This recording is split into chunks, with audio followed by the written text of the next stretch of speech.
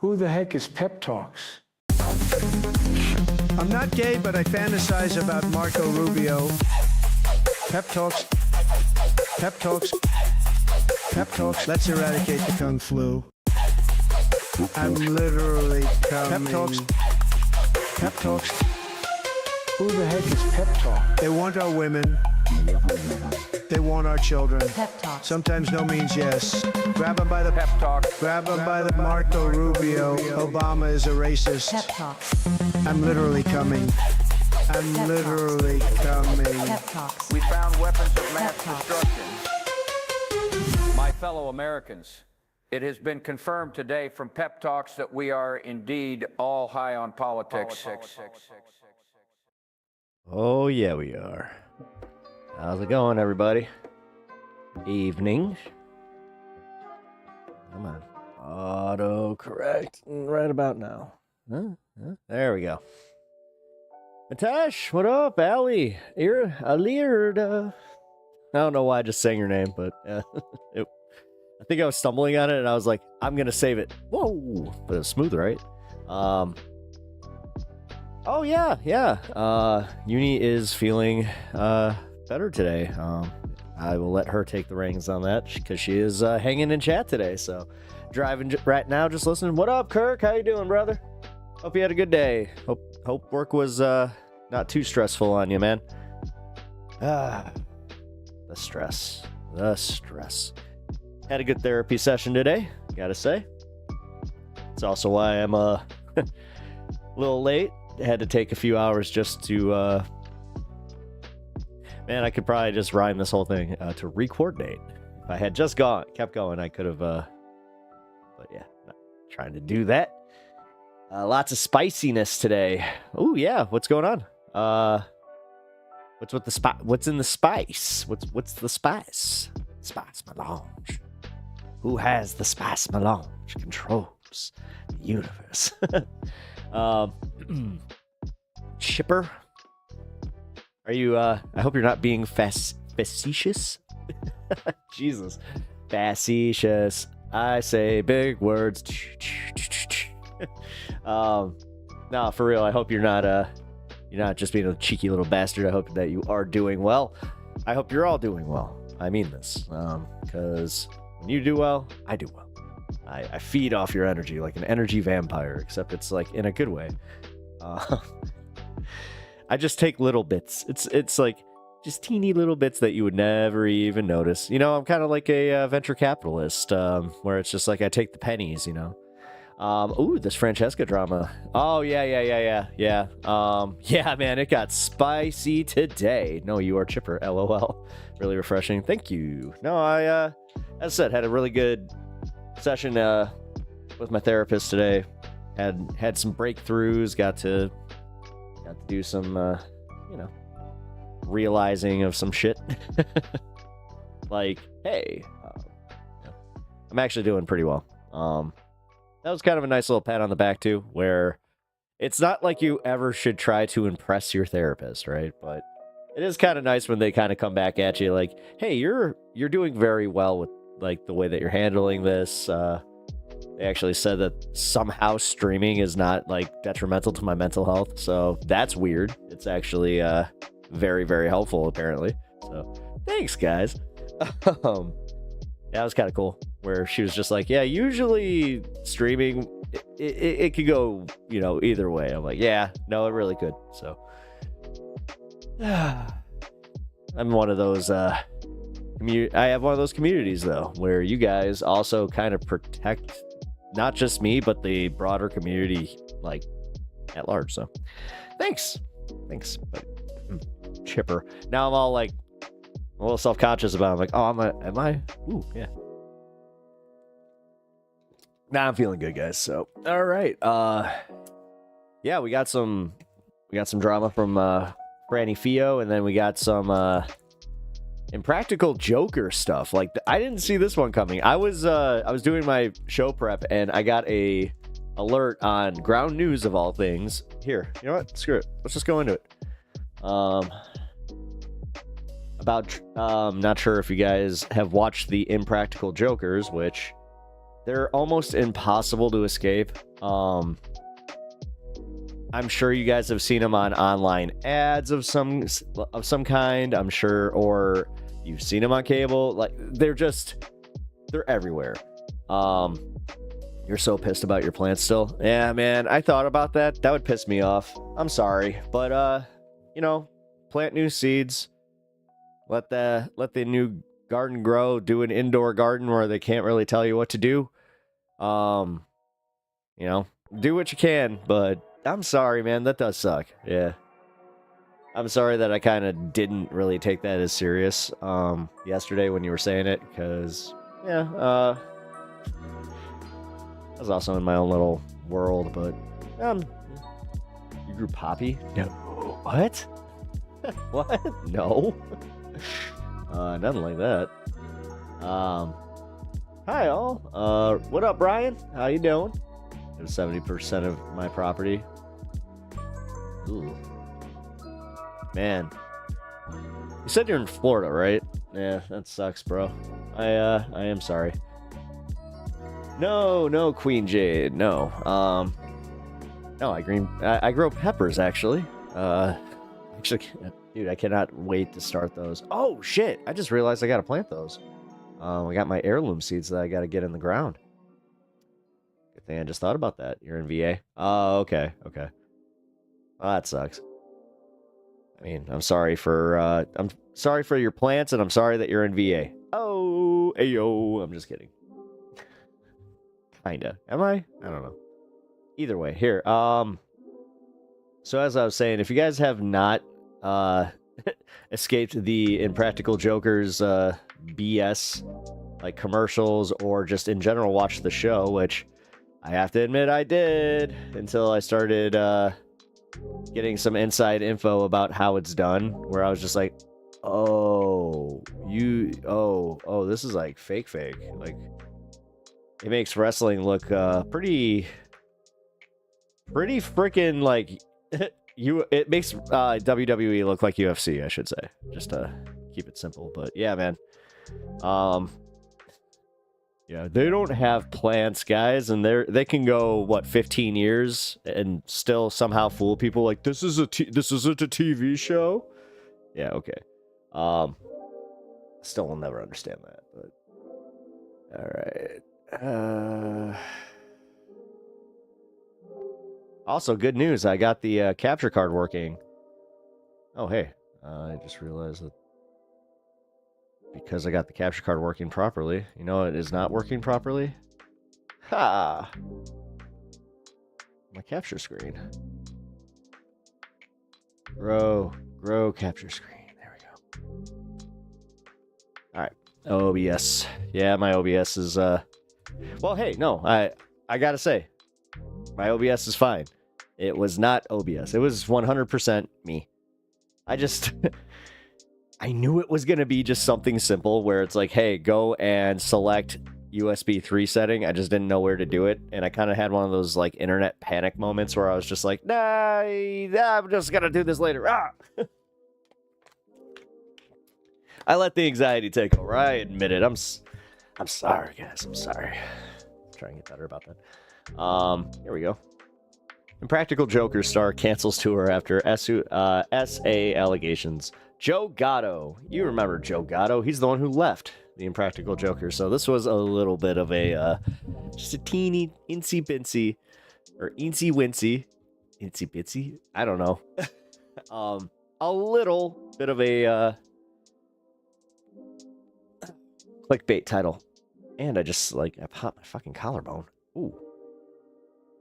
I saw that you're working out right now. I tried to, I think that's why I am in a bit of a chipper mood. I did a little workout before I got on here and, punched some air, you know, got some aggression out, and yeah, I think I actually might have, like, when I kind of did that, it did kind of feel like a pop.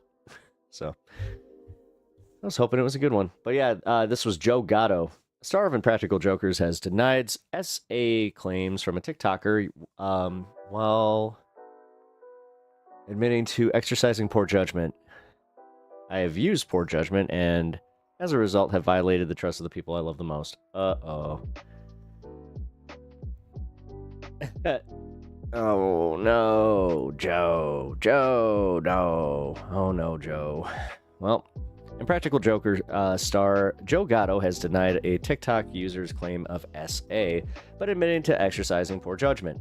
48-year-old U.S. comedian who appeared on a prank show from 2011 to 2021. Man, he was on there for 10 years? Jeez. Responded after a woman alleged he SA'd her in 2023 when she was 19. Excuse me. In a statement to U.S. media, Gatto said, I have used poor judgment and as a result have violated the trust of the people I love the most, but anyone who knows me at all knows full well I would not assault anyone. He added, working on myself is an ongoing process, and I'm going to take some time away from the public eye to focus my energies where I need to. Divorce? That sounds like divorce.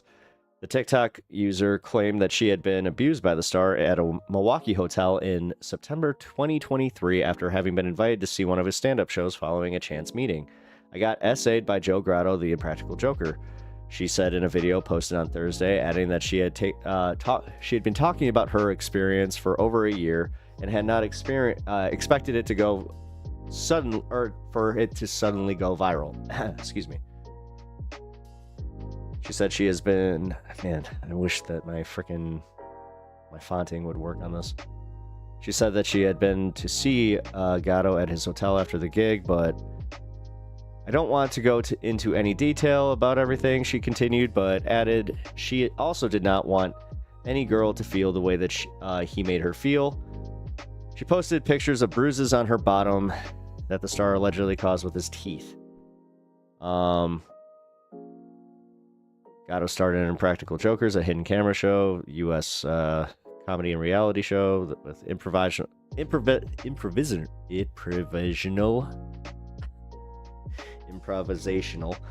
elements. Man, I'm really getting bad with that today. 9 seasons before leaving in 2021. I'm starting to think that he might have had an issue before that. Oh no, not Joe. Joe Go Low. No show. Yeah, well. In September 2023, Gatto shared online that the couple had reconciled.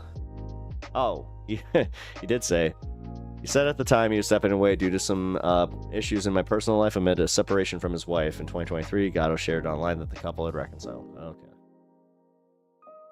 Oh no, Joe. Oh no. Well, before we go into Franny Fio, let's talk about this Impractical Joker thing and also just kind of do the beginning of the show because, yeah, that one was kind of organic where I was like, yeah, we're talking about it. Might as well just go for it. That kind of sucks that the other Impractical Jokers, like, they were like, we're not getting caught up in this crossfire. God, somehow, some way, they knew that this would happen. I've tried not to say anything that would get me in trouble or sued, so that's the timing is a little sus because 2021, then in 2023 is when he does something like that. So as I said, it seems like he had a pattern. I know, hot take. I think I changed someone's mind, Pep. Oh, no shit. They were using right-wing talking points. I told them how I feel, my perspective on issues as a former right-wing person. You do have a pretty unique perspective in that one, and it's always easier to engage somebody when you can say, hey, I've thought like you. I've been there before, man. I understand. So, and they just went dead silent. They were kind of spamming, and then I talked to them, and I was like, look, dude, I care about you. Here's my perspective, and they just stopped talking. I don't know if they just left or where they were like, hey, maybe you're onto something. Maybe they did just leave because, I don't know. I'd feel better if, if they did, like, engage and say, well, I'd like to know more kind of thing. But no, hey, if you, honestly, like, keep engaging, though. Like, keep asking. Just don't get pushy. That's one thing that I've learned is try not to get pushy. I had one of my friends tell me that. He's like, man, if you were just like less pushy with your views, it would be much easier to listen to you. Okay. Hey, Squishmallow, what up? How you doing? Hope you guys are all doing well over on Twitch. Also, if you have not already followed the channel, please do. It really, really helps me out. I really appreciate it. Also, if you guys haven't already on YouTube, please like the stream. Oh, look at that. You guys are hitting that like button. Appreciate that, guys. Yeah, I also have a new clipped video. If you guys have not, if you didn't see the Tulsi Gabbard section of the show and you guys want to see an edited version of it where you don't have to sit through all the Republican BS that we did, check out my new video. It's one of my better videos. It's almost like when I put some time into the editing bay, they turn out a little bit better. I just, you know, there's something refreshing about releasing my videos just uncut, though, where I've had people even say that. They're like, I kind of like the fact that you don't really edit. I'm like, thank you. That's nice. I always appreciate when people say nice things. You know? It's really easy for me to ignore, like, the nasty shit online because, yeah. I don't know. I do take all the positive vibes from everybody being so nice, so. Also, we were talking about her... Oh, wait, I don't think I was ever right-wing, to be honest. I was just, like, anti-leftist rage. Yeah, I could see that. You're like a centrist that just didn't know your place in politics. I mean, that's how most people start, though. Realistically, that's how I started. I remember going up to my dad and being like, Dad, I think I'm conservative. He's like, yeah, me too. And then he just... I'm glad that he asked me this, though. He's like, do you know what a conservative is? I was just like, yeah, you know, and I had it backwards because I was just like, you know, somebody that thinks that, you know, gays should be able to get married. And he's like, what? And then I was like, yeah. And then legalize marijuana. He's like, no, what? You're liberal. I'm like, I am? He's just like, that's the liberal standpoint. I'm like, oh. He's like, oh, I thought you, with the Jesus thing. I'm just like, well, Jesus, wouldn't he be with me on this one? And he's just like, we have a lot to talk about. And then, that's why for the longest time he has been trying to tell me, he's just like, you're gonna be fiscally conservative and socially liberal. Yeah. When's that happening? And somehow, like, I also hate the condescending, like, oh, so now you're a socialist? Like, no wonder you're so bad with money. It's like, that is not why I'm bad with money. I'm bad with money just because, I don't know. I'm bad with money. Maybe it is because I'm socialist. I don't know, guys. What's your opinion on that one? Maybe it's because I don't value it as much. Which we all... It's like we all should, but we all... Have you ever just... Even just the fact that you're mad at the fact that it's just like when you feel the tactile response of the paper in your hands and you're just like, Urgh! Be mad. Speaking of tactile response, we're gonna do it. We're gonna do the thing. Let's start the show off properly. We got a Stellar Crown Pack. It's got a Terraform Buttery on it. I think that's his name, Buttery. I don't know. The Fire Rabbit. Ooh. Eevee with Call for Family. That's a good one. I also like the art. Duraludon. Ryalu. Or Ryo. Yeah, Ryalu.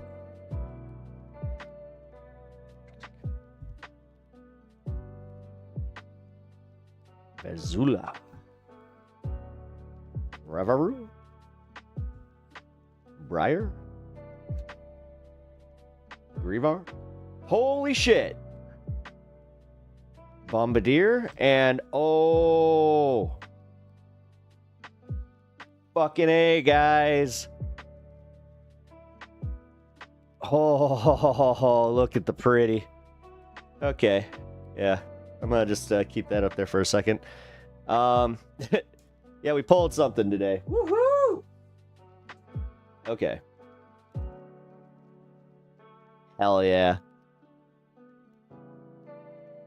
Dude, this is wow. This is the rare card too. Cool. Sexy Lapras. Yeah, that is sexy Lapras. That's very sexy Lapras. That's the, this is the... Oh, man. Your VMAX Lapras. Ooh, you got the VMAX Lapras. Oh, nice. Nice. Yeah, now I have the gold variant of this, and then I have the original, which my wife pulled, so that was pretty cool. Sweet!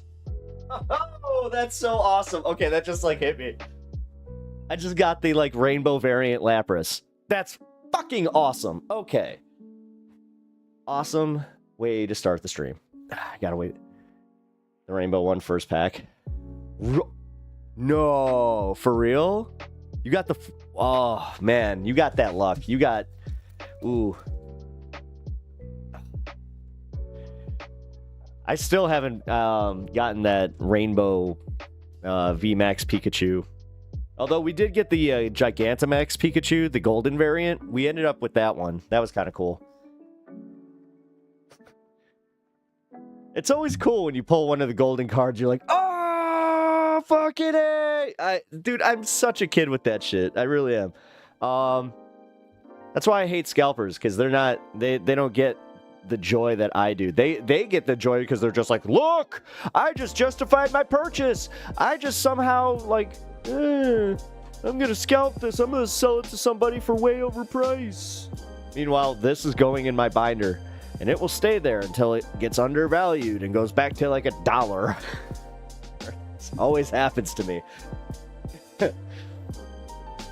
Whatever, man. This is the nice part about being the collector that I am, where I'm just like, I just love what I have. You know, I love the...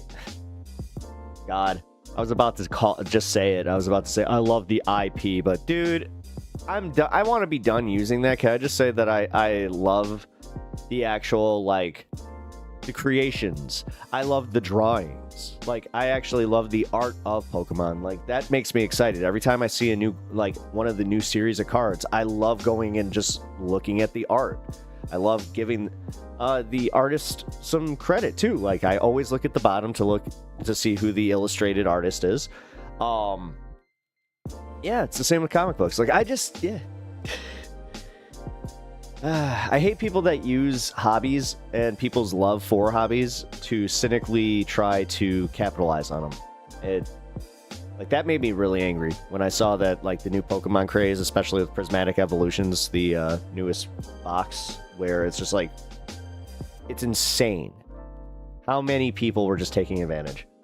I love card art too, even the weird... Yes! The weird yarn ones are some of my favorite. I actually, because I like crochet stuff, and my wife is actually, well, I can't say she's currently working on, but she has a plan to crochet me one of my favorite Pokemons. That aren't, yeah, like the ones, yeah, where they're just like a photo. They used to do, like, that's nothing new. In the I think it was either the very first wave or the second wave, they had clay variants. Like, they had one of Oddish that I remember really liking, and then they had another one. Who the fuck was it? Shit. It's gonna come to me like halfway through stream where I'm gonna just be like, oh yeah! Cubone still has one of my favorite art cards from the original set. Like, Cubone's original art is so effing cool. Alakazam, and then Mewtwo's. Actually, Mewtwo's original art, like, the original art on his card is just so effing cool, man. Like, I love the way that he looked. I'm not sure if it's because he looked more cartoony, but yeah, it looked so cool.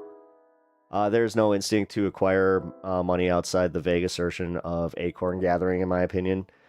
It's just... While I agree with you, it's still one of those things where... Maybe because I don't feel that way personally, I do recognize how other people do feel that way, though. And as much as I want to shame them, it's just it's the majority. Like, so I kind of feel... It's kind of weird where you're like, hey, stop what you're doing as the majority of something. And then they're just like, for every time I point my finger, I have 5,000 fingers pointing back at me. I'm like, okay. Where it's just easier for me to be like, okay, I can just silently kind of go, boo.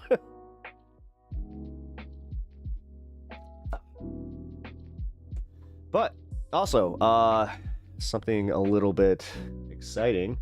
If you guys have your Mario Kart names, go to the Discord and drop your Nintendo invite, or whatever the thing I need to invite you to Mario Kart. Is it your Nintendo name? I think it's your Nintendo name. But yeah. We got Mario Kart coming up, and then I also got Turtles in Time. I promised you guys, I'm keeping my promise. So while I do some segments today, I'm going to rock through some Turtles in Time. I also picked up Pokemon Diamond for Switch. I was really excited to find that randomly today. I was just like, oh shit. And it was like super sale, so I was kind of like, I justified it. I justified not getting another treat for myself. I got that instead. Playing today? Yeah. No, I'm going to be playing today. I'm going to be doing it through some of these segments. I want to get through the Franny Fio segment first, because that one I'm very interested in getting to. And I know that's going to take up about an hour. So we also have the Piers Morgan. We have a Piers Morgan versus Dave Rubin, where for once, it's almost like the entire show, Piers Morgan is the guy that we're going to end up agreeing with. I saw one clip from Pondering Politics where I was just like, I'm just going to watch that episode. Like, Piers Morgan finally had it, where he's just like, dude, no. If you guys are going to stand up for this bullshit, then I'm sorry. You guys are in a cult. Maybe I'm in a cult. Let me charge my Switch. I only played Mario Kart one time. Okay. Oh. Yeah, charge up your Switch. Yeah, you know what? I'll give you... Yeah, it should only take you about an hour to get a full charge, so... Cool. This will be fun. Bye, Politiker. That's kind of a funny way of putting that. He kind of is, though.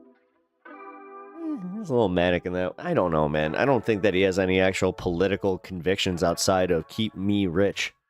And then just be controversial. I think, like, because he...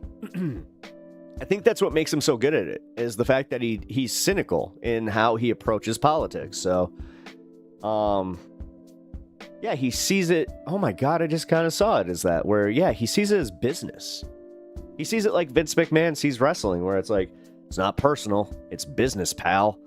I bet that's why him and Jake get on so well, because Jake is even starting to do the thing where he's just like, you know, Piers Morgan's not that bad. Maybe we need to start capitulating a little bit. Why's my frame rate off? The fuck? Hold on, guys.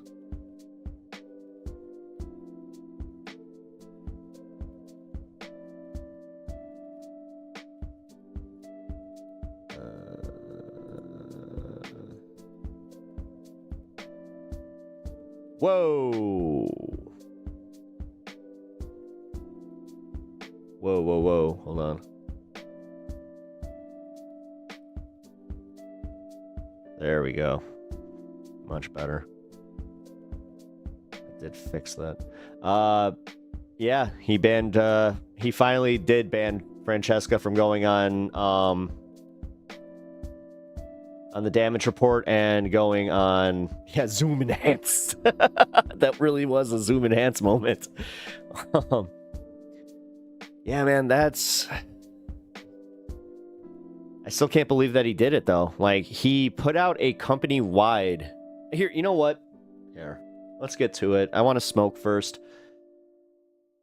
because I don't want to bury the lead. I'm getting kind of bad at doing that, so I want to make this segment nice and clean, guys. We got to keep it clean. Also, I want to try and keep the keep it as easy to edit as possible, because because I do plan on putting this one out this weekend. So, also, guys, so this is gonna be fun. I have finally figured out what I'm gonna be doing for some members only content. I worked on my first video last night for it. I hope you guys are gonna be available on Saturday for some members only content, but it will be members only for about 2 weeks, so you should be just fine. I have to still watch her episode of the Bituation Room. Yeah, the actual episode of the Bituation Room I haven't gotten to today. I did hear that it... You know what?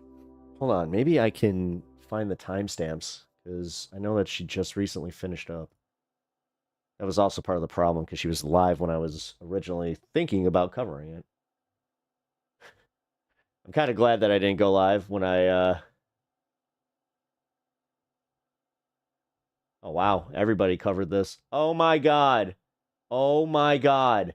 Oh, my God. Rational National and the Surfs are using the exact same thumbnail for the thing. I know that they're on Leftist Mafia tonight together, but wow. Also, oh my God, fucking Anna Kasparian and Brylan Tyler Cohen and frickin' Benny. Ugh. All right, well, screw it. We just gotta get to this shit.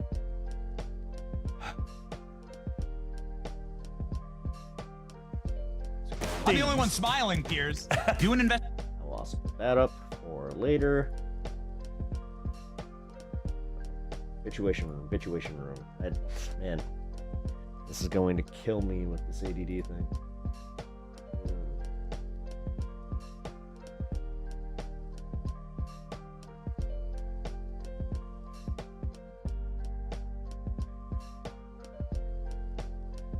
It's not up yet. Oh, that's why. She made it members only. Well, that was smart of her. I'll give her that. Alright. Well, okay, so we do have the main segment to cover, so let's just get to it. Ryan, can you play online with the Switch emulator? No. No, I'm pretty sure that you have to have a Nintendo account to even get on.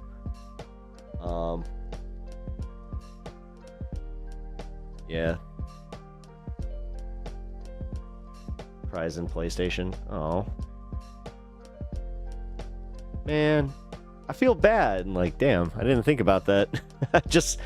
I thought, man, this is the elitist in me, I guess. I thought everybody had a Switch by now. I mean, dude, the Switch has been out for like 10 years. Like, can't you get like a just original Switch for like $60 by now? Wait, how much do Switches even cost? It's like a normal Switch. Oh my God, this is my Joe Rogan arc.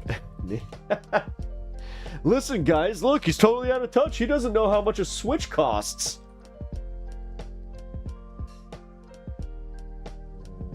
Sale. Oh, $150. Holy shit, $139 used? Wow, this thing retained its value. Damn. Okay. I walk back what I was saying. Dang. Okay. Well, we might have to have a drive to get OG Switch is still pretty pricey unless you can get the Switch Lite.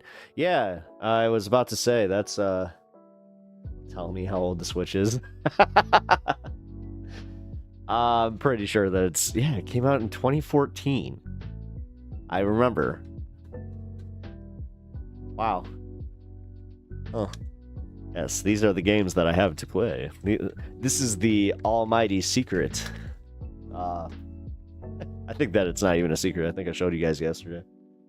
Alright. Don't let me stun lock. I have to smoke. Not done that yet. Also, guys, check this out here. This isn't just a stun lock. I got my OLED Switch hard modded. It's pretty cool. You can still boot into the original firmware. Okay, no, as long as you can do that, then you should be fine. I know that if you have the like completely jailbroken one, that could be an issue. Yeah, the OLED one, that became a need for Legend of Zelda. And that was ironically right when they released the Zelda model of it, so I was just like, all right. Yeah. I buy dumb shit, but it's also one of those things where it's like, I'm one of those guys that shouldn't be spending that money on it. I don't technically have the, that's kind of fundage, but you know what? I like fun, damn it. I don't have kids. I can do this guilt-free, right? That's how it works. My therapist actually said that. She's like, you need to learn how to just enjoy some things for yourself occasionally. I'm like, yeah, but kind of hard. Y'all play your colorful Mario Kart. I'll be here playing Inscription in bed in the dark like a edgy, lonely bastard. Why that? You could just not. I mean, wait a minute. I was about to say, well, PS4, you could do like Harvest Moon. I like lighthearted games for relaxing. So like, on my PS4 upstairs, I have Harvest Moon up there. Just, it's one of my go-to, I want to relax games, so fire up the PS4. Or as I call it, my Godzilla machine, because that's pretty much all I really actually use it for anymore, is just playing Godzilla movies. But hey, simple man, what can I say? I like what I like. I have my comfort food. Like, literally, I have my comfort food for the brain. It's usually either Star Trek Voyager or a Godzilla film. Enjoying things you like makes the grind worth it. It does. But that's kind of like my problem. I haven't even been able to enjoy my miniatures. I haven't had time to paint. That's why I've been, I'm going to be doing a painting stream coming up here. Ah, man, I got a lot coming up here. So, I'm excited. Guys, I wasn't kidding on Monday. The direction of the channel is a good one. I'm happy with where I'm at as far as the growth of the channel. It's happening at a pace that I'm actually comfortable with. Somebody tried to like rip on me for that, by the way. They were just like, look at you and your slow growth. I'm like, I haven't even been doing this a year. Wow. Number one, wow. Like, slow. Jesus. But also, like, I legit, I'm just like, no, I'm very happy with where I'm at. Frame rate? Alright. I wasn't doing that when I had my old... I'm gonna have to change this again. Give me 1 second. We'll go to 1080.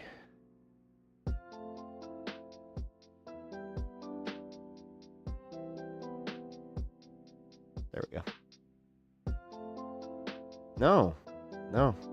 That resolution is not working. Okay, here, what I'll do is I'll match the output.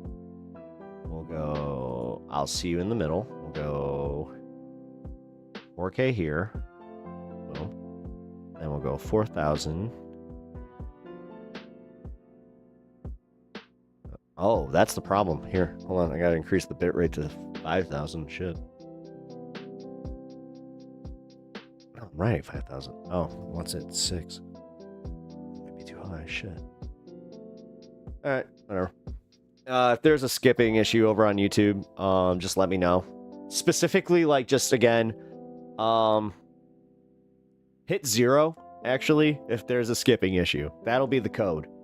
That'll be our technical code. Actually, no, the technical code should be !0. That'll be error code for Pep Talks. Hey, there we go. That will really help me. I have to still watch your episode of the Bitchuation Room. That just popped up again over on Twitch. Or on my Twitch multi-stream. Huh. It's twice that happened now. Great. Slow growth, first of all, shut up. Secondly, very loyal, consistent viewer base is this is impressive as fuck. What are you on about? Screw those salty haters. I know. It's it, and trust me, I'm not letting them have their wins. They're not getting the W's there. It's not making me feel bad. What it made me feel was like, oh, you guys are like unrealistic, and on top of it, just like, oh, why? What's wrong with you? Made me curious. Like, that's kind of what happens with those people. I'm just like, what's going on in your life where you're that miserable that you need to come to another? Like, I've had this talk with you guys where you gotta come to a small streamer and just be like, meh. Verbal diarrhea. Hate. I'm such a hater. Okay.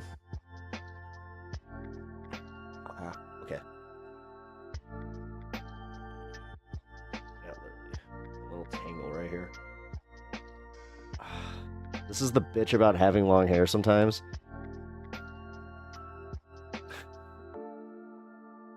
I know that every woman that has long hair in this audience just went, really? I'm just kidding. There it is. Look at them split ends.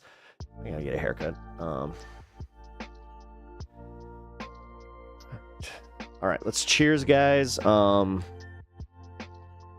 Just realized that I wasn't gonna have a chance to really do a 420 with you today. So screw it. You know, it's 420 somewhere. Right. Although, yeah, it is. Shut up.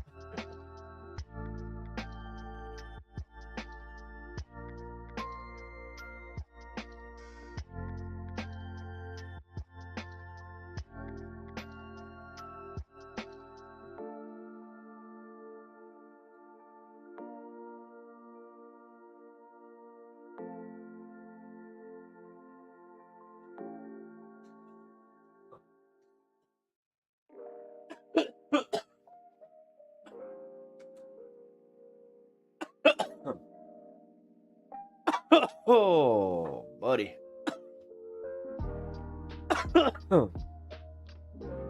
Ooh. Perfection. Why come looking for fights originally? Feeling like an unwanted, barely functioning member of society, I was having a bad week. Oh, that's right. Were you... Isn't that the reason you came here? Competing with Leftist Mafia via chair stream? I wasn't even on a pee break, my guy. I was doing the thing where we were celebrating, you know, having a little bit of fun. Oh, guys. That's one thing I'm gonna try tomorrow. I have I got a little sherm. My buddy gave me a little present, so I think I'm gonna try it. If you guys know what an MD is, that's what I think I'm gonna try. We'll see. I don't know that I just got here. Oh. Wait, so you you literally did the thing where you're just like, look, empty seat. Damn you, Duke. Ooh.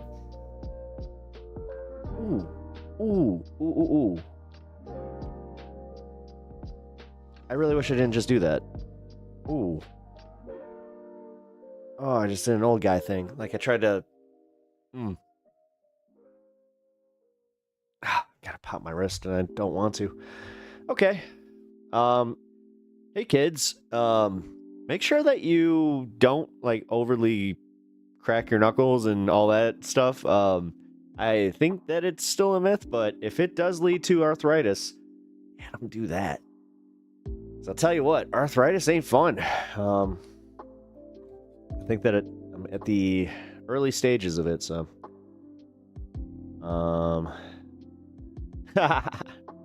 No. No, it does not. Doc says, don't lean that way.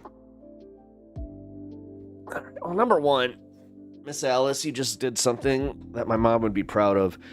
So my mom, she used to do this to me because her mom used to do it to her. So she'd be staring at me, right, from across a room or a table. Family events, she used to like to do this because I think she was showing off, where she'd do this, and I just would go immediately, just fix my posture. Yeah, I won't lean that way. Yeah, that was bad. Ooh, because, like, I've already got a carpal tunnel issue. Like, both my wrists are just pretty much shot. It's not from what you think, guys. That's from playing hockey. Unfortunately, I had I don't know why I always got so lucky where they're just like, you should have just, it would have been better had you broken it, because I had such a bad sprain in my left wrist. That's why yesterday I wasn't even able to wear my watch. Like, it hurt that bad. So why come looking for fights originally? That's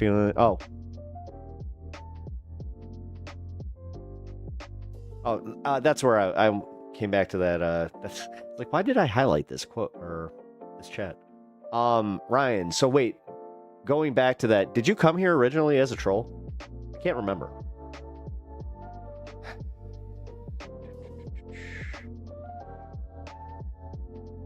Oh, Bloodstone by Stars. Hey, what up? How you doing? Also, cracking your knuckles or anything really is just popping air bubbles, essentially harmless. That's what okay, so yeah, so it's just genetics. Cool. My back is messed up from golf also. Yeah, I've been telling my friends that they need to really watch it with that. The repeated, because like, so what got it was the fact that I was like doing repeated motions like this, but it was the constant doing, like, because I would amp up like this, and then you're just kind of and like it was always creating the friction, because like that's how you do a slap shot anyway. But there was a few times where like I wasn't, like I would hit the ice and it would kind of do like where you hit the ground playing golf, and it was doing the same shit where it was like kind of locking up your wrist that way. And then yeah, just it's priming it for just, you take a good hit. Most hockey players do like we've all experienced the one where you get slammed into the glass, and you have your hand up like this, and you just go essentially punch yourself. We've all been there. Sometimes my back seizes if I get up too quickly. Ooh, that sucks, man. Yeah, see, like, again, this is why you'll see me doing this like constantly throughout the stream. Always trying to stretch my back. I try to keep my posture up, but like I catch myself in playbacks. I did it today while I was editing. I caught myself in the playback where I just kept doing this. I'm just like, get up! This is why I don't like watching my playbacks. I end up getting like super critical on myself, and I almost just choked. Excuse me. Wow.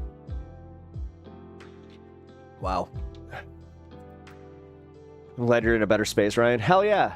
Ryan, I actually meant to bring that up. Like, I'm glad that you're also, yeah, it seems like you're in a better headspace today, too.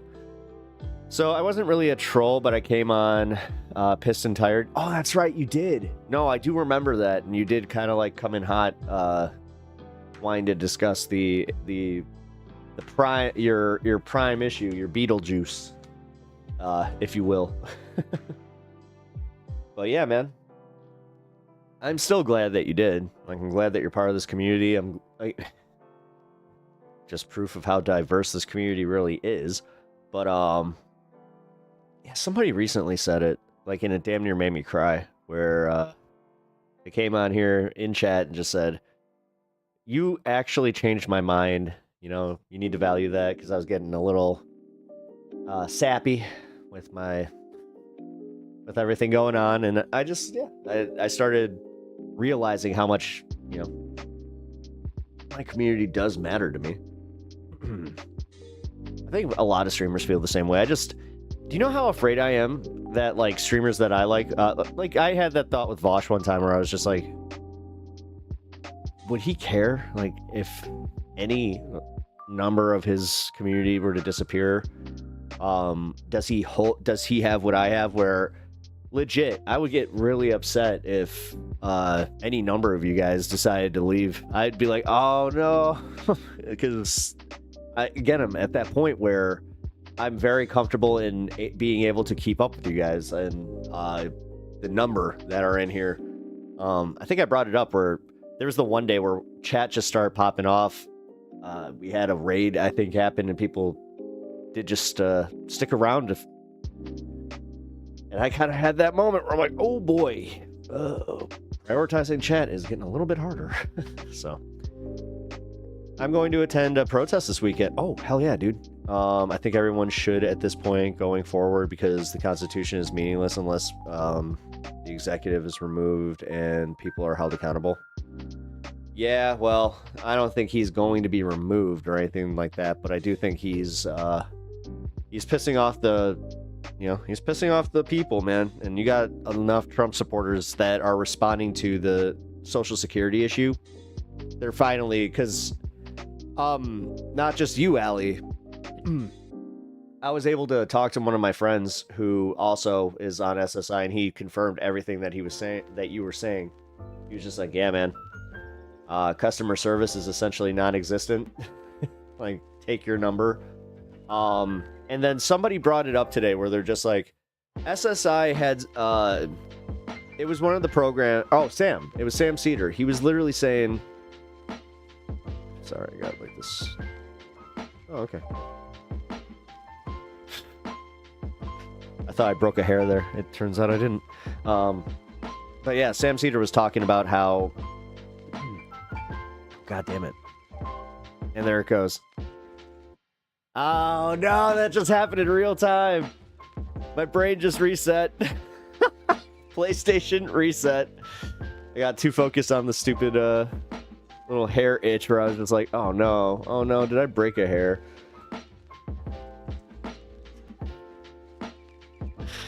Boo.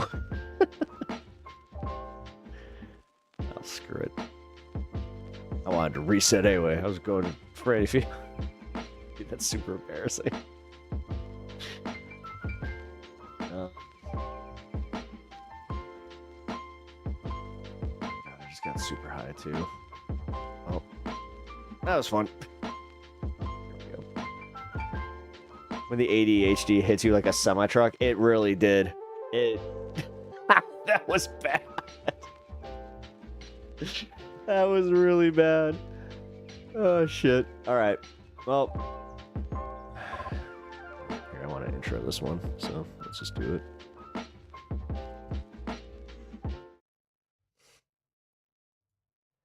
All right. Well, Francesca Fiorentini has officially been banned from going on any TYT program, so she addressed this promptly, and I have to say, I'm very, very interested to see what she has to say about it. You know when you meet someone and they swear that all of their exes were psychos, and then you slowly realize that, oh wait, I'm talking to the person who was the problem in the relationship? Unrelatedly, the Young Turks. And I'm going to make this as brief as possible because well, that's one hell of a way to start it. It's just like, yeah, I guess that is far more relatable. Important and pressing things going on right now.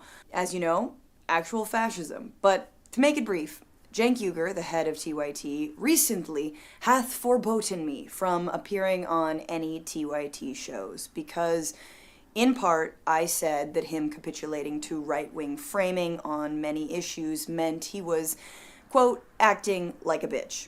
And the truth is, he was, and I'll explain that a little bit later. But first, some backstory. So I have been a contractor at TYT for 10 years now, appearing on all of the shows as a fill-in host, as a guest host during election coverage, on the TYT main show, on the Damage Report, and on Indisputable, along with a lot of other shows. I have always hopped on at the last minute, always helped out in a pinch. I guest host last minute, and yes, I was paid. And if you're watching this and you are a TYT contributor and you are not getting paid, stop going on TYT until you do. I've never been... Wow. You know that there are actually a few people that just went, wait, really? Like, Oh, you were getting paid. Full-time Oh. employee, never got health care, never got maternity leave when I had my child. But back in 2018, I was hired for a 6-month contract. Really, doing that whole thing. She has, Anna, she has that whole thing where she would call out Hassan for all his hypocrisies. Like, that one, come on. To pilot a Like, show. how would Anna not go to bat for having, maternity leave? For $3,000 a Even month. though hasn't she gone out on the record saying that she didn't really want kids? And So. however, their funding I'm bottomed out judging. and I was let go. And they broke their contract. My reps at the time thought I should sue to get the full 6 months of payment and work that I was owed. But I didn't, because I told them that TYT was good people and I wanted to maintain my relationship. And I did. That is until things started to turn for TYT politically. And this started happening around the pandemic. Around the pandemic, Anna Kasparian seemed to become focused on the issue of homelessness.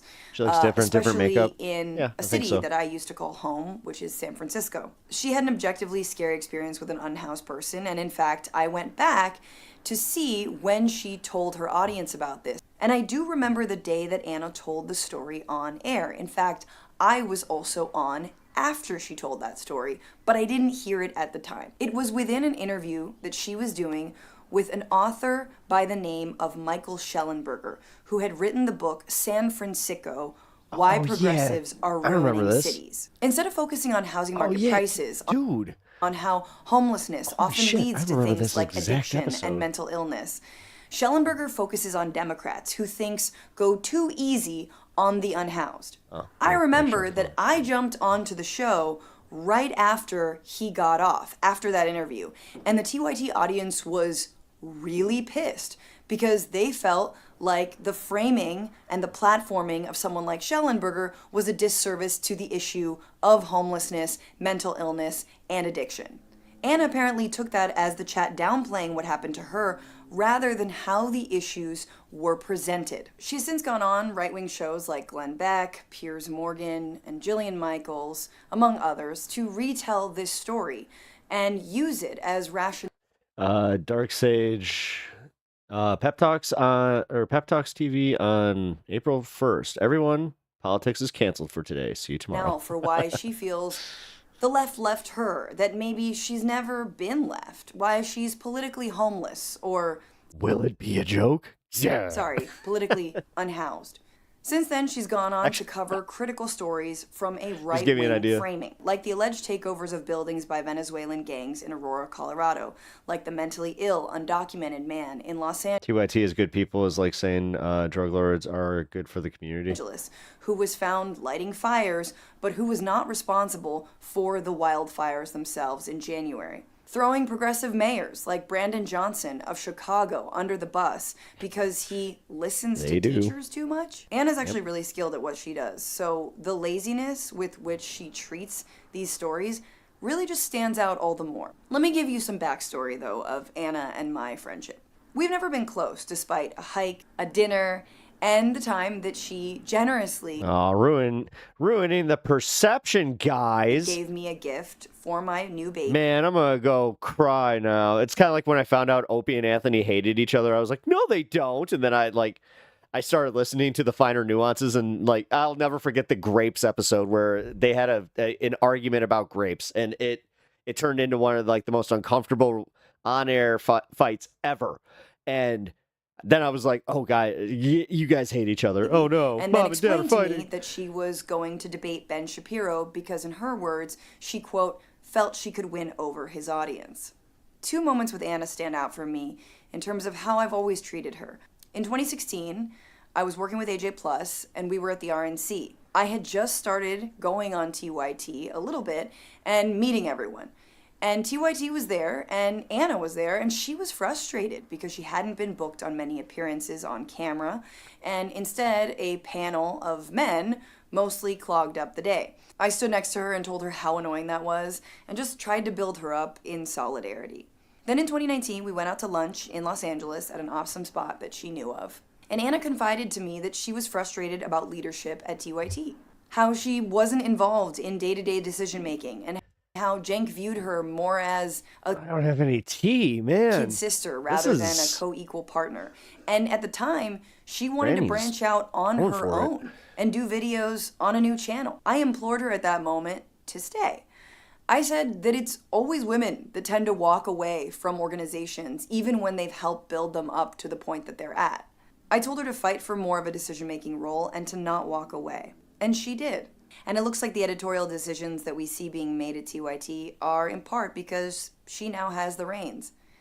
In a way, I'm proud of her, even if I don't like the coverage. In November of last year, in an effort to understand where Anna was coming from and why she was She does seem legit bummed about this, though. doing what she was doing, I invited her to come on my show, The Bituation Room. She agreed, but also told me that she had a family emergency that sounded bad, and I told her to not worry and that we would find a time in the new year. That week, she went on Glenn Beck's show, and it kind of puzzled me, to be honest. She obviously now is likely not going to come on my show, in part because Cenk did. And I wanted to talk to him about his own very cordial conversations with the right since the election or re-election of Donald Trump, in which he tells various figures, from Charlie Kirk to Patrick Bet-David to Tim Pool to RFK Jr. lover, again, Jillian Michaels, about how he agrees that the left is often cruel and too extreme, saying that at a time where people are literally being disappeared for their political beliefs by this right-wing agenda. Anyone can watch the discussion. I put it in the link below, and it's honestly just a really disturbing portrait of his very with me or against me mentality. I even foreshadowed in the video the idea that he would boot me from TYT one day, and he did. It was also staggering how much he was shadowboxing with me as some kind of stand-in for the Max left that has lost their minds. Max left. In that video, he laughed at me for Okay, that's one of the cooler ones. I just, for branding, can we just keep up with that one? The Max left. suggesting that Trump would create detention camps. After the discussion like in we need, December, like, a shredding TYT guitar main riff. show never asked me back on. And then when I made a harmless little video pointing out that yes, there are detention camps, that seemed to be one of the final straws. Personally, Cenk and I were never close. In 2022, I think we went out to lunch and he asked me Man, if she's I really just wanted to work with TYT. Breaking kayfabe here, man. Damn. Full-time. And all it of gave it's me out here. pause. Look, I work with a number of outlets. I am a stand-up comedian. I value my free time, and I have my own show. I wanted time to do those things, but also I pay through the nose for things like healthcare, and a little bit of job stability would be amazing. I also know how hard the company works people who work there, and I know how it treated the union drive. I also know how much they deny full-time employees bonuses every year, even when they're delivering millions of views. I know that they're kind of cheap, and Cenk usually doesn't like it when people negotiate with him. So I said, sure. It's left in Antifa. I want to work for TYT full-time, but it depends on the offer, which, by the way, you should always ask for an offer before you pledge loyalty to anyone Should make a cool comic book about that. or any company. An offer never came because, in my view, loyalty wasn't a given. All this to say, I'm not sad to leave TYT behind, especially now, with, of course, the exception of the damage Adel Gaming, I think, right?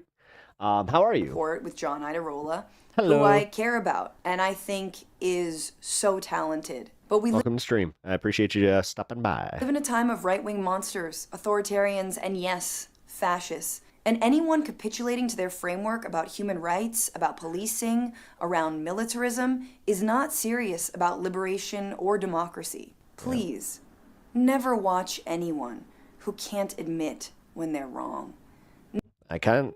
Never watch anyone who tells you that their strategy Everybody's just like, well, does this mean I can't watch Vosh anymore? Oh. is right, and that they are the way, the truth, the light. Never listen to anyone who doesn't have a sense of humor when they are acting like a bitch. I am one person with a scrappy call out is YouTube channel awesome. who pieces together my annual living. I have a fraction of the following of TYT, which is $1 million media company. The idea that they choose to focus on me or other leftist creators in their field is honestly really disheartening and very revealing. Look, I wish the best for the people of TYT, but as for the main hosts, I kind of just wish them peace. Because it's been a long, long road with many skeletons in many closets. And honestly, It really has. I though. don't think they know Like, where none of it is also just like, it's not that bad. that road Most is of it is going. kind of like, And it's going to oh, be really sad when they respond. they really are the quintessential, put on this face, go out and do the show, but there's so much drama happening behind the scenes. And I always sensed it, dude.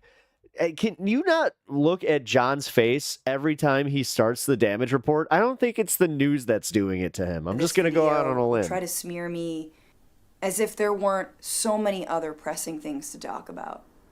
But I just had to get it off my chest, explain to you what's going on, and tell you that I am the host of the Bitchuation Room podcast and also America Unhinged. You made on it. What up, Zateo. Weasel? And you can also catch me doing live comedy, hopefully in a city near you.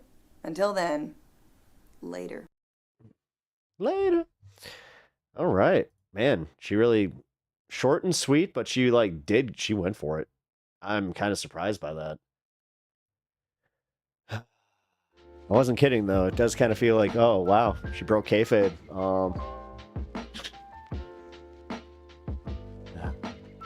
I don't know. I hate to say it, guys, because they're on right now, and I enjoy the Leftist Mafia. I go and watch their playbacks on Friday, like mornings during my coffee.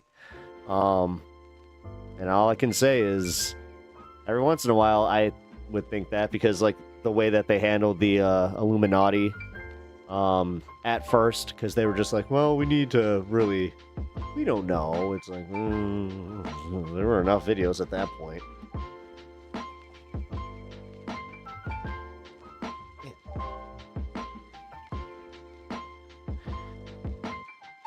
I just hope that everybody's friends. God, I'm such a 10-year-old. Everybody's buddies, right? Come on. They all hang out. Got like their secret club, have some sleepovers, make s'mores. I'm actually elevated this time, ladies and gentlemen. Oh, 4-day weekend. Oh shit. Well, I wish I had like that party air horn. Brr, brr, brr. Well, you got it. So, my version of the shofar. Alrighty. Well, that was that.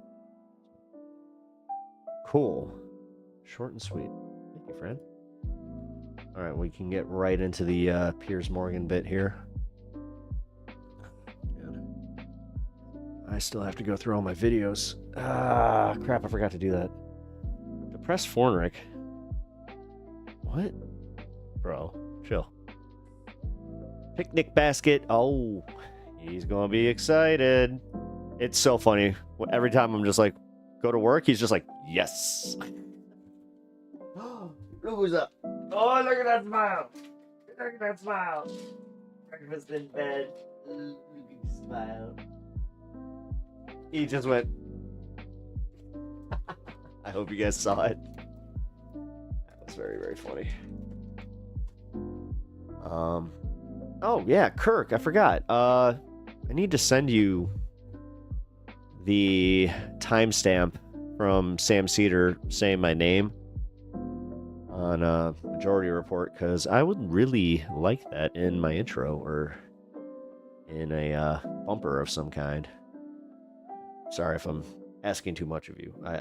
If you can, if you have time, then I appreciate it. If not, then I do not want to put you out of any time. So.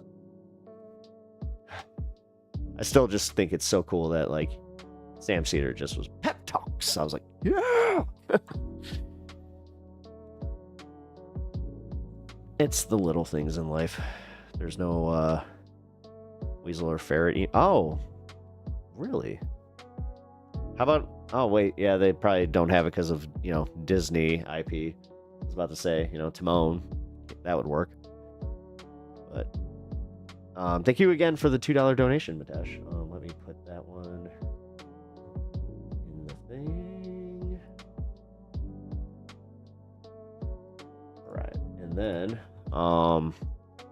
so for the Piers Morgan one, I think I'm gonna do the Mario Kart bit.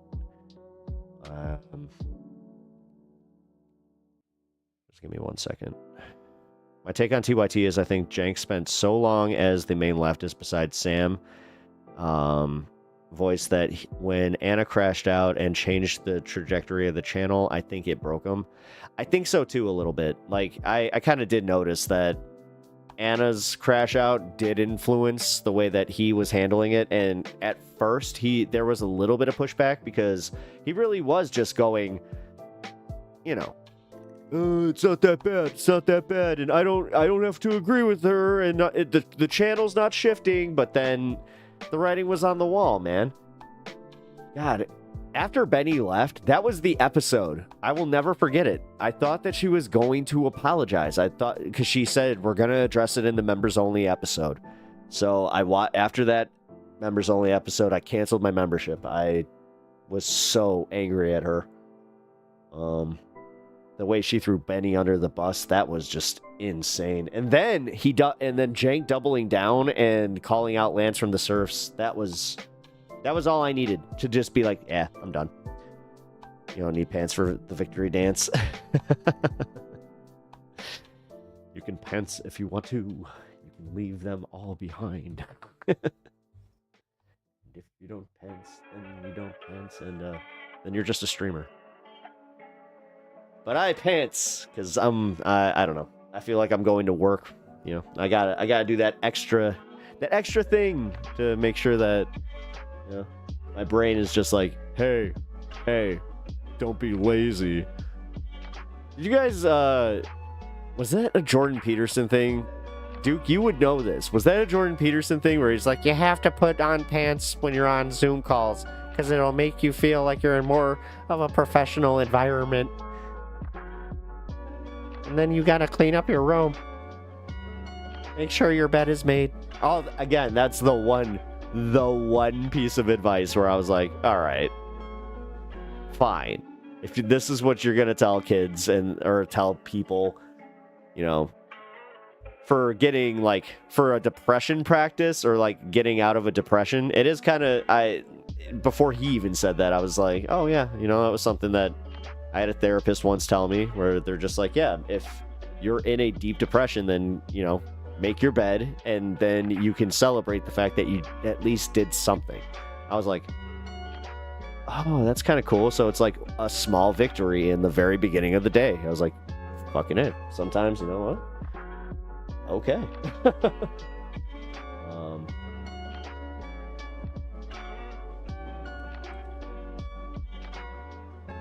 But everything else about Jordan Peterson is just, ugh.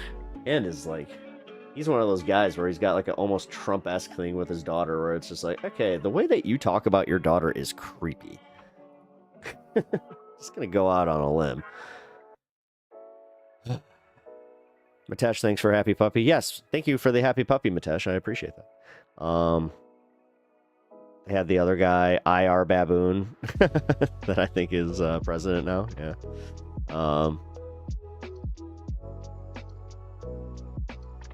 Oh yeah, that was his thing. You don't need pens. I am Weasel. Oh man. I think that's the whole thing with his rake out at thanks, Joe. Oh, you know what? In retrospect, that is actually kind of interesting. Is that so? Do you think that that's why Hassan was also kind of sensing it, or he kind of sensed it, like the crash out was coming for Jank? Because that was the one part about Janksgiving that I noticed, watching it with you guys, was I was like, oh shit, Hassan legit looks uncomfortable. Yeah, dude, I was like, I had to read that back, and I was like, oh, I don't know about that. Thank you for asking, Anna. I appreciate that. We all need puppies in our lives. Thanks for sharing, Pep. Oh man, hell yeah. No, I will share the pups. I can make a little announcement. It's not an announcement. I am shopping around for a well, not shopping. I'm adopting a dog. But I've gotten so lucky with all of my other adoptions where they're always, it's like I hate using the term soulmate, but it is kind of, you know, my first dog was legit. I saw him. It was so funny too, because they were just like, there's another couple that said they want to come back. I'm like, did they put a deposit down? They're like, no. I'm like, I have cash. They, you know, money talks, bullshit walks. So we got that. We got my dog. And I had 14 long, glorious years with that pooch. He was a very, very good dog. And then Stan. Yeah, same thing with him. I saw him on it was like a Facebook post. They said that they brought in a whole litter from Oregon. And I was just like, oh shit. Well, and then you find out that he was in the middle of a tornado. Like, yeah. Poor pup. And then my Labrador, she was actually my dad's dog. They moved out of state, and it was one of those situations where she was just like, no, I don't want to go. And she was best friends with Mr. Stan over there, so that was really funny. Because I kind of looked at my pops, and I was like, hey, so they are really tight, and you know, she's not a warm climate dog. She loves the snow, you know. I'm pretty sure that she really does think she's a husky. Can't tell you how many times she would just go lay outside in the snow, and I'd just be like, "Get inside," and she just stare at me. I'm like, "Nah." But yeah, we're gonna have another friend coming up here, so I'm really, really excited. And then my cat is his probationary period is coming up here, where he will have probationary access to the studio. It's kind of funny that I have to be that careful with him. He is, man, what sucks about it is that he's just so quick about how destructive he is. He seriously, because that's why he's not allowed down here. Full disclosure, I had a stack of comic books that were sitting on my table here. And when I went to read them, I was just like, they were chewed all the way up. And I was just like, there's no way. Because the last time he was down here, he was only in my room for like a few minutes. I was just like, oh, shit. So I was thinking of getting a dog, but I don't know what to do when I need to travel for work. So having the timeshare in that dog sit works for now. Do you have anybody, like a really good friend that you trust? Somebody that might be able to watch your dog for like a day or something like that? Also,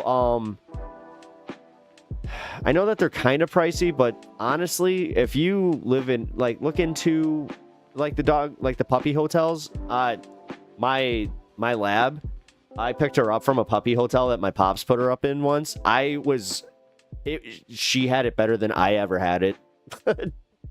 Like, they were doing straight up activities when I got there, and she looked like a kid where she was just like, oh, hey, I gotta go, guys. That's for me. It was so cute.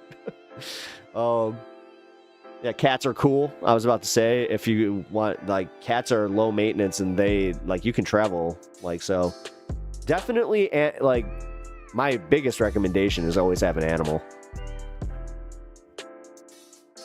Oh, speaking of, hold on.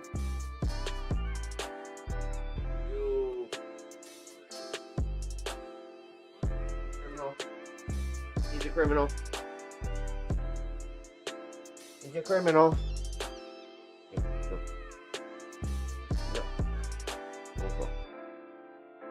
You gotta say hi. You gotta pay the tax. You gotta pay the tax. Say hello to everybody. I hope Dead Inside gets to see this, because this is his buddy. Ooh, look.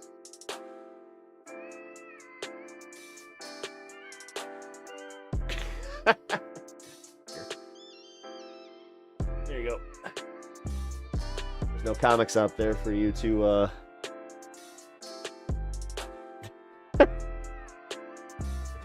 Hey!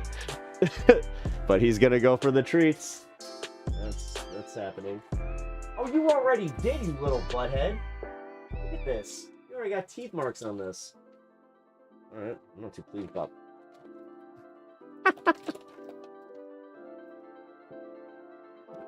Well,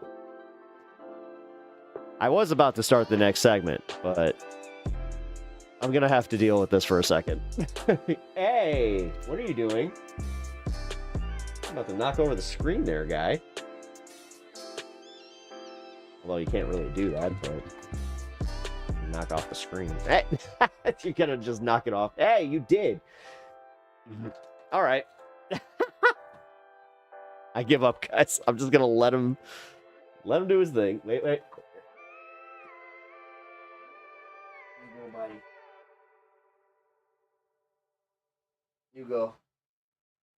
Bye.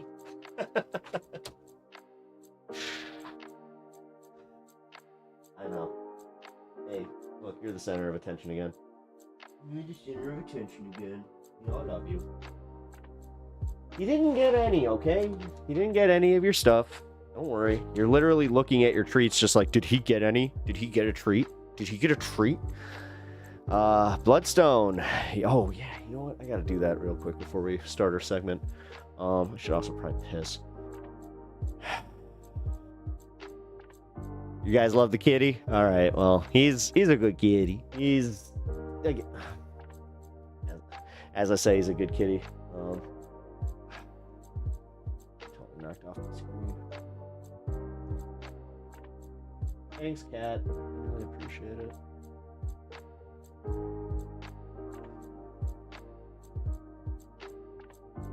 I already wanted a pet skunk, but I saw a news story about them as support animals. Now I really want one. You can get, you can get a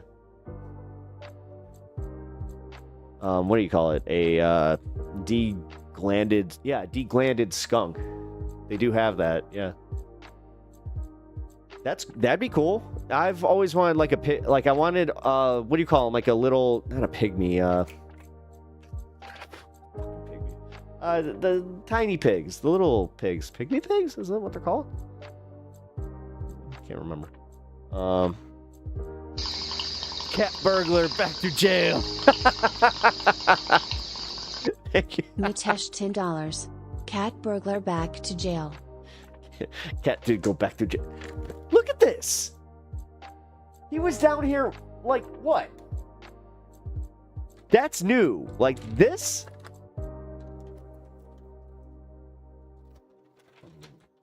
Butthead. He's a little butthead. Yep, you're not. You're a good boy. For some reason, man. Teacup pig. That's what it is. No, thank you. It's a teacup pig. You got it. Yeah, one of the little guys. Yeah, man. Love one. They're so smart and they're adorable. And even if they like the biggest they get is like a small dog, like he would dwarf one of those. He's so cute. They say if they get them little, they don't get. You don't need to get them distinct. No way. I'd take that chance. No, you would get them deglanded. I would get them deglanded. That's not like getting a cat declawed. That's a totally different thing. They don't need that. Like, that's technically yes, you're taking away a defense mechanism, but I wouldn't expect your skunk to be outside. I don't know. Like, if you're domesticating a skunk, would you let it out? That's a.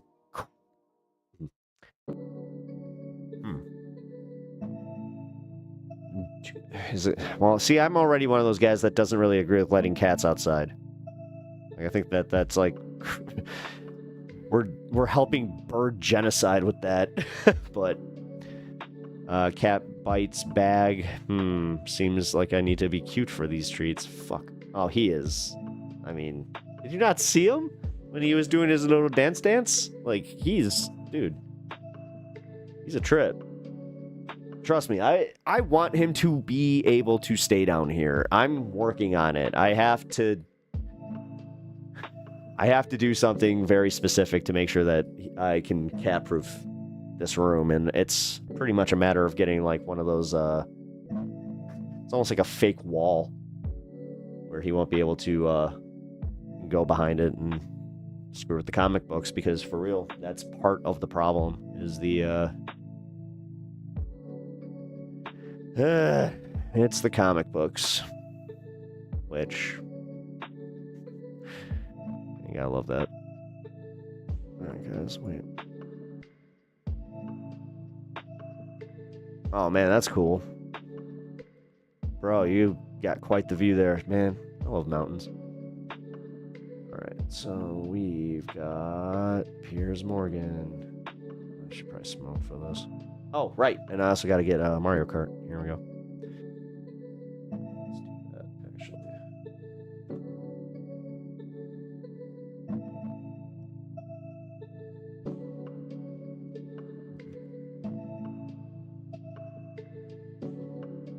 Okay.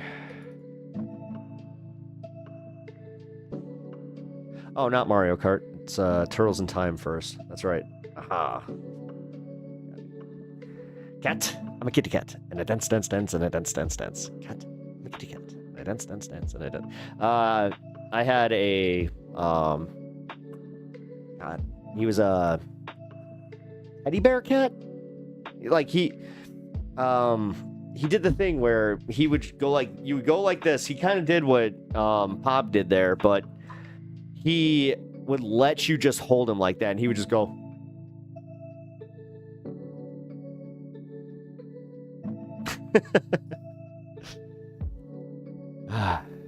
Man, I can't think of I couldn't think of Teacup Pig, and now I can't. I'm pretty sure that it is. Yeah, I'm pretty sure it's a teddy bear cat. Ragdoll. No, it's a ragdoll. Not teddy bear. Yeah, there we go. Ragdoll. I knew it was some kind of old toy. Don't you just love how your mind does that thing where you're just like, it was something weird, right? Okay, so let's get this ready.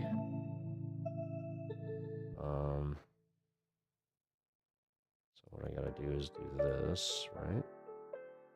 No, I'm gonna do that. Go like this. No, go like that. Oh, go like that.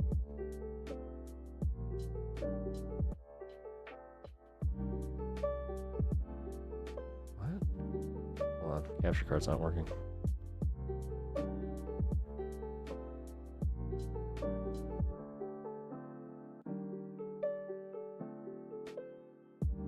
Oh, that's why. Got it. There we go. Corner. There we go.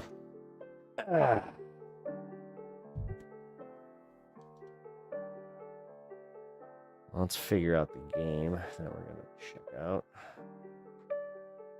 So this.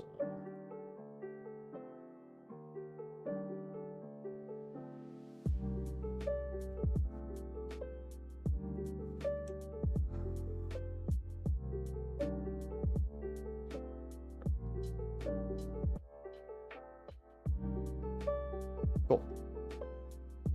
Teenage Mutant Ninja Turtle. No, we're gonna go Turtles in Time. Yeah, we'll go Turtles in Time. Michelangelo, baby. You see that? You see that, guys? Winners don't use drugs. we needed that. All right. The stand cam can go off for this segment. Pep, are you going giving us a Subway Surfers with a TMNT game in the corner and a video in the back? Is that what that is? Is this what Subway Surfers is? I don't know. I thought that this was just like what every Twitch streamer did. I don't know.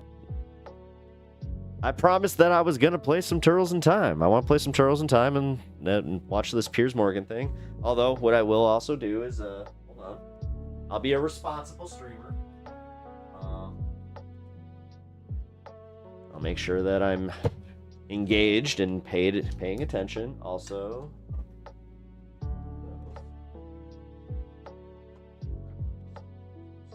right. So I'm gonna start. Oh, actually, you know what? Hold on.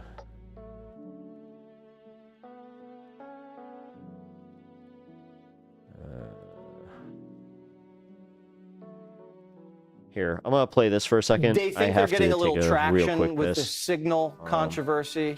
Do you see that happening? No, they try to get traction on every little thing. Donald Trump is going to order the wrong meal tomorrow or breathe the wrong way on Thursday. They'll talk about it for a month.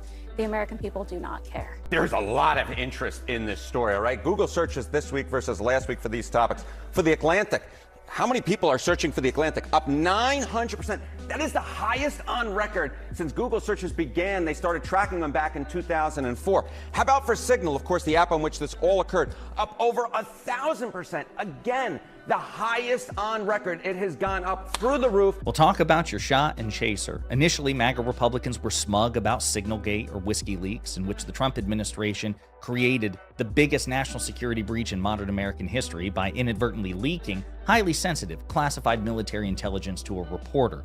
Well, now the polls are coming in. The preliminary results are brutal for Republicans because it turns out the American people do care about this controversy. And now Republicans are panicking, and we have to talk about it. But before we do, if you end up liking this video and you want to support the channel, please be sure to hit the like, subscribe, and alert bells before you go. All right, friends, as I said, the initial polling is brutal for Republicans on this issue, for the Trump administration. A majority of Americans are very concerned about this, and 75% are at least somewhat concerned. There's more concern about Signalgate or Whiskey Leaks than there was concern about Hillary Clinton's emails. To give you context, and we know how desperately Republicans tried to demagogue the shit out of that issue, and they were very successful, so Democrats should pounce on this relentlessly. But before we talk about that, let's have CNN's Harry Enton break down some of the polling, and we'll dive into it as well. There's a lot of interest in this story, all right? Google searches this week versus last week for these topics. For The Atlantic, how many people are searching for The Atlantic? Up 900%. That is the highest on record since Google searches began. They started tracking them back in 2004. Have you seen those hilarious Ninja Turtle How about dubs? for Signal, of course, the app on which this all occurred? Up No, over I have not. 1,000%. Again, the highest on record. It has gone up through the roof on these two particular topics. Whether or not people like, ultimately end up DBZ caring and it abridged? changes their minds about the administration, that's one thing. But the interest at this particular point is absolutely there. People are interested in this story. Right. Beyond the interest, their take on it, you don't read that in a Google search, but there is interest, absolutely. Absolutely. Trump's cabinet. Obviously, many of them are on this group chat. Many of them are facing a lot of scrutiny and questions right now. Trump's cabinet to this point before this was already on somewhat, I don't know, we call it thin ice with the American people. What do you have? Absolutely. I mean, here we go. All right, disappointed with the administration appointments of these different presidents. You might notice only one of these presidents, only one of these terms that were a majority disappointed. Look at this. In 2025, 52% were already disappointed with Donald Trump's picks for his administration. That is the first time you get a majority. Back in 2017, it was only 44% for Donald Trump. Before that, you see 16, 17, 14. Joe Biden's picks were not, in fact, polled, but less than 40% disapproved in separate Pew polling. So the bottom line is, even going into this, there was already a lot of skepticism about Donald Trump's picks for his cabinet, for his appointments. There's no doubt in my mind that this number will almost certainly tick a little bit upwards because we already were dealing with a public that was quite skeptical. This story can only make things worse, Kate. What about Pete Hegseth, the defense secretary, specifically? Yeah, obviously, he's very much in the middle of this story, and I was interested Despite what the member of Congress just tried to tell John. Despite what some of Trump defenders try to say, if you were to speak to Spider Marks, for example, he would absolutely say that Pete Hegseth was right in the middle.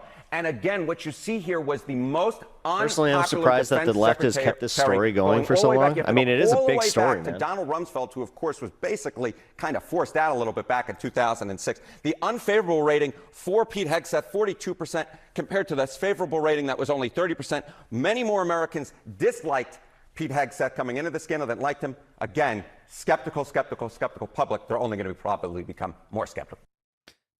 Yeah. All right. Well, now we can actually do the the actual video that I was wanting to do. It's going to be a whole segment. So, all right, guys. Hope you are all ready for this. This is going to be fun. All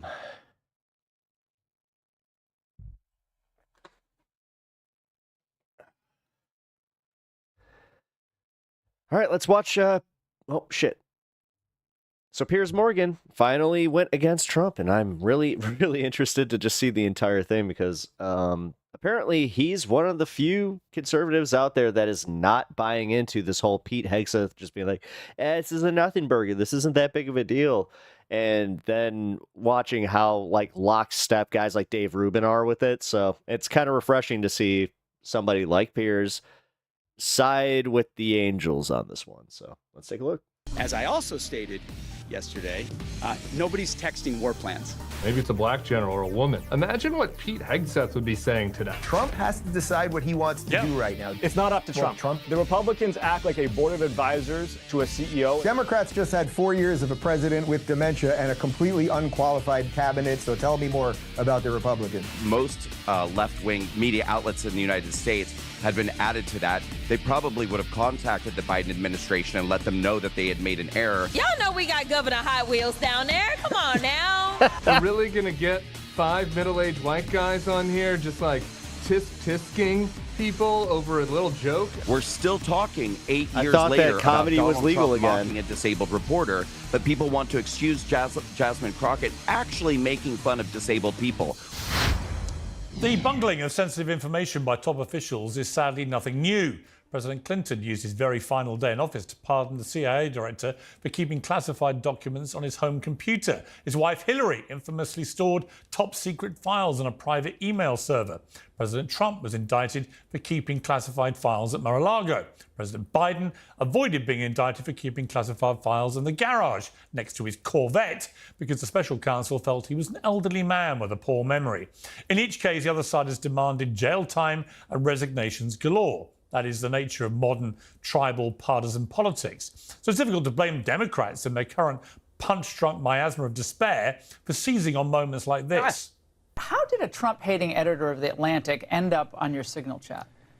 You know, Laura, I'm not a conspiracy theorist, but of all the people out there, somehow this guy who has lied about the president, who has lied to Gold Star families, lied to their attorneys, and gone to Russia hoax, gone to just all kinds of links to lie and smear the president of the United States, and he's the one that somehow gets on somebody's contact and then gets sucked into this group.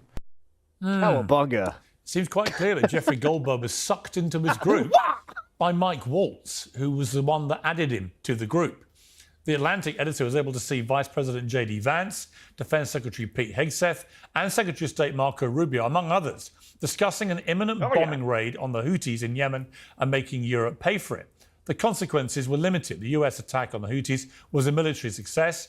Trump's position on Europe paying its fair share for defense is perfectly clear already, but it's still incredibly embarrassing. And Mike Waltz got a bit closer to the correct response when he said this. Well, look, a staffer wasn't responsible, and look, I take full responsibility. I built the group. My job is to make sure everything's coordinated. But how did the number? I mean, I don't mean to be pedantic here, but how did the number? Have you ever had somebody's contact that shows their name, and then you have somebody else's number there? I never make those mistakes. Right, No. you got somebody else's number on someone else's contact. So of course I didn't see this loser in the group. It looked like someone else. Now whether he did he's it the loser. I like how he's the fucking loser. That's hilarious. It's something we're trying to figure out. Apparently, Hegseth shouldn't be got too Russian hard to email figure that addresses out. too. President's- Yeah, so it turns out that whole story yesterday about Der Spiegel, I think, was the one who reported on it. It turns out that that was actually really good reporting, and it was not hard for them to find exactly what they were looking for there, where they were just like, let's go see if this is public. And then sure as shit, they found it. Baxter Stockman, you're going down. Trump is the grandmaster of deny and deflect, and he has enough legitimate grievances with the way he's been treated by legacy media to repeatedly pull that off. But with respect to Mike Waltz, he's no Donald Trump. And this might have gone away a lot faster if his first response had been, I'm sorry, this was a monumental cock-up. It was incredibly stupid. and I won't God. do it again. Instead, Goldberg's been attacked for saying the chat included classified information and detailed war plans, but failing to prove it. Now, the Secretary of Defense and the White House press secretary have said you're lying. Have said there are no war plans there. Have said there's no classified information. So the obvious question is, shouldn't you now demonstrate it? Shouldn't you publish the text? No, because they're wrong. They're wrong. But how could you prove that you're wrong? Maybe should you provide them to the House and Senate Special Committees on Intelligence? Maybe. I don't know. Wow. Well, you want to become my lawyer? Tim Miller will be joining us shortly, and The This is gonna be Atlantic fun. has indeed this morning published compelling new details on why the chat was clearly classified and obviously did include war plans. The texts make it blindingly obvious that that was the case. That only strengthens the point. President Trump's first 65 days in office has been a whirlwind blitz of reform, and there's plenty to celebrate and plenty to debate. Arguing that whether the dog ate Mike Waltz's homework should never have been allowed to take centre stage. For the first time in his second presidency, it's time for the president to wield his formidable index finger and use the words that made him world famous. You're fired. Oh. Well, joining me now is the host of Rubin Report Show, Dave hard Rubin, stance. the Democrat All right. congressman There it from is. Massachusetts, Jake Auchincloss, and Walkaway Campaign founder Brandon Straka. And as I said, Tim Miller will be joining us very shortly. All right, Dave Rubin, I want you to pretend for a moment this was happening on Joe Biden's watch when he was president and involved a bunch of senior members of the Democrat cabinet in that administration. I would imagine your response would have been Vesuvian in its rage and fury. So my question for you is, do you feel the same way now it's your side? Piers, I'm really glad you asked that question and framed it that way, because that's a great point, and we know that it's very rare to find people that'll be intellectually consistent when these things happen. Intellectually I confused? would predicate Well, it we first, found you, just bud. also hitting something you said in your lead-up right there, which is that I think you could argue that every single decision that was made by the Biden administration was fraudulent, because he obviously was mentally compromised the entire time. You signed all of these orders by auto pen, and we don't even know if he knew about it, including just his last day in office. The way they pushed him out of running for re-election, et cetera, et cetera. So I think there's a broad sort of conspiracy, and I think you could argue probable negligence by all of the people who, many of whom weren't even qualified to have these jobs in the first place, because by his own admission, he often hired people based on their skin color and their sexuality, et cetera, et cetera. So, but okay, putting that aside, did Tim Walz absolutely Mike Waltz, Tim Walz, thankfully he's not involved We're in all doing this. it. Okay, we're all doing it. Did Mike Walz absolutely make a mistake here? For sure. Are they allowed to communicate on Signal? It sounds like, according to CIA Director Ratcliffe, who testified yesterday on this, it sounds like it was pre-installed on some of their computers, and they were told they were allowed to. But was there a mistake adding this guy in? Yes. Have we all made probably similar mistakes on iMessage or on Signal when you have two names that are similar or initials that are similar? They keep pushing this I would narrative. say one other thing on this, though, which is that I don't necessarily agree with you that he should be fired. You know, what we've seen out of this administration, I think, and if you just look at the entire thread in Signal, it's competent people like Tulsi and JD and Hegseth making cogent arguments for what they're doing. They show a little bit of disagreement. They talk about how Donald Trump feels about these things. And the American populace. So you see thoughtful policy. Well, hang on, Dave, you missed out Waltz. Is that deliberate? On his comments in there? No, you just listed three people and said they've done great things and speak really well. You didn't include Mike Waltz. Was that deliberate? No. Well, I think he's putting aside what he said in the chat. I mean, I think he's obviously qualified for the job. Nobody was really doubting that until these last couple days. But the point is he though? Because actually, what we've seen in the last week with Mike Waltz, we've seen a series of interviews he's given in which I would seriously dispute whether he's up to this job. He didn't seem to have any straight answers for Laura Ingraham when he appeared on that. I'm looking at a guy that I personally, the more I see and hear of him, the less qualified he seems to be. And it's hard for me to imagine, Dave, honestly. You know, a lot of my family have served at high level in the UK British Armed Forces. It is hard to imagine a more egregious thing than to be openly discussing everyone on the panel and have a weaponry punchable face and intimate details of an imminent attack where US servicemen are going to be risking their lives in combat, and you're casually having this chat on Signal, and you've added a guy who is a Trump-hating journalist. I mean, and apparently we're supposed to believe this happened by pure chance because his name is under the wrong number in his phone. All of it is like, over here we had a ridiculous comedy show called The Keystone Cops, where everything used to go Gotta tell us so much wrong. better on this level than Michelangelo. And I just think the honest... Look, we talked earlier about having an honest intellectual response to things is always the best way, right?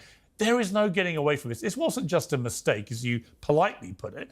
This was a monumental, egregious breach of every security guideline imaginable that could, and I stress the word could, because the military operation, as it turned out, was unaffected because Goldberg did not do anything nefarious with this information. But had it got into the wrong hands, right, that could have imperiled the lives of American servicemen. And for that, I just think if he was a senior ranking official in the armed forces, he probably already be gone. Without another... Piers Morgan Uncensored is proudly independent. Our sponsors mean we can bring it to you for free. Support for today's show comes from Beam. Beam. It comes from Beam. The thing that I did in that weird video. I'm not defending Mike Waltz adding this this viral guy, thing right? that these old Trump dudes has are doing. to decide if he thinks that's an egregious enough error, and clearly it's turned into a bit of a scandal here. That's why we're talking about it. So Trump has to make a decision on that, whether he wants to do the "you're fired" on that thing. As for them discussing this stuff on Signal, it still seems unclear to me whether they're allowed to do that or not. Again, Ratcliffe testified yesterday it was preloaded on their computers and other devices. So if someone's making the argument that they weren't allowed to discuss this stuff on Signal, that's different, but I haven't heard that argument made. As for again, I'm repeating myself, but as for the point of him being invited in, if Trump decides that that is worth firing the guy, then that's Trump's decision. Before I go to the other two and I would be fine with it. That's why he's the president. Anybody that's not taking these leaks seriously should be investigated and go straight to jail. Yes, they go straight to jail. I don't know why I said it like that. Right, before I go to the other panel, just to be clear, do you believe from everything that the Atlantic has now reported, including all these text exchanges, do you dispute that this was chat about war? Because it seems to me utterly indisputable. No, well, it was chat about war. I mean, military strikes are so we've war established in that. essence. So secondly, by definition, talking about an imminent attack on foreign soil by US military, by definition is highly classified information, right? Again, everything that was in the chat is fairly obvious. No, I'm just asking you whether, as you know, there are lots of people on the right who are trying to dispute that it was classified. The administration are disputing it was classified. I think certain things are indisputable. This was war chat, and it was clearly, by definition, highly classified. Well, but the issue is not whether it was classified or not. The issue is, are these guys, are Marco Rubio and Hegseth and some of these people involved in the chat, are they allowed to have those conversations on Signal? No, they are, but it is being disputed. So then what's the problem? Well, the administration are disputing that the information itself was classified.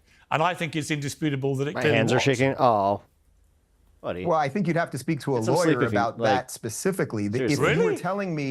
If you were telling me they weren't allowed to talk about it on Signal for some reason, then that seems like a fairly obvious issue. No, but that's I'm not an expert in. I'm not asking that. I'm personally not an expert in what is classified and what isn't. I don't think anyone has to be a lawyer or an expert, Dave. Come on. If this is people talking with specific timings about an imminent attack Finally, on foreign somebody soil by is the actually US saying military. it on the right. The question is, were they allowed to talk about it on Signal or not? That's separate than whether Jeffrey Goldberg should have been invited into the chat. Right, but I don't think I could think of anything that could be more highly classified. Can you? I'm not arguing whether it should be classified or not, but they're allowed to have conversations. The question is, are they allowed to have them on Signal? And again, Ratcliffe testified yesterday I'm not disputing that Signal was preloaded on their computers and other devices. Listen, on that, I think we need more clarity on that. Clearly, if you're just going to get random members of the cabinet adding whoever they feel like it, and they have people's names in their phone under the wrong numbers, that's clearly a perilous situation which has to be stopped. Absolutely. Has to be stopped. All right, look, I've given you a hard time simply because, A, you're Dave Rubin. You can take a hard time. And B, because actually it's really interesting to me, the intellectual honesty aspect of this. And I think you've been pretty honest, actually. I'd love to hear the other panelists' thoughts on this. I'll give you credit for fronting it out. Jake, let me bring you in here. I mean, the Democrats are clearly having a lot of fun with this, as they would. You know, you saw Hillary Clinton gleefully tweeting about it, and of course you would. And I understand why Democrats are so up in arms. Just, again, certain repetitive questions, but...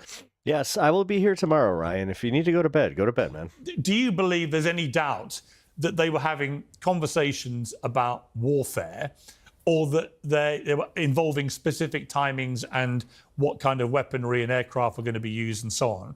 And secondly, that by definition, I think it's inarguable that that must be classified information. Piers, I agree with you, and I don't think it's fun or funny, because this God, I'm getting my ass hypocrisy and kicked. incompetence is a gut punch to the American military. I was a captain in the Marine Corps. If I had shared highly classified operational plans over Signal, and yes, that's illegal, my career would have been over, done. And Secretary Hegseth right now is lying to the American public. He is lying to Congress. He is lying to the military in order to avoid the same accountability that would befall a captain or a corporal. And those double standards are toxic to the good order and discipline in the ranks. But even worse than that is this is incompetence incarnate. This kind of conduct is why America is being out-negotiated right now by Russia over Ukraine. The Russians are protecting their Black Sea fleet. The Russians are protecting their assets in Europe. The Russians are getting sanctions relief, and they're giving up nothing. And I'll be real, guys. Just a single player. I usually have a friend that I play this with, so this is a lot more difficult. Especially, I don't know. I should have chosen Donatello. Donatello's low key one of the best ones because of his bow staff. He has the most reach. He has the move where he can do the little helicopter, and then he can also hit people way in the back there. The reason they are able I articulated that super well, guys. to have these wins in I'm just gonna turn down the volume and the brightness and try to sleep. Hell yeah, man. If you want to get my attention, say my name. These rounds of negotiations is because Donald Trump is sending these Keystone cops to get out negotiated by hardened Kremlin apparatchiks. It's embarrassing and it's dangerous. It certainly is dangerous. Brandon, I'll come to you now. I mean, I want to play a clip. Tim Miller interviewed Jeffrey Goldberg from The Atlantic, who broke this story and was the guy on the call. And he talked here about somebody being named in the conversations. Let's listen to this. There was a covert CIA operative named on the thread, right? So I mean, yes, and I withheld her name from this. They named somebody who's an active CIA officer in this thread. I'm only on the third level too, man. A commercial app in which I'm watching. And I withheld it. I didn't put it in the story because she's undercover. But I mean, the CIA director put it into the chat. I just found that, again, staggering. If this had not been... I mean, it's unbelievably good luck for the administration that it was Jeffrey Goldberg, even though he hates Donald Trump and the administration.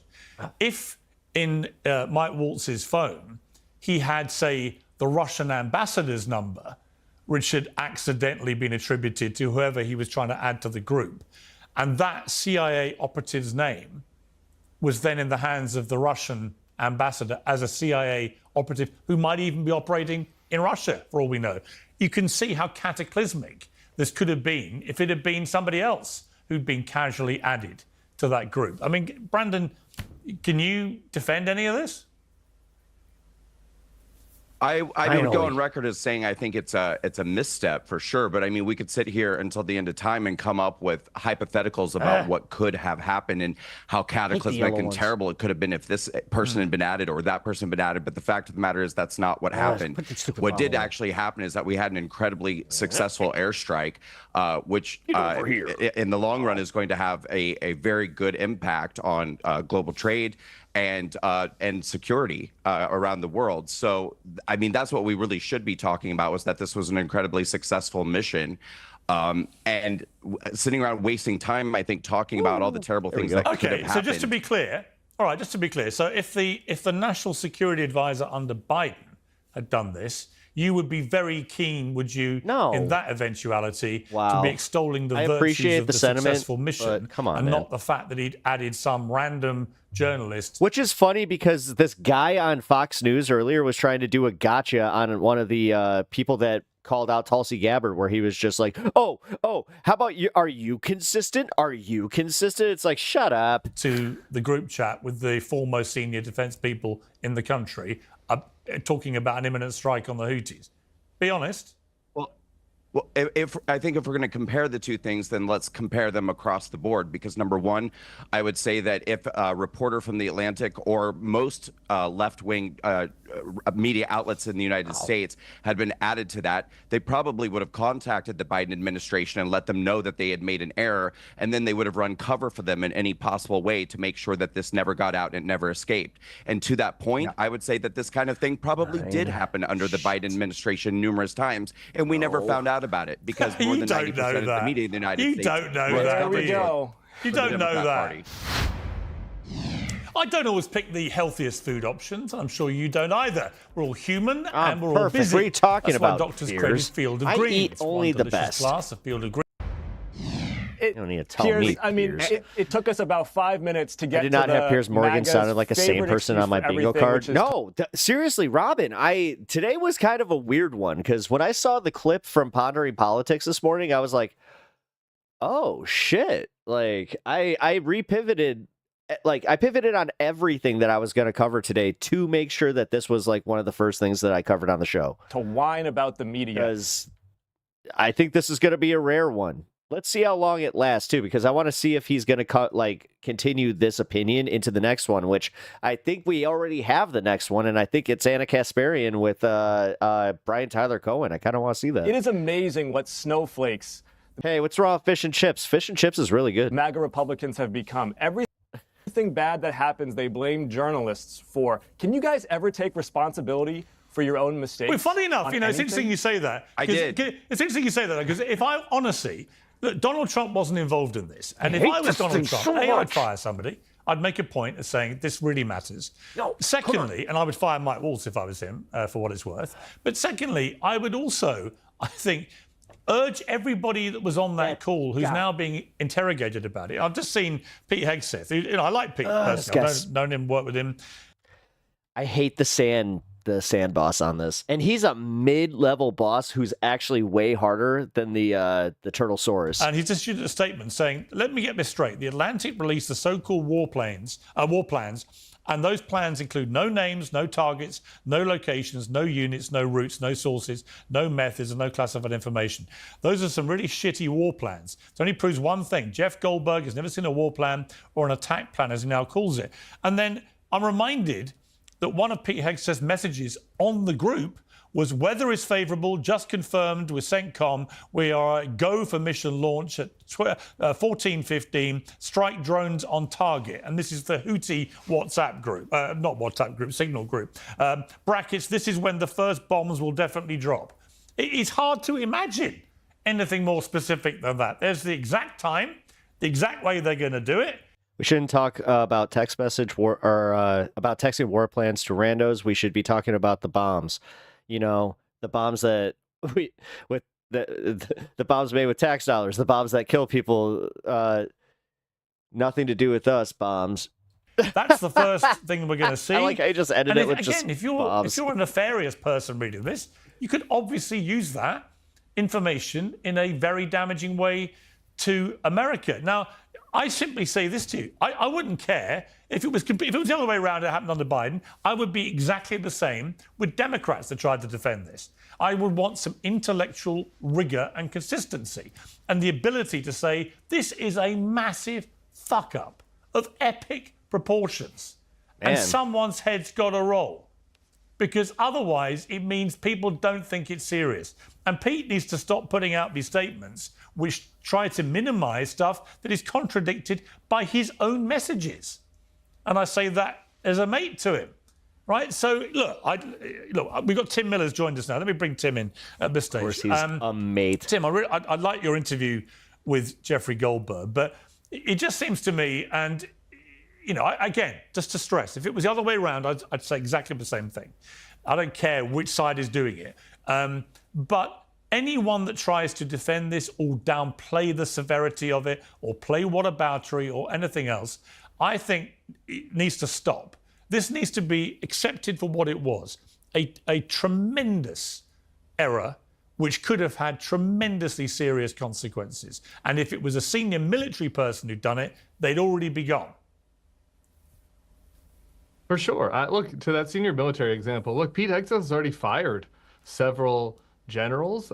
He's fired several people throughout the Department of Defense. So is Elon Musk as part of the DOGE process. Imagine, we're doing the hypotheticals. What about Biden? I think the more apt hypothetical is imagine if, a low-level general who was involved in this operation had texted the exact time and location of a military strike to an anti-Trump journalist. Now, and imagine if that general is one of these woke generals that they're going after. Maybe it's a black general or a woman. Imagine what Pete Hegseth would be saying today. Imagine what Dave Rubin would be saying today. We know what these guys would be saying. These woke generals, they're the deep state. We need a court martial. We need an investigation. This person needs to be fired. I think we can all agree that that is what would be happening today. That person, if they were a 2-star black general or female general and they had done this, they would be fired today. I think that's very obvious. And so, look, Pete Hegseth might be a mate of yours, might be a good person. I don't know. I've never met Pete Hegseth. But to me, you read this signal chain, and this looks like it got its way in over his head. And this is not, if General Mattis here, it's impossible to imagine General Mattis texting emojis and all caps pathetic to like a signal group chain, preparing them for when the strikes would be. It's just, it signals to me somebody that's not serious. It's not up for the job. The fact that then on the chain, he says, we have 100% operational security here. And there's someone on the chain he doesn't know. Like you didn't check to make sure you knew everybody on the chain. I think it shows just an unbelievable lack of seriousness. And I think clearly if this was one of the woke generals that Pete Hegseth doesn't like, they would be fired today and there would be a DOJ investigation targeting them. All right, Dave Rubin, a lot to unpack there, but I mean, a lot I agree with, I have to say. Look, let's talk about the signal aspect. If they, as you say, and I've seen that taken out by a plank. If they were encouraged to use Signal, in fact, it had been put on a lot apparently of their phones and so on when they came into their positions. So they're allowed to use Signal, which is deemed to be one of the more secure ways of communicating. And you believe, as Pete Hegseth clearly did, that you've only got on there the Secretary of State, the Defense Secretary, the National Security Advisor, and so on. In other words, all the senior members of the cabinet that would be involved, plus 1 or 2 hand-picked staffers who are at a very high level.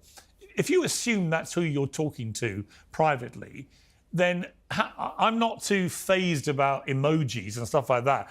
You've got to have some presumption, I think, when you're conversing with people at that level, that you presume to be that level, that it will remain private. So I'm not sure I can get too exercised about that part of it. The thing that still exercises me, though, is just that if it hadn't been Jeffrey Goldberg, but had been somebody who wanted to really damage the administration, they really could have done, and you could have seen American planes blown out the sky. Man. Sure. Look, there's a couple of things going on here. First off, I think your guest in the center, I'm sorry, I don't remember the congressman's name. I think he said it was illegal to use Signal in these chats. Now, again, Ratcliffe, who is the CIA director, is saying, as you just said again, that it was preloaded on their computers and devices. So I don't think that's illegal, but if there's some legal portion of this. Well, just for the record, it's you are not allowed to share classified material over Signal. Well, just to introduce you again, Jake, for Dave, it's Jake Auchincloss, who's a Democrat congressman. Which now they're trying to reclassify what's classified. Okay, so there's some issue as it pertains to whether you cannot share classified material over Signal. Okay, so that's interesting. So, all right, so Congressman, just to be clear, it is illegal to share classified information over Signal. Is that what you're saying? Yes, the military has its own entire network. They have SCIFs inside the homes of every senior military commander. They have SCIFs co-located with the Secretary of Defense precisely so that they are not putting highly classified operational plans on commercial messaging apps. It's illegal. Yeah, could you imagine and Pete doing a Twitch stream? Needs to own that accountability because if this happened to a corporal or a captain, hold on, breaking news, got the exclusive, or a general, their career would be over.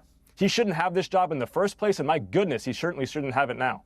Dave, I mean, if it turns out that that is correct, and I don't dispute what the congressman just said, then should Pete Hegseth consider his position? It's a legitimate question which Republicans would be asking of a Democrat. I don't know. I can only hear the information that you're hearing on the fly the same exact way. If it turns out that they were told you are not allowed to put classified information in a signal chat, and they went ahead and did it, even though it was preloaded on their computer, and Ratcliffe testified that he was briefed by people at the CIA about using that stuff, well, then there's a secondary problem. And also, it should be reiterated, I don't think anyone here is defending the fact that Mike Waltz apparently let this guy into the chat.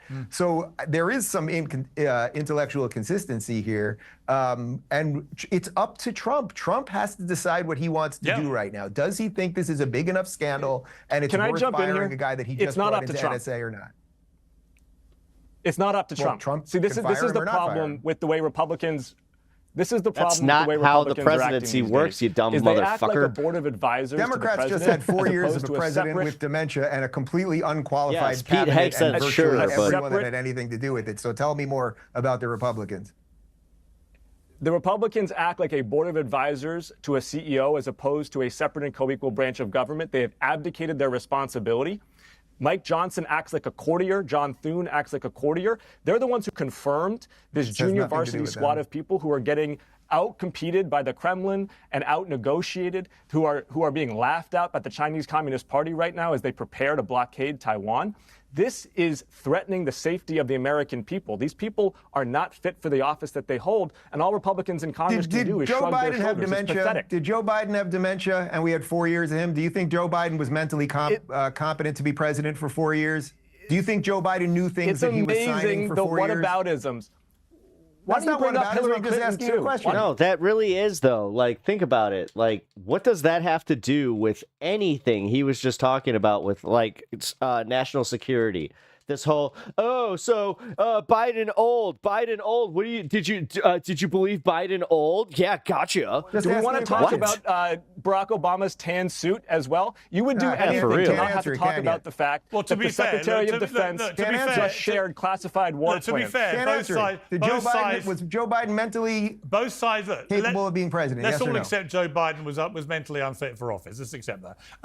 As we've been talking, one of us isn't. There is a report now that Pete Hegseth and other Trump administration officials are being sued by a government watchdog group for using Signal to discuss the military plans to strike Houthi targets in Yemen.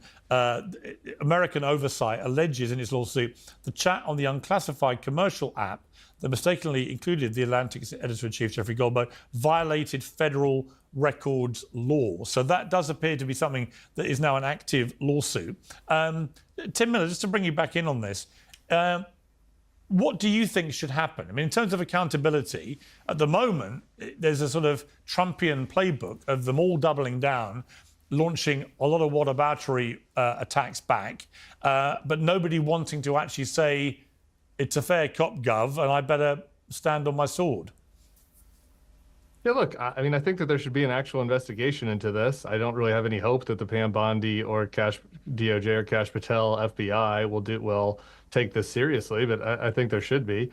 And I also think that, sure, Mike Waltz should be accountable for this. And Mike Waltz was on Fox last night. This is crazy, Pierce. Mike Waltz was on Fox last night suggesting to Laura Ingraham that Jeffrey Goldberg might have gotten on this signal chat deliberately. That's what he said. He said it might have been deliberate. I don't want to be a conspiracy theorist. That's our national security advisor. Like, that's a very serious accusation. He's saying that a magazine editor might have committed illegal espionage.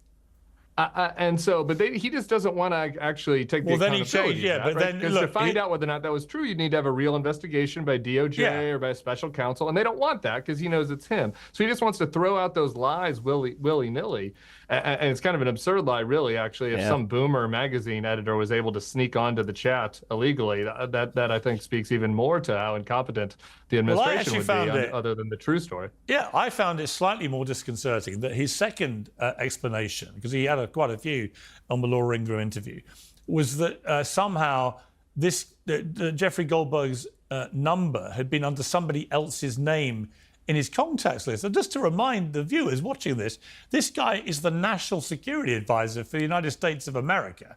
The idea that he doesn't know. What's up with the Denver hat? I'm assuming he lives in Denver. whether everyone's name in his It's the contact Denver list Nuggets, so. is attached to the right number and can therefore be communicating with God knows who without any actual knowledge that they are who he thinks they are, is frankly terrifying. I mean, when you think about who his contacts may include, I mean, Brandon, can you find any explanation for this that makes any sense? This guy's the #1 security guy in the country. Yeah, no, I mean, look, I think it's not a great situation. And I think that the messaging that's been put forward by him at this point has not made people feel terribly confident. But again, at the end of the day, I maintain the fact that it could have been a bad situation. I think at this point it should be investigated. I think that obviously communications are going to be tightened up. They will learn from this experience. I don't think anything like this will ever happen again. Probably shouldn't have happened in the first place. I do agree that from what we know so far, it doesn't seem like any laws were broken by using Signal. I don't think that we have any evidence at this point that the information being discussed could be determined as classified. I don't think that's been definitively determined. Yeah, but come on, Brandon, come on. Let's come back to planet Earth and reality, right? I literally cannot think of anything that could be deemed more highly classified than openly talking in a group of people on a platform where it is unlawful to talk about classified information. And I take the congressman's word for that. And certainly this lawsuit seems to reinforce that is the case, or they wouldn't be launching it. But the idea that these specifics that they were talking about, times, weather conditions, type of aircraft being used, who they were attacking, and they're giving a running commentary on how it was going with emojis punching the air and American flags and so on. The idea that doesn't constitute classified information makes me wonder what on earth you think would. This is before they were doing this 2 hours before an attack. What could be more classified? I mean, I'm prepared to be educated. I just can't think of anything more highly classified than that information. Can you? I can appreciate your position, and I can appreciate how passionately. Well, what's your position? I can appreciate my position is that I would like to wait for an investigation to determine whether or not this is classified. There's not going to be an investigation. I think that it's not. I think that it's not determined. If it were determined, we wouldn't be sitting here talking about it right now, and there wouldn't be congressional hearings right now where this is being discussed and determined. I don't even know. I saw Tulsi Gabbard yesterday giving evidence, the Senate, obviously. She said it wasn't. She repeatedly said it's not classified information. To which my question would be, well, Tulsi, what is? You know, but my point is that it is being debated. So you can feel strongly that it is, but the fact of the matter is it's not been determined to be. How can talking about a war operation 2 hours before it's about to happen not be highly classified? Unless you think that should all be openly discussed. Well, Piers, look, you're again, never going to convince I'm not defending it. You're never going to convince there is a difference between an airstrike and a war plan. Well, I think I've got more. To be honest, I think I've got more chance of convincing. It's opening day. I've got more chance of convincing Dave than I seem to have with Brandon. I mean, Dave, let me just bring you back. It's not going to happen because hang on, I want to play the the version of cancel culture. Well, they can't step let's try. the leader's box. Give them the benefit of the doubt. Can I talk about why? Piers, can I talk about why this matters to the American public, though? Yeah. Because this matters to the American public because America used to be known as a country that was no better friend and no worse enemy. And now we're picking fights with Canada and we're appeasing Russia. And the rest of the world doesn't know what kind of a friend we are, and they don't know how seriously to take us as an enemy. And when they see this kind of incompetence, when they see this kind of hypocrisy, when they see this kind of chaos and corruption coming out of the Trump administration, it makes Americans everywhere less safe because it makes our adversaries take us less seriously, and it makes our allies trust us less. It was a successful operation. It was a successful operation. It was a successful operation in spite of the cock-up. Let me bring Dave back in. Dave, I want to play at the same time. In spite of the cock-up. I want to play a clip. Hang on, I want to play over the Black Sea, which Mike Walls can't even point out to on a map. Yeah, okay. Let me just play a clip of Tulsi Gabbard from this, talking about whether she was even on the group. So, Director Gabbard, did you participate in the group chat with Secretary of Defense and other Trump senior officials discussing the Yemen war plans? Senator, I don't want to get into the specifics. Ma'am, were you on? You're not going to be willing to address. So you're not. Are you denying? Matt, will you answer my question, ma'am? You were not TG on this group chat. I'm not going to get into the specifics. So you refuse to acknowledge whether you were on this group chat? Senator. I'm not going to get into the specifics. Why are you going to get into the specifics? Is it because it's all classified? Because this is currently under review by the National Security Because it's all classified? If it's not classified, share the text now. I mean, Dave, I thought that was a very good question, a very good way of skewering Tulsi, because he's basically saying, look, the only reason you wouldn't be prepared to confirm that obviously true fact that you were on the chat, because we've seen the chats, would be if you deemed it classified material, which by definition now we believe would be an unlawful act if they were talking about classified information on Signal. So he kind of trapped her there, didn't he? Sure. Again, there's a couple of things going on here. Number one, I think we're all in agreement that Walt screwed up by putting this guy in the chat. That's number one. There seems to be a little, for everybody, a little legal confusion around whether Signal can be used or not. The congressman saying it absolutely can't for classified information. Ratcliffe is saying not only was he told it could be, but it was preloaded on their computers. So why did the CIA put it on their computers? I think that's really worth thinking about. I agree. If it is illegal to use as a mode of communication, why is it put on their computers? Oh my God! Well, to be fair, Dave, on that point, you can use Signal, but the point being it's illegal to put classified Way to information. be a fucking disingenuous ass. This is not complicated. They're not saying you can't use Signal. It's not, but it would be a little odd that they would preload it onto the CIA director's computer then. But okay, we can put that there. Which is a perfectly valid question. I agree. Yeah, as for what Tulsi said, Why there would she's they saying put there's an Microsoft Word on there? That's investigation, weird. so she's just not going to comment on it right now. I mean, that's what virtually every official does with every hearing we've ever seen. So I'm not going to sit here and throw her under the bus for that. Do you think, Dave, anyone should be fired? I think look, Wall's made a cataclysmic mistake, right? He's basically admitted it at this point. And just like I said 20 minutes ago, if Trump makes the estimation that stupidity, sheer stupidity, whether it was that he had the wrong name in there or he just, we all have multiple people with the same initials or Cowabunga, or whatever it might be, whether it was just stupidity, ignorance, not understanding Signal, whatever that might be. If Trump deems that fireable, then so be it. I hate these moving levels. If I was the president right now and I had knew that this group existed, would I probably fire the guy who created this firestorm? The answer is yes, but Trump has to make that estimation. That's a perfectly reasonable I'm getting my honest ass kicked, assessment. dude. I don't think I'm going to beat the game. Let's just change tack. I think you'll enjoy this one a bit better, I need Dave. to get some lives. I'm going to start with you, Tim, on this. This is the Democratic If I don't get more Texas lives, like in the next Jasmine Crockett. Section here, I think that I'm actually going to die in the next. I thought you might enjoy this. Yeah, talking to about the Texas governor, Greg Abbott, who of course is a wheelchair bound. Let's take a listen. Yes. Y'all know we got Governor Hot Wheels down there. Come on now. That was a fire joke. And the only thing hot about him is that he is a hot ass mess, honey.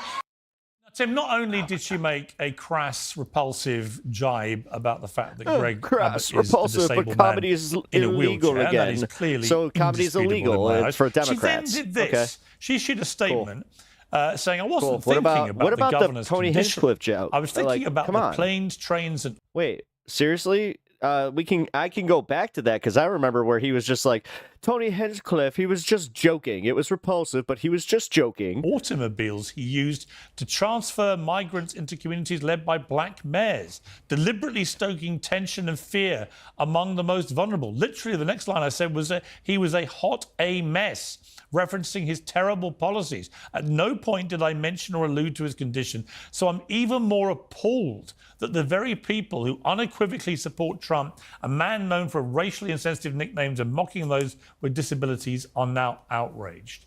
Now, Tim, you're an intelligent human being. You're a fair-minded human being. Am I? She's talking utter bullshit, isn't she? The statement was not necessary or great and obviously untrue. I think she should have just wrote it out with the joke. Everybody can make a judgment about whether they appreciate a joke at Greg Abbott's expense. I find it hard to imagine that my co-panelists from MAGA world are going to start clutching their pearls over somebody making a mean joke at somebody, then that's like the core to the president of the United States' entire ethos. It's you guys who get outraged over Oh, jokes. so now based on your characterization, we have to capitulate and just be what you say we are, and that's where your outrage comes from? You're literally saying, "Oh, wait a minute, you're the ones who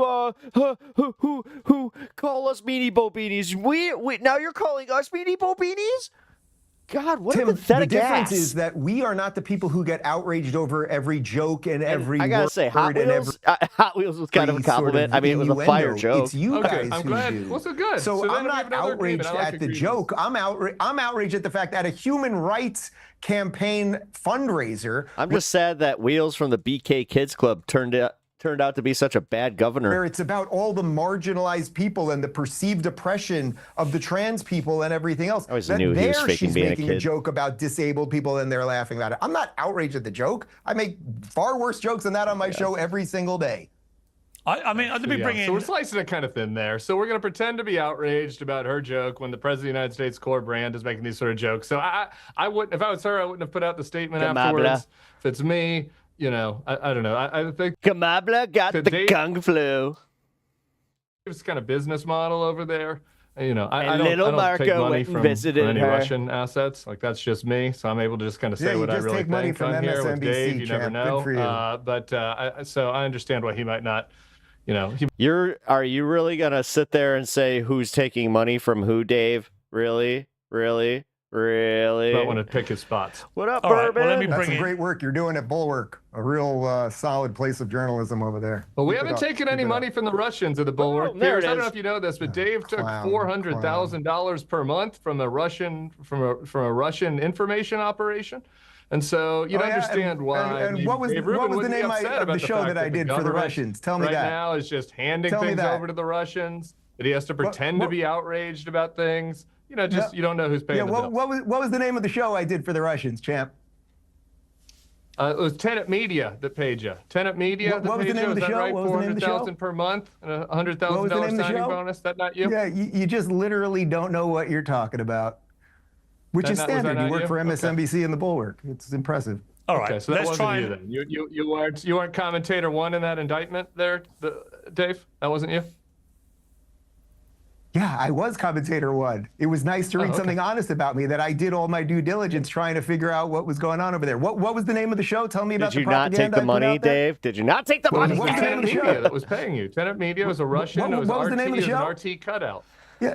It was a Russian literally cutout. don't know what RT, you're talking an about. RT You don't cutout. know They were what paying you're you. I've talking never about, been champ. paid by a Russian cutout, so I don't exactly know how it all works. You're paid But, by you know. MSNBC, which is state-owned propaganda. You're paid by the Bulwark, which should be just called You know that's bullshit. state-owned That would be a propaganda. better You know name a of the little something network. about state-owned Or whatever the hell it propaganda. is you people are doing Could over I there. jump in on What the was the name topic? of the show that I did? Yo, what was what the up, name? Coy?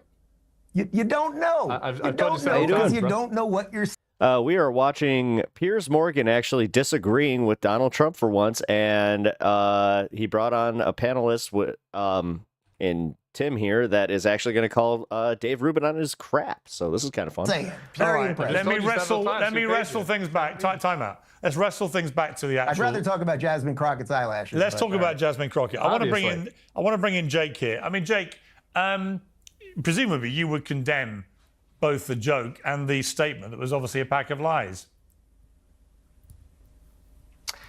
Yeah, Piers, I agree with Tim that the outrage Olympics is a little tiresome and rings hollow. I also am an elected official, and I know that what is communicated is not what is said, it's what is heard. And what was heard from her statement did strike me as reflecting the governor's disability. And I don't think that's funny. And that's rule number 1A as a politician is if you're going to make fun of somebody, make fun of yourself. That's what's actually going to get laughs.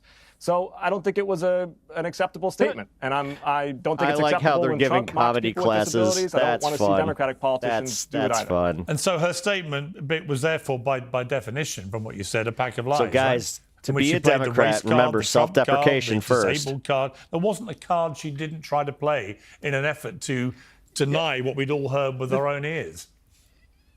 Here's what we should do as a country. We got to stop talking to people based on immutable characteristics and start talking to people as Americans, as individuals with inherent worth and dignity. Focus on what unites us. Focus more on the unum than the pluribus, in e pluribus unum.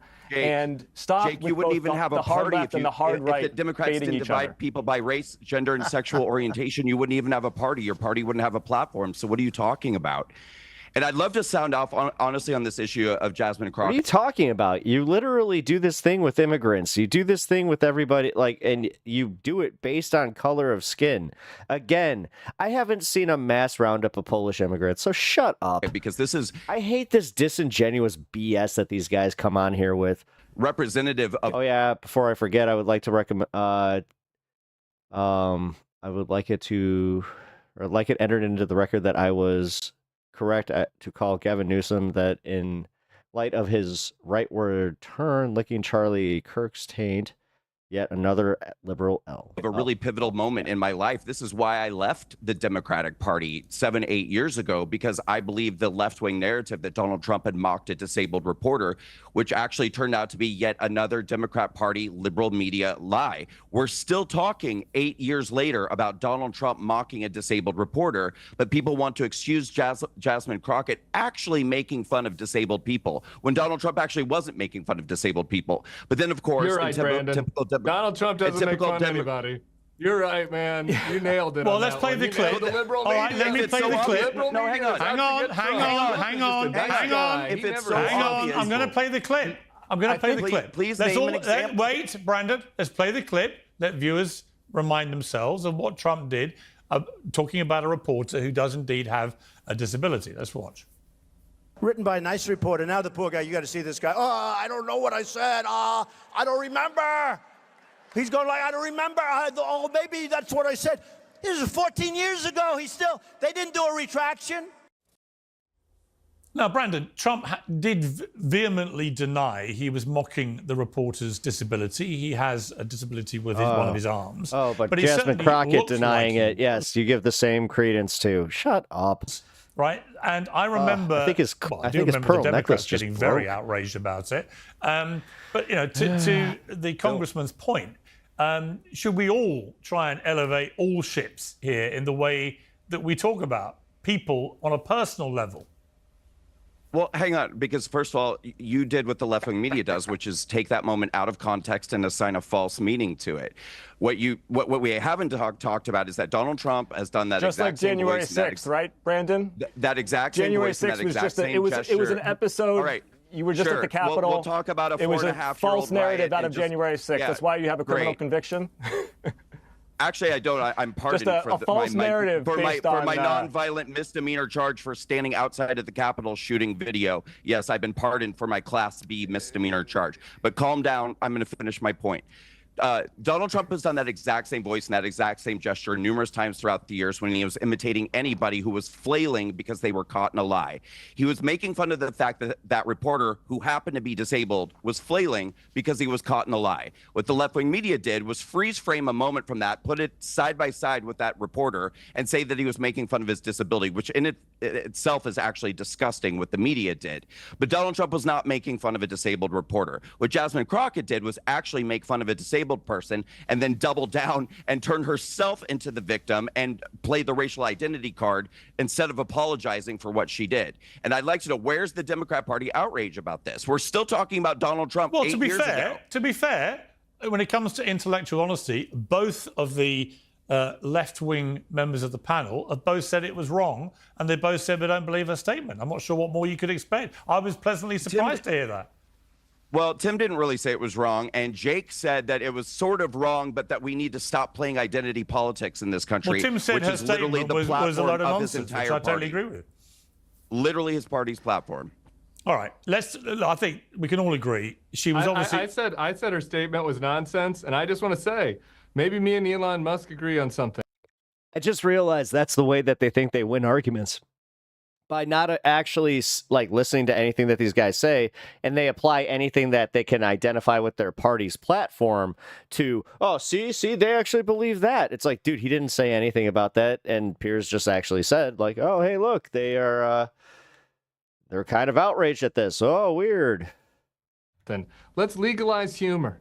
We're really going to get 5 middle-aged white guys on here just like tisk-tisking people over a little joke. I mean, that, like, honestly, like, Jasmine shouldn't have lied about her statement. I appreciate that Congressman Auchincloss says he wouldn't make a statement like that. But this is silly. Isn't the whole point of your guys' platforms that we shouldn't have cancel culture? We shouldn't get so outraged about everything. Like, nobody's calling for nobody's yelling. We're responding to a question on a TV show. It's so fake. Well, it's so fake that you're even talking about it. It's just like literally, and then it is kind of, I mean, you guys could have just let it go, gone like, okay, she made a pretty, that was pretty funny. Like, none of that. Well, the trouble, Tim, is that when I haven't checked in the immediacy of what you've just said, I haven't got the capacity to do that. But if we went back to when Trump was seen supposedly mocking that reporter, and he denied it, like I said, what did you say at the time? Did you take a view that... I didn't like that. I didn't like that at the time. It's been 10 long years, Piers. It's been 10 long years. Tim, my point is, would you like to apologise for being? We've had a change. So would you like to apologise? There's been a change. All right, but Tim, would you like to be apologise then for overreacting to that? Do you want to lead the way here? I don't want to apologize. I think that we've had a change in what is acceptable discourse in this country in a way that I probably don't like. I wish we could go back to 2015 where we didn't do this. Can you characterize yourself as the arbiter of the left so we can have you apologize? What the fuck was that? What do you mean you guys? Hang on, what do you mean you guys? Oh, shut up. You're literally doing this thing where you're like, can you apologize on behalf of the left? Oh, what do you mean us? What do you mean them? Oh, shut up. Oh, my God. Tim, you're literally the only person on the panel who's Hang on, Brandon, hang on 1 second. Hang on 1 second. Tim, the only difference, Tim, between you and me is that I'm pretty much in the centre. You're to the left. I'm in the centre. Dave's to the right. Right? I don't know what you mean by you guys. We're not all on the same page. I said, like, back in 2015, my point is that in 2015, we Donald Trump, I think we can all agree, changed what was appropriate discourse in this country. And he really crafted it and coarsened it. I think a lot of people are upset about it. And what you're the happened only person as a on this panel fallout is that anybody that was upset about it, there was a whole media ecosystem that grew, that defended him and defended it, and said that anybody that anybody gets outraged about this is a snowflake, and that we should be allowed to make jokes at all this country. And so the coarsening of our politics has happened, Trump and now taught we're people here, to start and I don't get punching back outraged over against Donald Trump people making like jokes you, against anymore, and I don't places get like The outraged over Bulwark Jasmine and Crockett making jokes NBC. anymore. Things have changed. Donald Trump changed things. You guys wanted it to change. I mean, you guys in this case, Brandon and Dave, and here we are. Dave, do you want to respond? But you're the only person who's engaged in personal attacks we can on this speak panel. more freely and honestly about things. We have a less censored internet now than we did 10 years ago. Donald Trump uncovered all of this deep state nonsense. He uncovered the collusion with mainstream media and big tech and the government to silence people. These are all good things. I got one for you, Tim. For example, very fine people. Hoax. I do love how these idiots cry bully. They're not hoax. It is kind of funny. You work at the Bulwark. It's going to make it a little bit easier just to be like when they start pulling the shit to just go and pull the same shit that they're doing here. We'll reverse cry bully. I see your cry bully with a cry bully. They're very, great people, journalism, very fine people. Hoax or not wrote hoax. a very extensive story on the very Hoax fine or not people hoax, thing. yes. And I think if Hoax you or not actually hoax, go one word, back, one word. No, it's not. It's obviously not a hoax. If you want me to explain why, people can go read Robert Jasinski's story. He was there. He's in Charlottesville. He's a conservative. He explains why it's not a hoax. It's you can not go a read that hoax. if you want, or I could explain it. Whatever you want, Dave. Delusional. Yeah, you can explain it. Donald Trump, for 10 years, Joe Biden literally ran his initial campaign for presidency saying Donald Trump said very fine people on both sides. What was the line that Donald Trump said next, Tim? Right after very fine people on both sides? Yeah, what did he say after that? I don't remember what the exact sentence was right after. I'm I not think talking about the white supremacists or the neo-Nazis who should be condemned completely. But you work for the Bulwark, so you are in the job of laundering the mainstream media lies. Fuck off with your fucking disingenuous take on that one, dude. Seriously. The fact that he's pretending that he doesn't do clickbait, he doesn't recharacterize things that the left says to make it more shocking and make it more palatable to his idiot audience. I mean, honestly, you just got to be better at that. It's like, Dave, we're in media, and what you're doing right now is you're trying to cry bully. And now like, we you're are acting in a like you just position said to it in fight the against one those moment. lies. So you hate independent people Time out who here. are allowed to actually hate tell the anybody. truth because they use their own minds instead of being NPCs like you who are You don't just use your own mind. You were regurgitating taking basically Russian cash, state-sponsored dog. nonsense. Dude, you were taking Russian money. You're not using your own mind. What was the name of the Sorry. show, Tim? Do you know what you're talking All right, about? we're not doing that What again. was the I name mean, of the there was show? an Let me bring indictment. let me Did you bring give the in, money Come on, back? Tim. You Did might you have give- Googled let me in bring front of Jake you. back You in. can do apologize it. if you've given the money back. Have you given it back? Did you give it back? Oh, you are a clown. You are a clown. Well, that was a pretty simple yes or no answer there, guy. I mean, if you want to say he's a clown, fine, but You literally Did you? don't Or know did- what you're talking about. What was the show that I did? What did I say that was Russian propaganda? You have literally no idea what you're saying. what? Wait a minute. I've wait never a been minute. indicted. You for got I it. taking have to be Russian- I've never completely been in an honest. indictment for taking. I want to make a joke, but this is one of the dumbest arguments, like counter arguments I've ever heard from Dave Rubin, where it's like, so what's the name of the show, guys? Hey, guys, what's the name of the show? What's the name of the show? This is proof that yeah, you know what? I don't do nothing. I don't do nothing unseemly. And the 420, what's the 420? I don't know what you're talking about. Taking Russian money. What's the name of the show? Let me bring in Jake. Was Jake, I indicted, champ? Can we?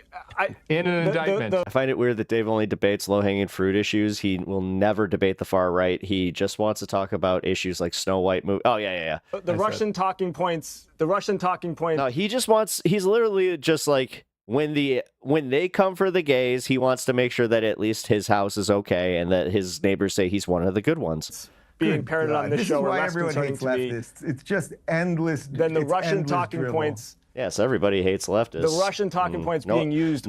Nobody actually actively says that like right wingers are douchebags. Like you do know that like people who are not political like this, because he's doing the thing that your like your worst ex-girlfriend used to do, or your worst ex-boyfriend used to do, where it's just like, did you know that this is why everybody hates you? It's just like, oh, so you went around and took a vote on that, huh? Oh, well, you want to start naming names? By Very Steve fine people on both Witkoff, sides. who is Not in actually. this debate, but you know. Time out for a second.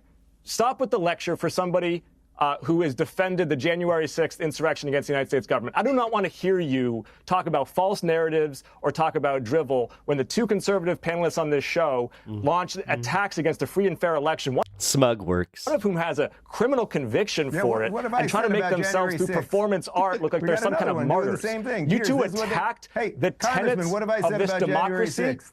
You have no platform. You have been an apologist for the MAGA right-wing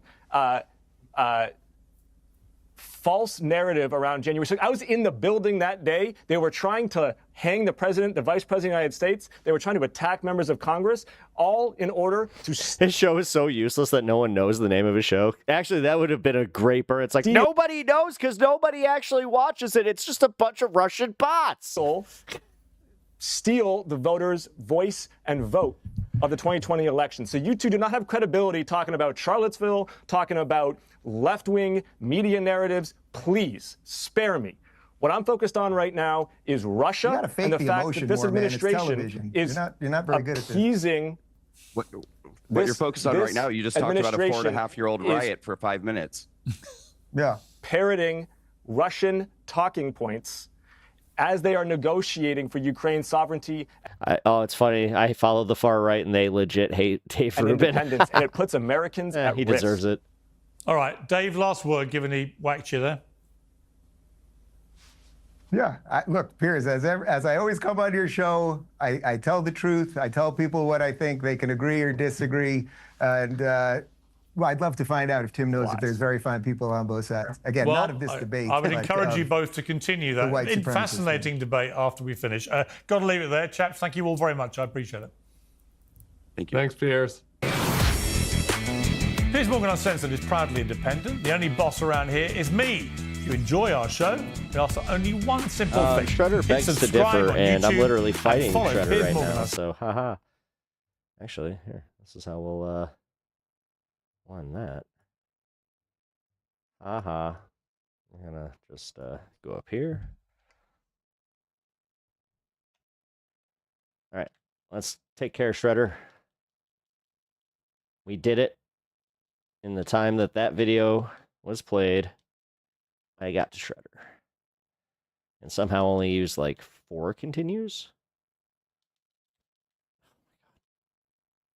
You know what? No. I'm going to not take that knockout. Or I'll take that knockout. That's fine too. And turn me into Baby Turtle. All right. Wait. It's quiet. Music. There we go. Oh, wait. I need to try something. Hold on. Let's see if this works.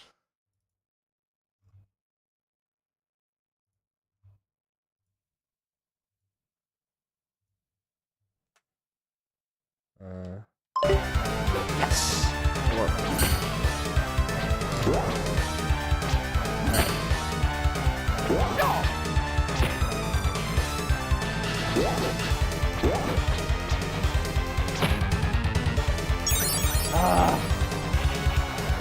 I want to do this without dying. Come on.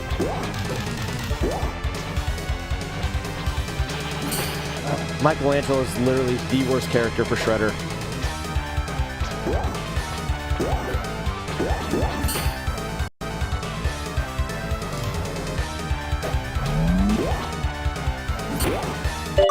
No. Do not quit. I hate where they put this button. They made it freaking A for some reason. Let's switch it up.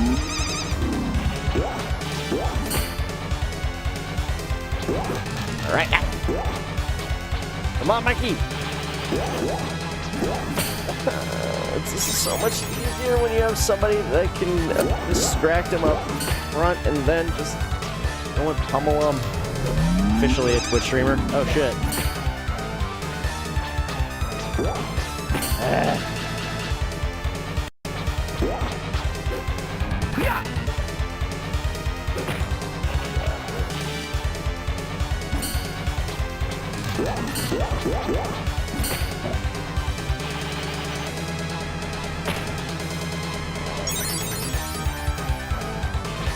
I don't think I'm going to be able to do it, guys.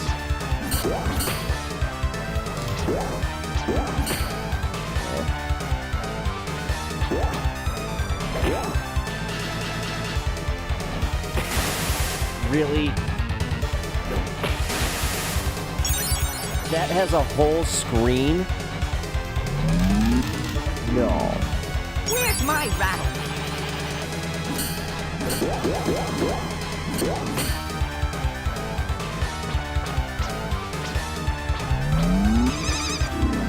This is not an emulator, actually. This is a physical copy of my Turtles in Time on Switch.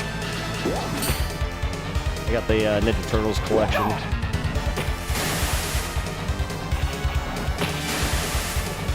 Mikey, why do you suck at this? I wish I was using Leo right now. One Trick Pony, let's go!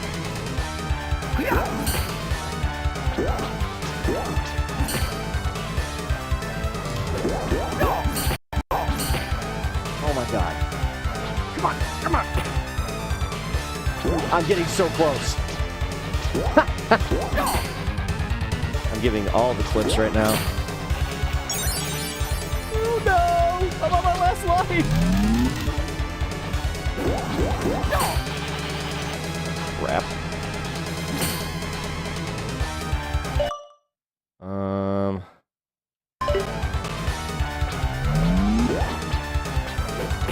Seriously.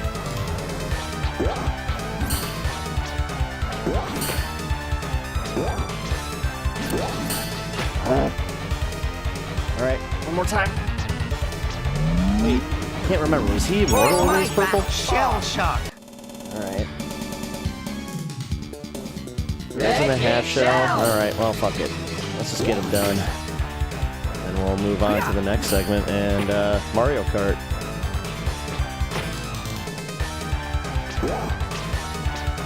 Oh no. Yes! Cowabunga! The Teenage Mutant Ninja Turtles, our 4 reptilian heroes, have overcome the arch villain Shredder.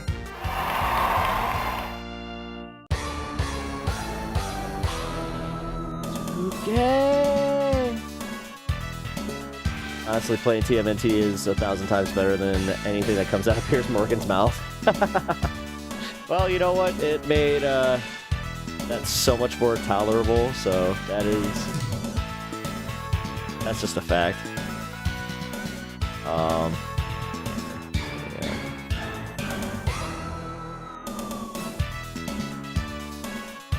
Music slaps.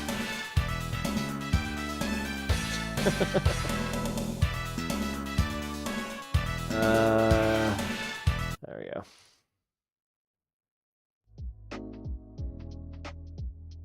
All right. That's fun. Hope everybody enjoyed the that video. I mean, Mitesh, okay, but wait, what's going on here, Mitesh?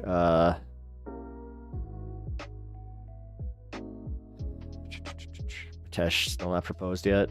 Oh wait, what is going on here? I didn't start the game. Oh shit. Stacks.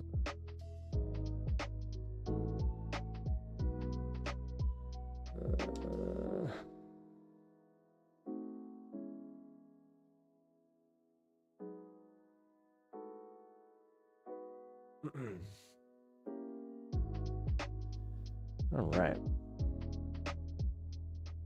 Oh.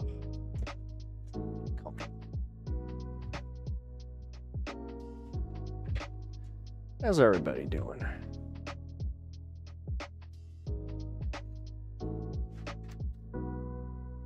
I watched a mini doc one time that showed how games like this and the X-Men and Simpsons were designed to make you spend more quarters. You could never win on a, oh no, it was almost impossible. I think somebody did it once, but yeah, you literally have to have like perfect timing, and it's very difficult to do. Again, oh shit.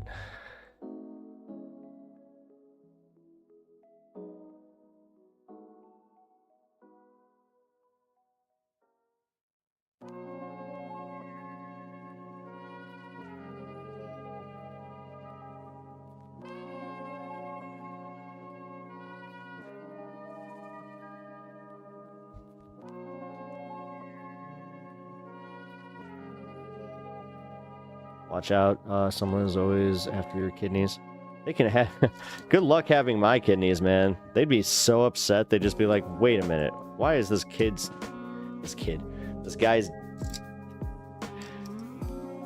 kidneys so damaged? It's like, he's a streamer. Oh, we made a mistake. Never get a streamer's kidneys.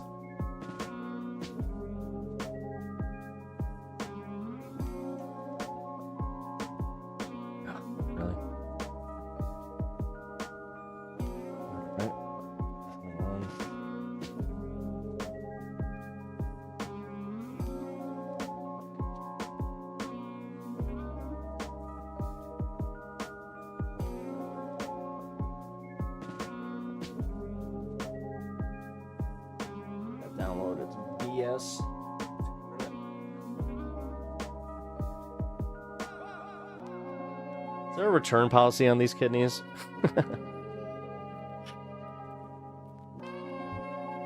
Yeah, we got another. Yeah, right. Speaking of, I should probably go take my piss right now. You know what? I'll do that while everything is loading for this, and then we actually have a here. I'll start playing part of the majority report segment that I have lined up here, because I'm excited to get to this.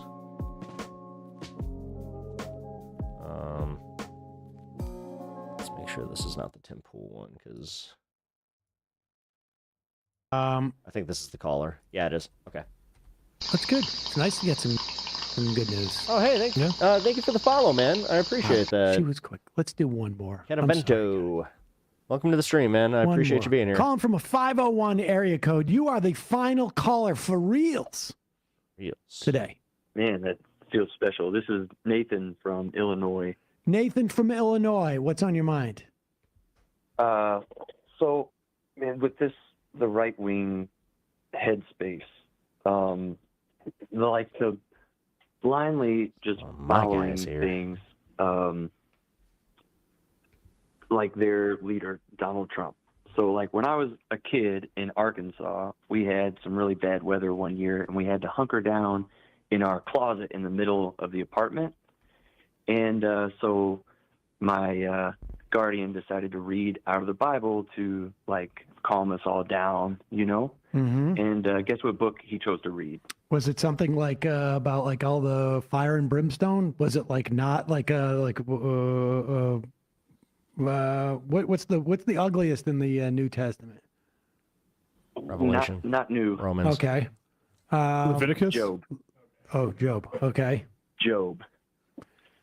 A book where, just for listeners who don't know, God and Satan basically pick a guy, and Satan says, if we treat this guy bad enough, if you treat him bad enough, he's finally going to have enough and say, I'm done worshiping God. Yeah. And God says, bet.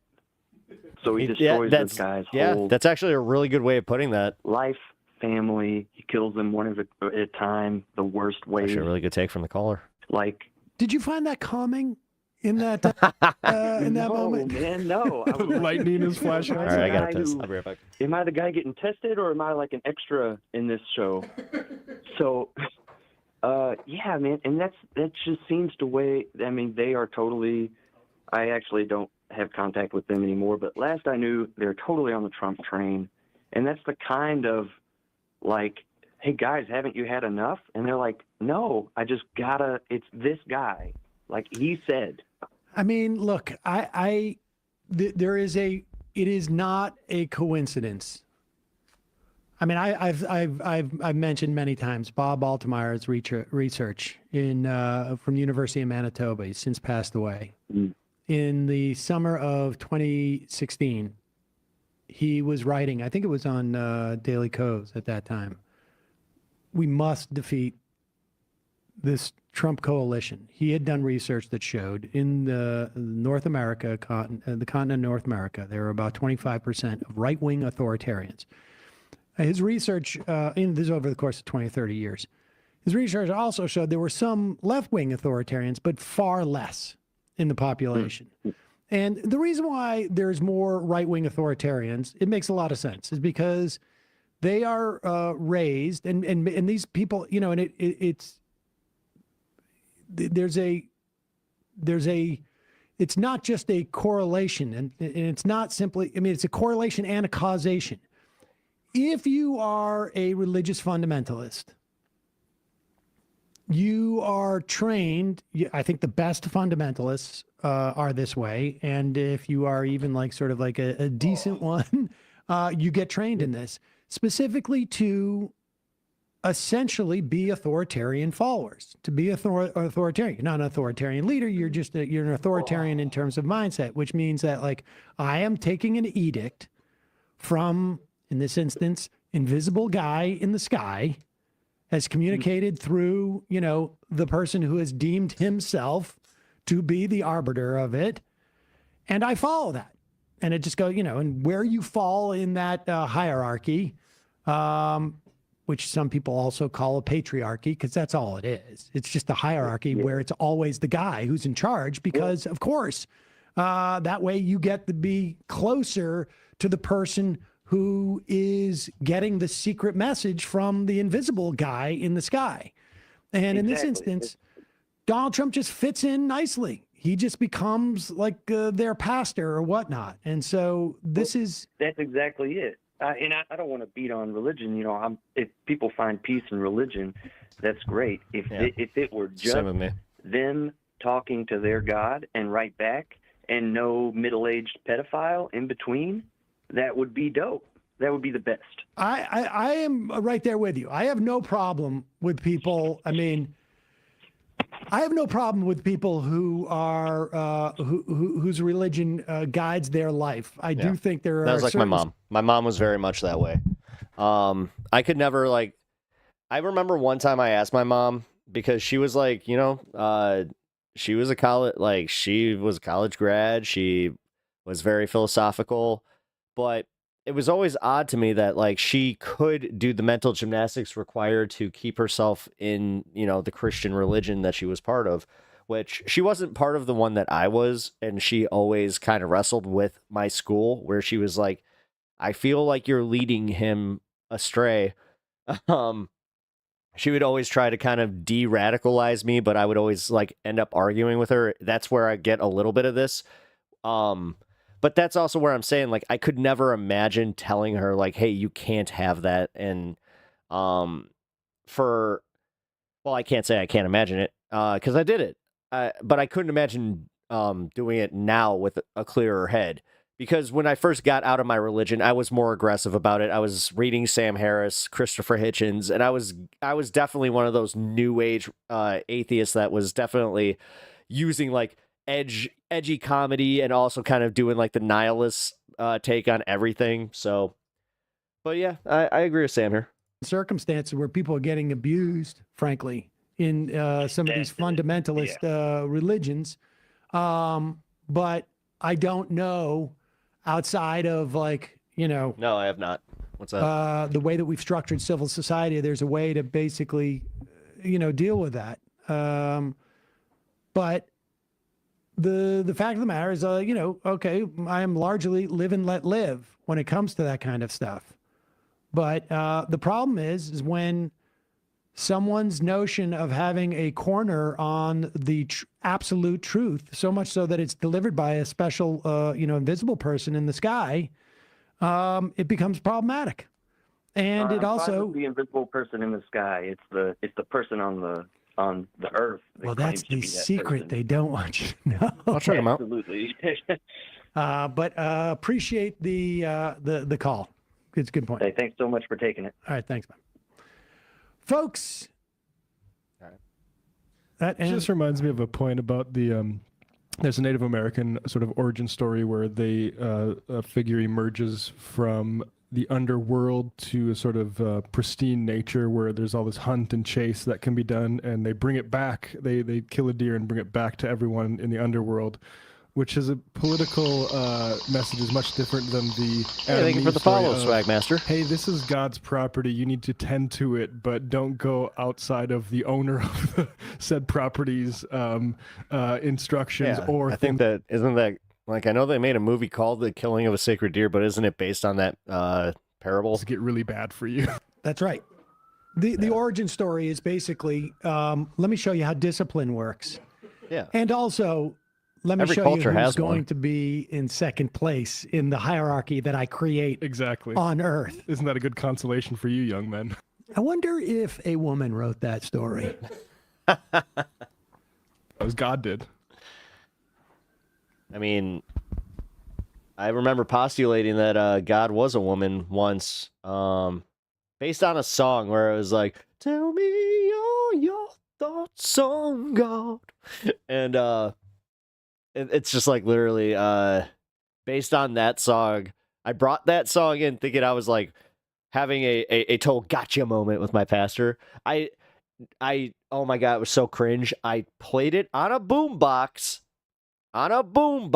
Like one of the small circular ones. It wasn't even one of the cool ones. It was like a small lame Sony boombox. And I'm sitting there going like, yeah, I'm like vibing with it. And he's just like, and then he's just like, we don't believe that God is gendered. And I was just like, interesting. And then he said, but it's because it is the commanding of the genders, we refer to him as a he, but we know that technically God is not. I'm like, this is weird.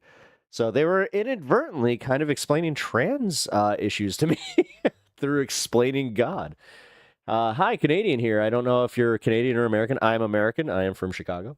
But either way, thoughts on Mark Carney's comments today. What did Carney say? I'm interested to see what happens in that election. I mean, I think Donald Trump really kind of screwed you guys as far as like, well, if you want a conservative leader. I talked to another Canadian streamer on here, and I know that she's kind of upset that Trump has kind of forced that whole thing. So next week, not soon enough, propose tomorrow. Wait, who are you proposing to, Mitesh? Do not propose. When I was like 13, I argued with my dad that God having a gender implies reproduction. I made that joke, or not even joke. Like I made that argument in school multiple times, where I would just ask, like, well, does that mean that God has a penis? Like, you're telling me that how big is the penis? Like, if God is unfathomable, but then he's got this unfathomable penis, like, and they'd get uncomfortable. But it's like, he created the penis and the vagina. Don't say the naughty words. Oh, private bits. Oh, repression. Can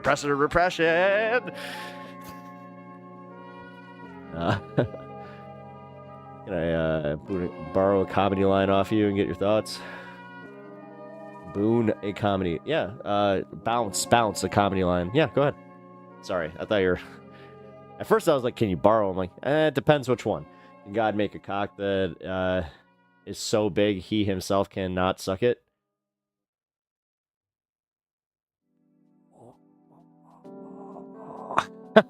You just blew my mind. Asking the tough questions out here, Learda. All right, doing the Lord's work. Hey, as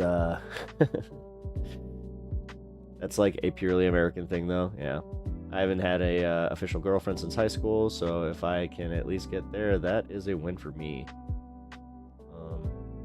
Even France, arguably the most religious nation, they just allow public nudity. Just allow. That's not like real. Like, yes, I know that you can go topless in certain areas, but nude beaches are very, very regulated. I learned that one when I went to France.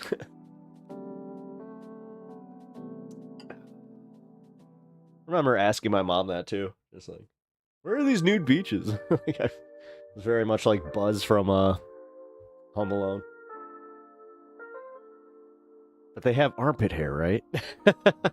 Okay.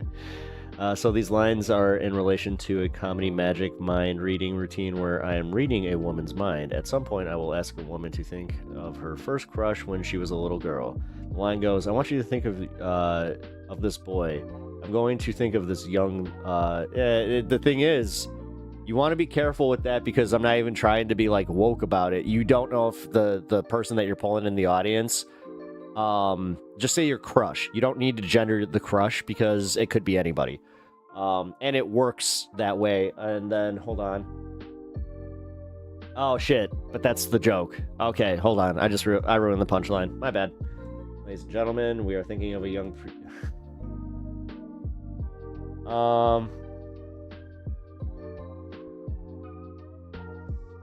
That's a good middle joke.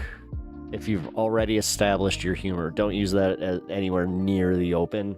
Use that as like a 3 or 4. That's my take on it. So, it's not like I went too far, so just grain of salt, you know, grain of salt with the pepper, okay? Only way to break up with me is to start a business. I'm the people's boyfriend. You are all in a relationship with me unless you're a capitalist. Just brainstorm. No, it's write that one down, workshop it. So I'm gonna tell you right now. Good premise, good start. Let's see.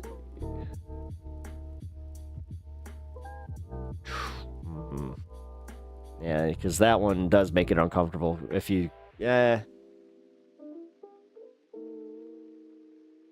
I'd workshop that one. And then also have multiple punchlines just in case. What do you call a semi-decent factory?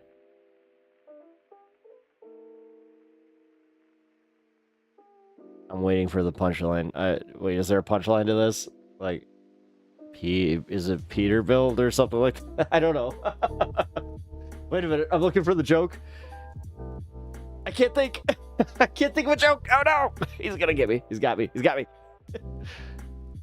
Oh shit! I need to add this $10.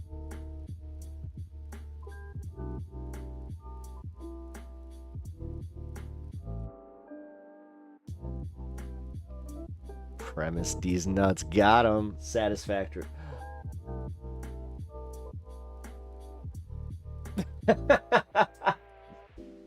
Got him.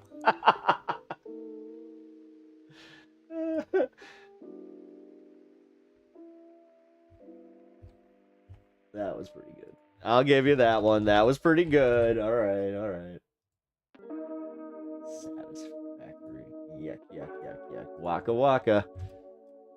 God, I gotta get some drops here. Saw that as a Picard and Riker meme. Oh, really? That's where it's doing the... I love Picard Riker memes. Those are like some of my favorites. Yeah, definitely load those up into the Discord here. I'll link the Discord. Also, while I do that, I'm also going to... Forgot to do this earlier, guys. Oh my god. Oh no. Here, if you guys can consider... Okay, if you guys would consider donating to my mom's memorial fund, every dollar goes a long way. I really, really appreciate it. And then, yeah, if you guys can just support the channel by liking the stream over on YouTube and subscribing to the channel if you haven't already, and following over on Twitch, it really helps me out, guys. So I appreciate all the support. Actually, hold on. Let's link the Discord too. Discord linked. Oh wait, that's the old one. Hold on.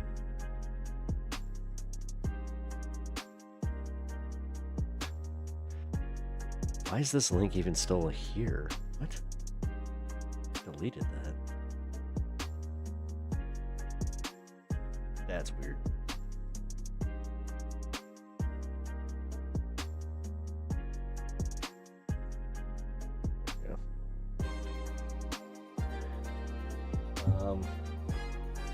I was going to suggest adding a Stream Ideas channel and also a poop channel.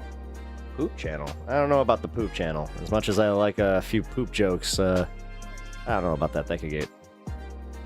That could get rough. But Stream Ideas, fine. There is actually a stream... The Stream Ideas is just suggestions. And I think, Mitesh, I'm 99% sure that you're part of the Pep Squad. If you're not, then I'll make sure that I add you. Here, actually, I'll just do that now. Bandit, right?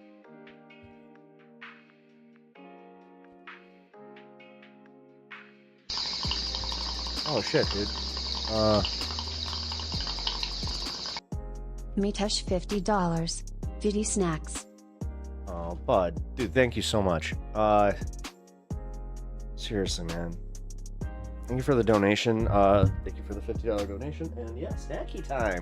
There you go. Healthy snacks. We go healthy snacks today. Come here. Come on. You gotta come see Mitesh. Mitesh is gonna donate, then he gotta get the full show. There you go. Sit. Boy. There you go. Chew it. Not actual poop, just random. It's like random crap. Got it. We also do have that, I think, don't we? I'd classify that as memes, but dude, honestly, you guys can... We're not that crazy, like, during the show, too. If you guys want to, like, just put stuff in the general, it's easier for me to see it that way, so... Alright, Canadian Prime Minister Mark Carney said that Canada's old relationship with the U.S. is based on deepening integration of our economies and tight security and military cooperation is over. Yeah, that's not Mark Carney doing that, though. Like, that's Trump. Trump forced your hand, man. And I thought that was everybody's big problem, was that... Oh, Bourbon Fox, thank you for the $10 donation. Bourbon Fox, $10. Not going to dox myself this time. Fool me once, right?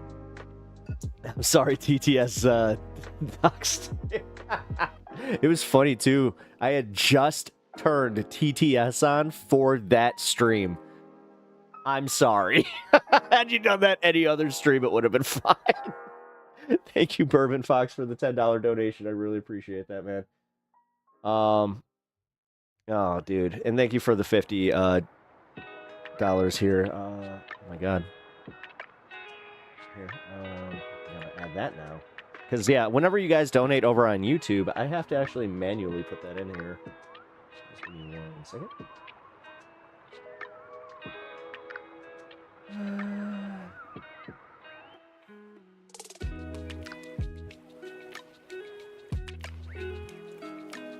So that means...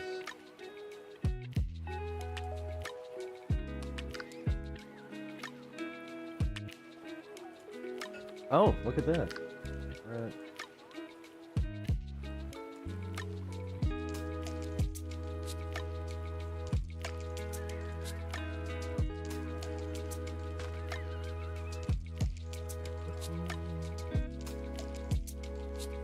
You know what, guys? I should probably do something a little fun here. So when we do reach us, like when we reach the $2,000 goal, I'll do something fun.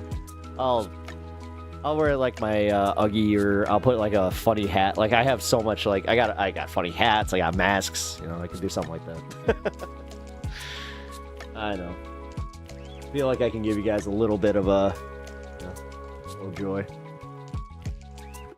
Well, Bread, I was thinking of YouTube poop. Oh, I see where you're going with that now, though. Hold on. Okay.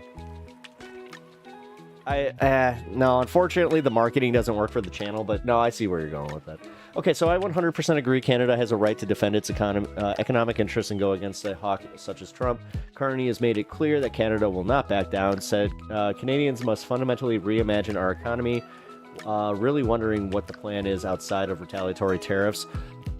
Retaliatory... You guys could do the retaliatory tariffs, but there are... Ooh, I could shotgun a beer. I'll shotgun a beer at 2... Yeah, you know what? 2,000, I'll shotgun a beer. There we go. I'm going to have to make sure that I have, like, plastic down for that. I just know me. It's going to be the one time that I just do spit all over my frickin' computer. Wouldn't that just be wonderful? Like, guys, stream has been canceled for tomorrow. I accidentally shotgunned a beer and spit it into my computer. That would be my luck. All right. You guys ready for this awesome next Majority Report segment? This is the real one, by the way. It's the Sam Cedar versus Tim Pool segment. And holy crap, this download is taking for freaking ever. Okay, well, no Mario Kart yet. I will, wait. I gotta put my Miku pigtails on you. I could have Hatsune Miku pigtails. Oh no. Oh, wait. I got some options. What is this, 2018? Yeah, it's Tim Pool. Well, no, it's Tim Pool trying to roast Sam Cedar about his Jubilee appearance. So I thought that was kind of funny, like the fact that he even chimed in. But Sam Cedar literally said, he's like, this is the last time I'm going to talk about this for a while. He's like, I'm done with my Jubilee appearance. He's like, but every time that they chime in, and how do you join multiplayer races in Mario Kart here? I think that I actually have to go to the online lobby and then add your name. So if you don't want your Switch name out there, which I don't see why that's that big of a deal, then yeah, I will invite you. Local man starts electrical fire by shotgunning a beer in his basement. More news. The second Great Chicago Fire started by a local man. Starting an electrical fire by shotgunning a beer on stream. There we go. God, you guys remember? I'm not sure how many of you were here for it. I know Duke was. It was one of my first streams with you guys, or one of my earlier ones. It was like the first or second week, but I almost lit my house on fire. I was cooking mac and cheese upstairs, and I got it too into a segment, and I totally forgot about it. And yes, the pan was burning. That was fun. Tim Pool is so cringe again. I follow the far right, and I hate this guy. He's so cringe. And a vanilla neocon. A vanilla neocon. I haven't heard that one before. It's actually a pretty decent assessment on him. Huh. Actually. Huh. It's just his I don't have a political home. I remember he was like Anna Kasparian. Oh God, Anna Kasparian. I realized that she's not doing the Dave Rubin. She's doing the Tim Poolin. I remember when my Filipino friend showed me how to shotgun a beer, and I was like, these Americans are crazy. Dude, I'm pretty sure that I learned how to drink beer by shotgunning. Yeah, because when we would finish a hockey game, we would take our skates off and we would just bash the back of the can with the pointed end of the skate, especially me. Because I'm not sure if you guys know, like goalie skates are shaped differently than normal player skates. And like on a player skate, you have like a very, very small, like it's about this big edge where you can get like a nice little sharp point to it. Whereas the goalie's edge, I mean, dude, it's like this big, and it's like literally, I can't do it. There we go. Shaped like that.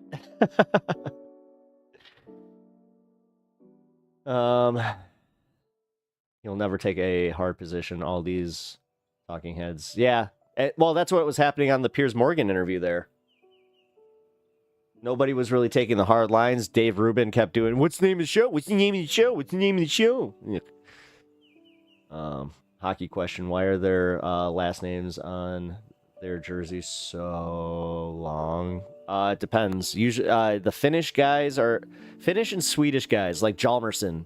I have a Nicholas Hjalmarsson game-worn jersey, and I can tell you right now, it's the longest name bar that I have. So usually there's like a seam that they keep the bar name plate in between. This one went above, like on both of the shoulder seams. It was so funny. Boy, hey, did you see Dash talk about the story that I messaged you in Discord? Where did you message it? In suggestions?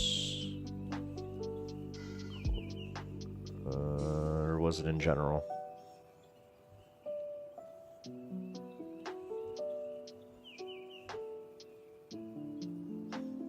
Politics. Where'd you put it? Do you know where you dropped that in Discord? Because I can't find it here. Oh, or did you send it to me privately? Oh, you sent it to me privately. Okay.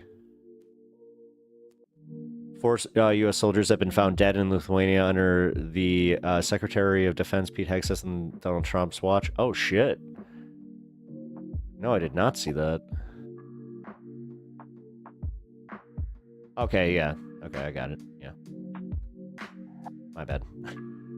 That's the one thing I'm like, wait a minute. How can you tell if a video is safe to stream or if it's copyrighted? It's kind of a streamer's discretion, and you can kind of catch a vibe on it based on how many views it has. If it has over 1 million views, automatically I'm sus on it, and it has to also determine on if it's educational. Like, if it's an educational channel, usually they're pretty cool about that stuff. But news channels, surprisingly, no. But fair use with other streamers is that's a big thing. So, like, no streamer wants to get, like, caught being that guy where they're just like, you can't use my clips. You got to pay for that. Or you can't do. Like, that's why it was a big deal when Anna Kasparian was calling out the Vanguard boys for doing that, because on its face, it's shitty that she would even call out something that they were using for fair use. But it wasn't fair use, considering that they were using paywall content and then paywalling the content that they made based off that content. So that is where I say that's shady, and they just needed to own up to that, and they still haven't. I actually, if I ever talk to those guys, I am going to bring that up, where it's like, guys, I love your content. I appreciate what you guys do for the movement, but I have one bone to pick, where it's just like, I think that I think you were wrong here, but that's just me. Trump hadn't heard about it. Oh, yeah. Sure he didn't. Didn't know. I had no idea. Are you telling me this is something that can make me look bad? I have no idea. I never heard it. It didn't touch these ears. Yeah, right. Meanwhile, you know, he's the president of the fucking United States. You'd think he would know all of these things before the news starts reporting on it. Or he'd find out on Signal. Weird. Dude, the soldiers who went missing in Lithuania is near where I live. The army base where they came from. They're scrambling because they don't have answers. Jesus, dude. Lithuania? Not too far from my countrymen. I am part Czech. I still have family that live in Prague. So. Well, Czechia. God, they did that one like low key. Like, I remember looking up something recently where I was looking into possibly going to the Czech Republic or getting my cousin to come out here. We're figuring because my mom was close to him. And when I was looking it up, I was like, Czechia. They went and changed the name again. It's like somehow that's one of the most Czech things I've ever heard. That's for real. But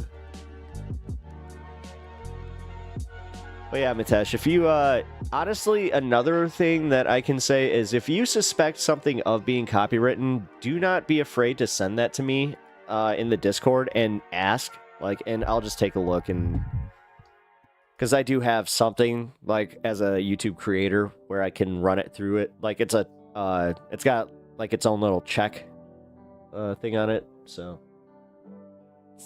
it's borderline useless. I'm gonna be completely honest.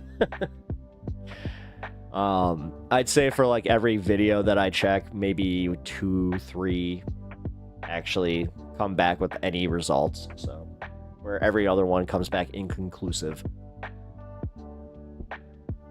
That's annoying, man. All right, so we're gonna Benghazi this thing, right? With these missing troops in Lithuania, we're gonna like, yeah, we should actually here. We should make this like a huge thing. Every time that a right winger comes into the chat, let's throw that at them. Let's just be like, hey, what about Lithuania? What about the soldiers in Lithuania that just died under Trump's and Hexa's? What about them? Huh? Benghazi or Lithuania? Or do you know the name of the base? So we like, does it have like a? Because Benghazi worked because it was easy to say. It was something easy to get into people's minds. Okay, I can't remember which video I was thinking of, but sometimes I run into something I wish we could all watch together. If it's not copywritten, yeah, definitely suggest those. But very worst case, I'll put them on the list for the Twitch only shows and for the Patreon shows that are coming up.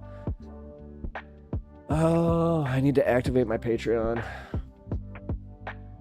Sorry, I meant to do that about 2 weeks ago. And we all know what happened about 2 weeks ago, so watch that video. It's way worse than a base issue.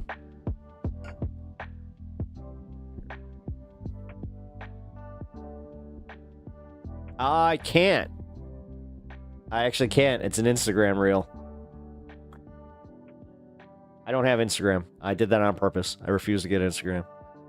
Even though as an artist, I probably should, but I just refuse to do that. If you have a different version of that video, like if you have it from TikTok, I could do that, but yeah, sorry, man. I refuse to do the Insta. I keep my mental health, somehow, right? All right, let's, oh, it's on Twitter? Wait a minute. Why does it say Instagram? Hold on. Yeah, smoke time. I'll join you here in a second. No, it says Instagram.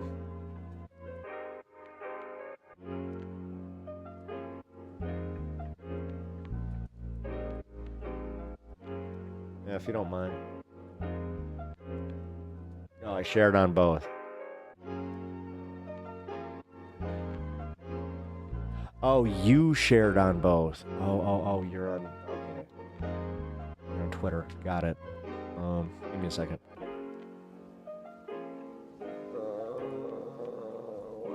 they're such a fucking just pain in the ass.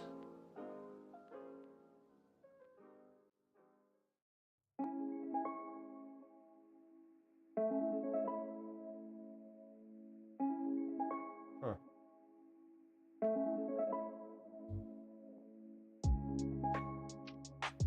It's not popping up on X. Is there a marijuana device that won't stink up my apartment? Yes, actually.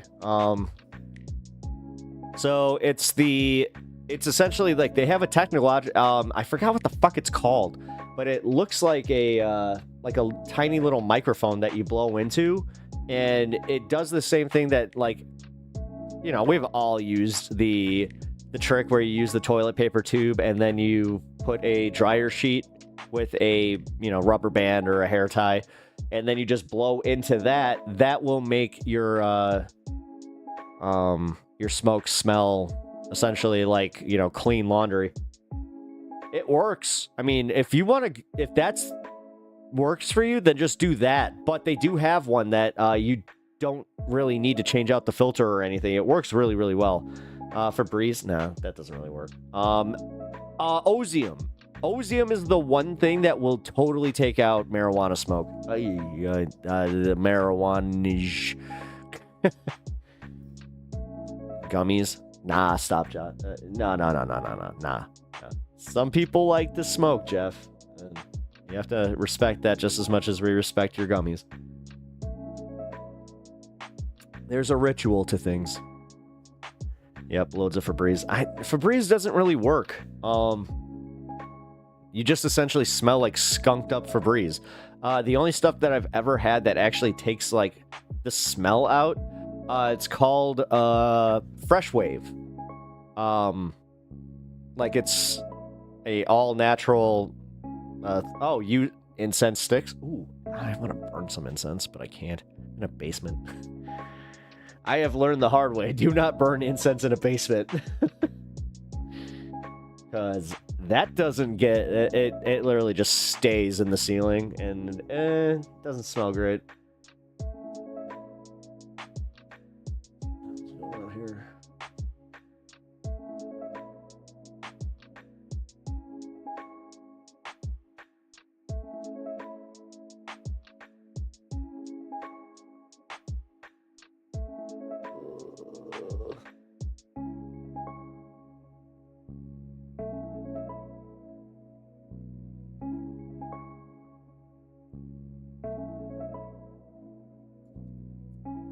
Okay, so Cannabolish. That's actually Cannabolish was the stuff. No. That's what it's called now. That's the same recipe as Fresh Wave. I looked into it. I had enough time to look at the exact ingredients, and it is the same exact thing. So, just gonna say.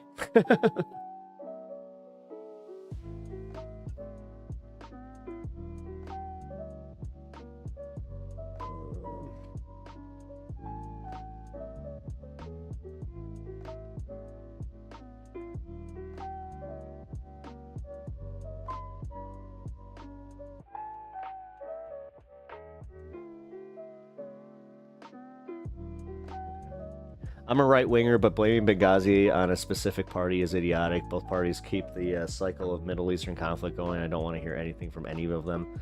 I mean, that's the thing is, it's kind of what we all get caught up in, but there is a degree of you don't want to just capitulate. You do want to throw it back in their face so they can kind of go, all right, we were a little ridiculous, because that's what happens to me. I have had moments where I'm just like, they're right. You know, we're sitting here pearl clutching, and then we're just like, did it matter? Did it have any substance? Like, did it substantively change anything? No, usually it doesn't. Usually it's just us going, ah! Well, usually. I don't want to broadly say that, but when it comes to something like cancel culture is a big one that they kind of got us on that one. That was another one where it was just an issue where I thought it was just so stupid. Cannabolish has lavender. Ooh, I do love me some lavender. The smell of lavender is like low-key one of the best smells ever. maybe not so low-key. I think it is just the best smell ever. All right, Sammy. Let's watch the Tim Pool. It's Tim Pool versus Sam Cedar. Let's go. And the girlfriend deported. Several Venezuelans have told the Miami Herald, I guess this is in the Miami Herald, sorry, that family members were deported to El Salvador despite not having any criminal record in the U.S. or elsewhere.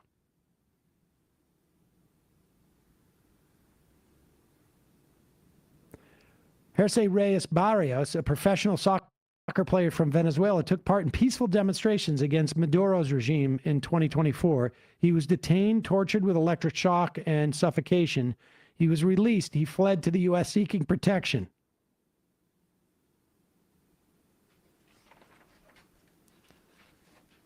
Reyes registered with CBP-1, that mobile app developed by U.S. Customs and Border that allowed migrants to schedule appointments at port of entry. He used the app to secure an appointment, and then on the day of his scheduled entry, he presented himself to CBP officials, but his tattoos raised alarm. He was sent to the Otay Mesa Detention Center near San Diego. Reyes was then treated as a criminal. After applying for asylum in December 2024, he was deported to El Salvador last week without any notice to his lawyer or family.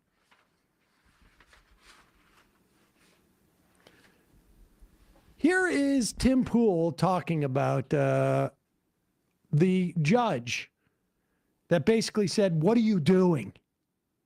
Sending people without any due process. Whatever, like Tim's, let's get the deontological approach to this. He's really mad about that. You don't know what deontology is. Judge contends Nazis got more due process than Trump deportees did. Don't care. Really? And that's the answer I was looking for, Phil. Don't care. Who cares? Donald Trump's trying to deport Tren de Aragua. There's apparently arguments that there's a gay Venezuelan barber asylum seeker who's been wrapped up in this and sent to a supermax in El Salvador, which is terrifying. I don't want the laugh. Well, first thing I got to say is why the do you best part is, well, I don't know who that other dude is. The guy. Do you know who that guy is? The guy with the hat is Phil Labonte. Right. Yeah, that guy I've seen before, but I don't know who the guy with the brown shirt is. Tim's saying this, and Tim's saying like, "This is horrifying," but before he gets there, the guy starts laughing. Yeah. It's funny. You know, I wonder what a deontologist would say about this, because if your principle is that there should be due process, then there should be due process. Why are you changing it based upon who it is? Yeah. Does that seem deontological to you, Matt? If you read Plato's Republic, you would know this is hilarious. Sorry, go ahead. Exploit my country and lie to get in here, because if you're from Venezuela, Mexico is right there and you're safe. But so I think he's a liar who committed a crime against this country. I don't think he deserves to go to Supermax, but at the same time, am I really going to come out right now and argue that Donald Trump should not use the fullest extent of his powers to undo the damage that Biden caused? Joe Biden's fault.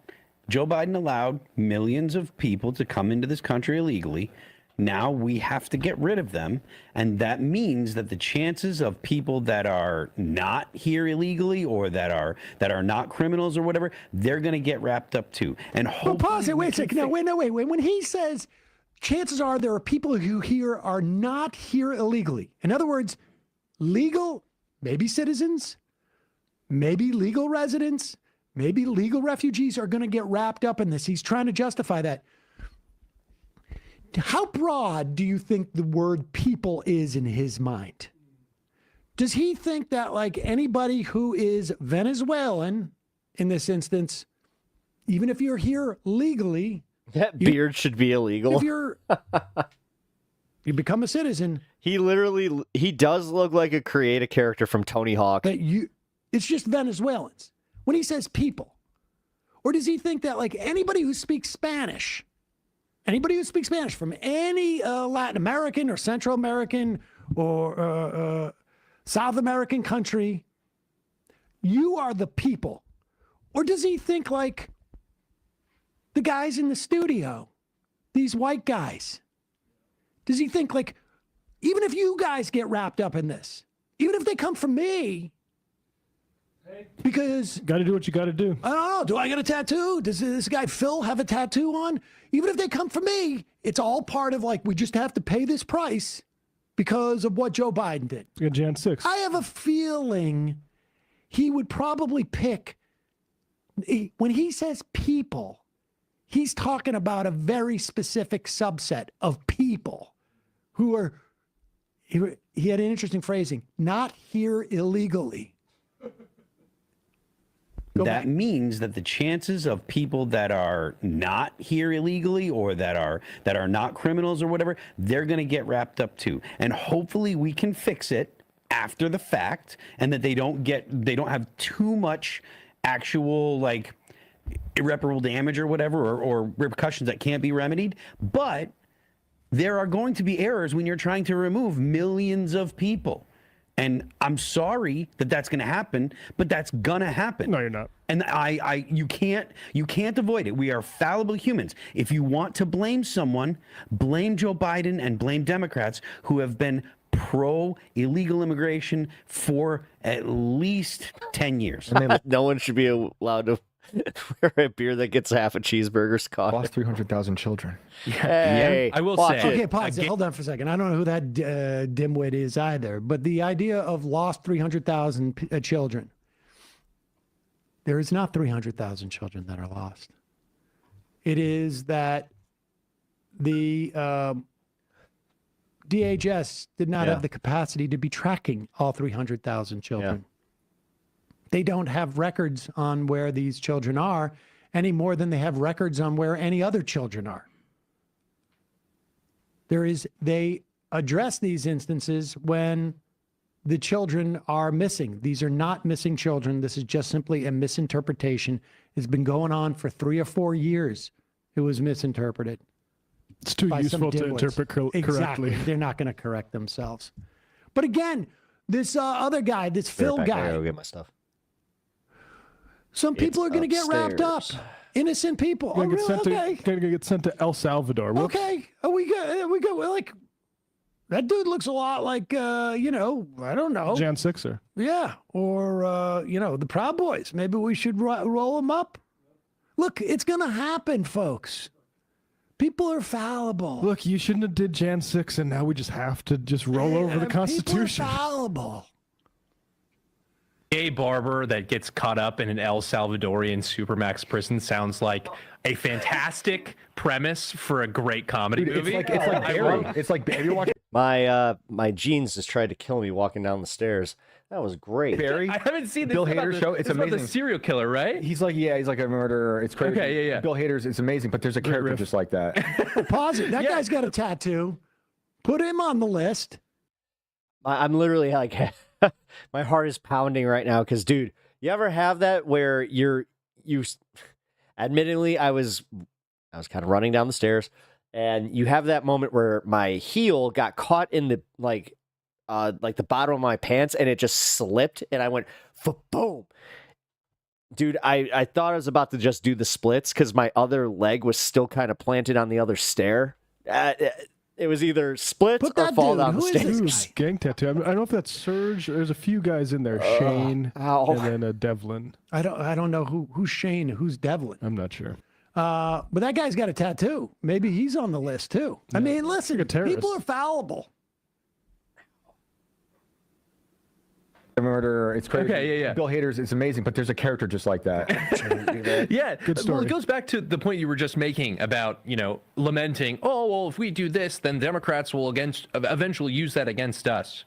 Well, I think people are undercounting the knock-on effects that wielding this type of political power has, right? Like, Democrats did all of these things in the Joe Biden administration, dating back to, you want to stretch it back to FDR or Woodrow Wilson or whatever, right?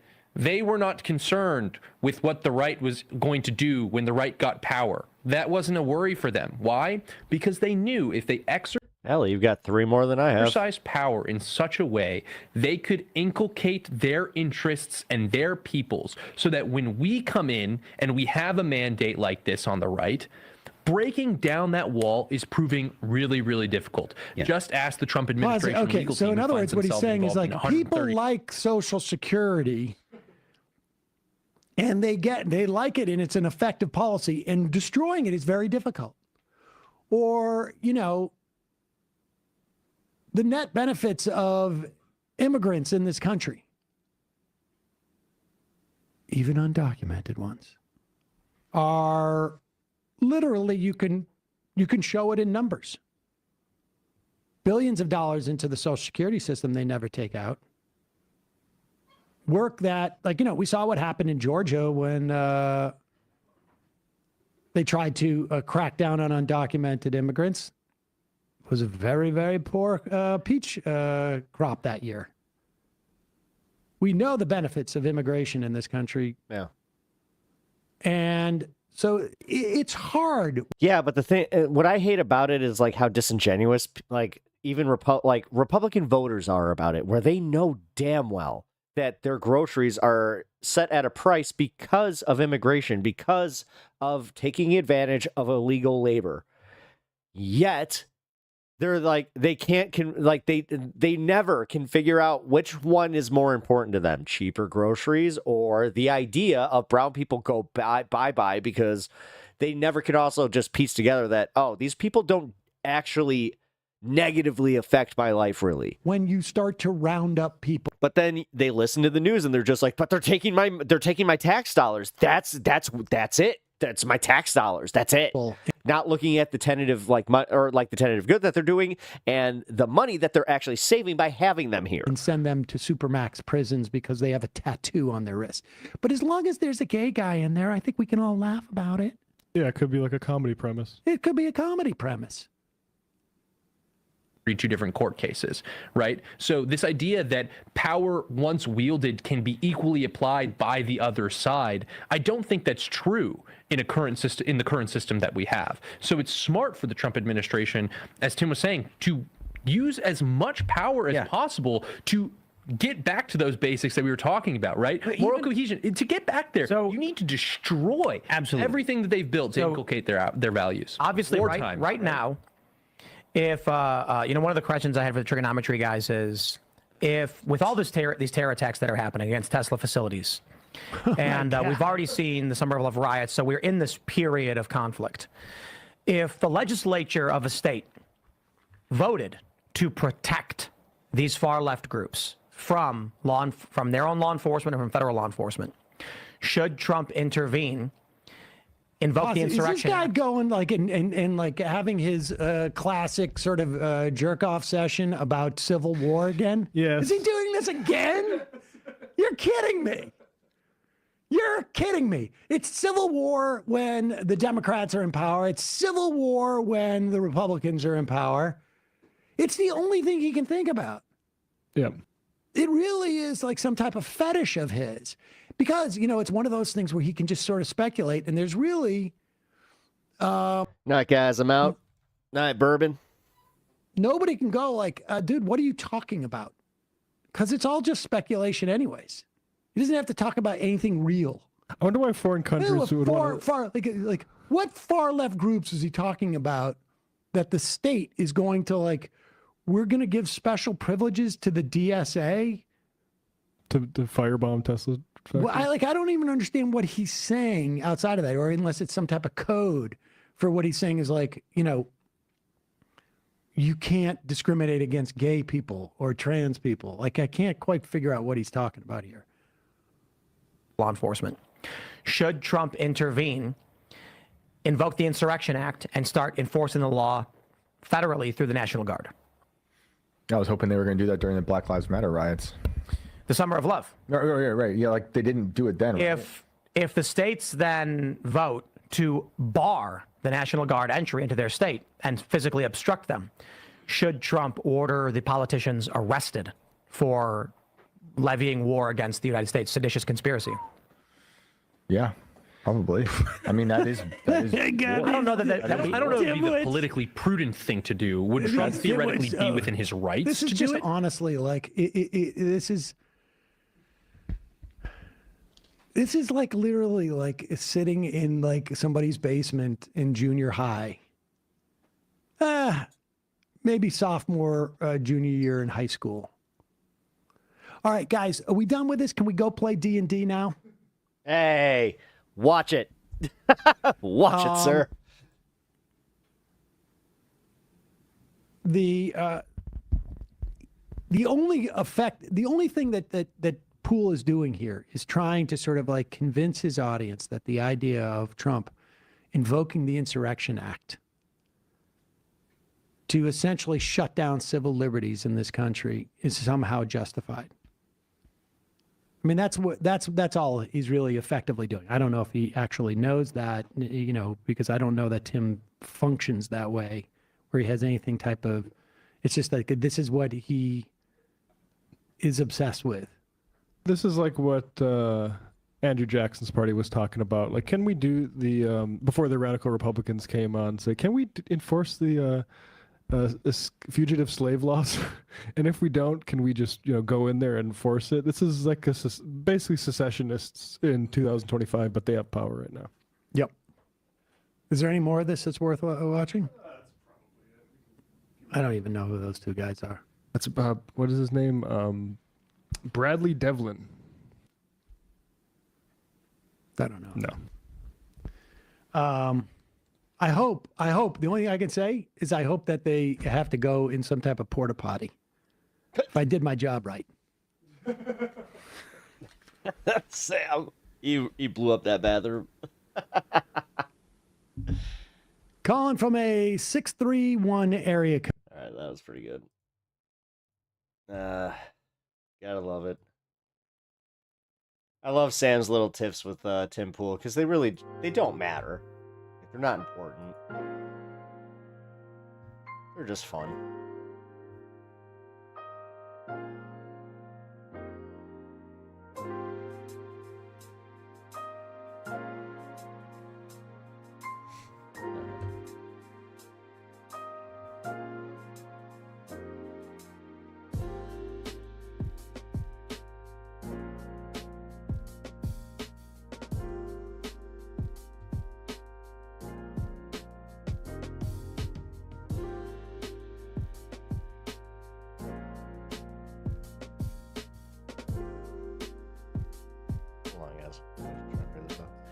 All right, let's go.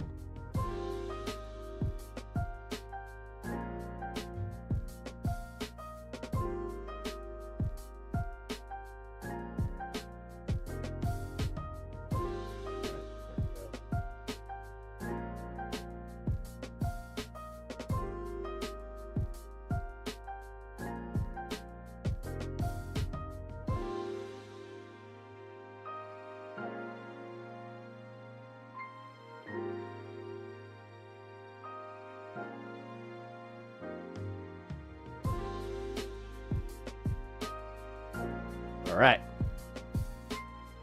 We're good. We're now Mario Karted up.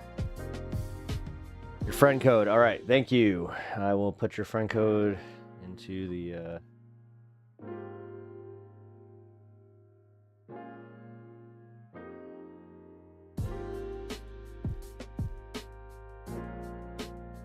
Oh, duh.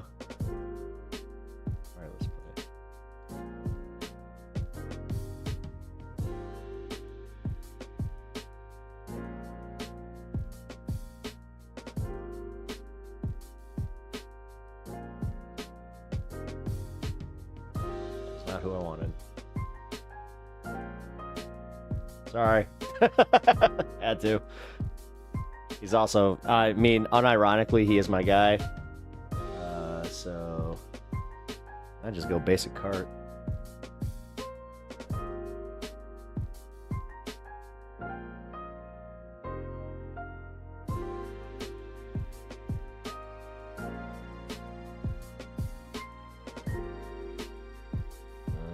Go 50, no teams, no items. I'll do 4 races.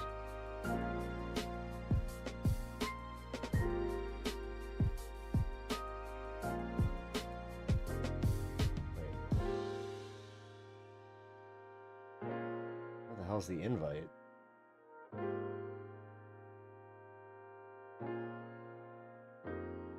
Oh, hold on. I think I got it. I have to invite you first, right?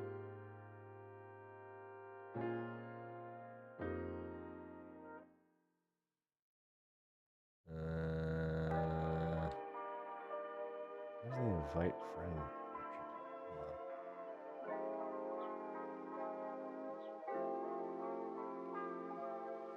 Alright, give me 1 second. I gotta put the code in. Just want to make sure that I'm not doing anything that would dox me. Just give me 1 second. Alright, so we go to wireless play.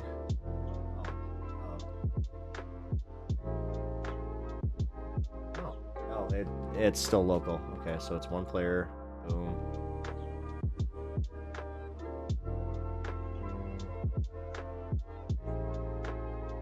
Oh. This is stupid. How the hell do you just...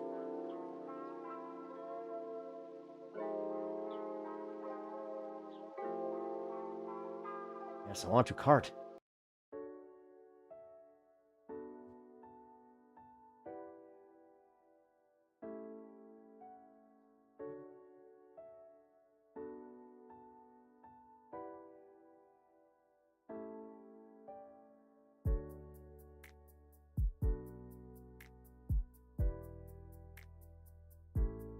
It's a bit confusing. It is confusing. Like, I just want to play with my friend online here. You just gave me your friend code here. Oh, wait. I know what's up. Hold on. I was right. Give me 1 second. I gotta put your friend code. I think it's either an eShop or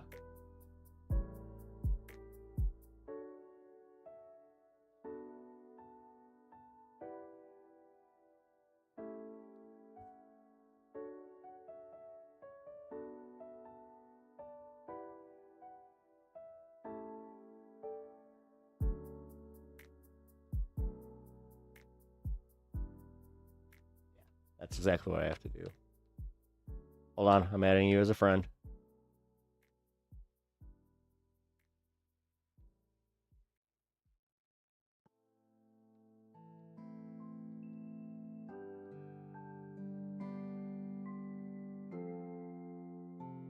What the hell? Why isn't... Okay.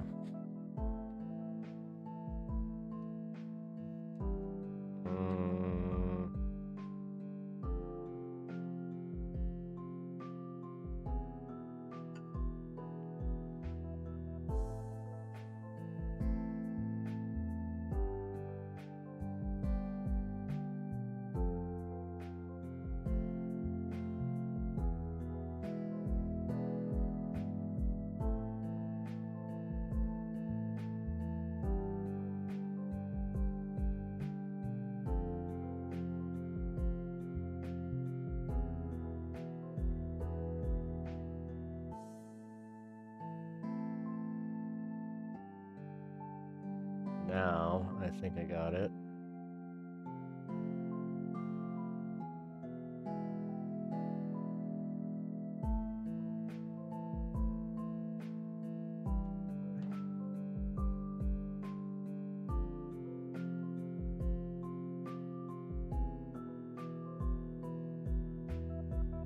Oh, look at that. I didn't realize that Link was actually my most used character. Look at that.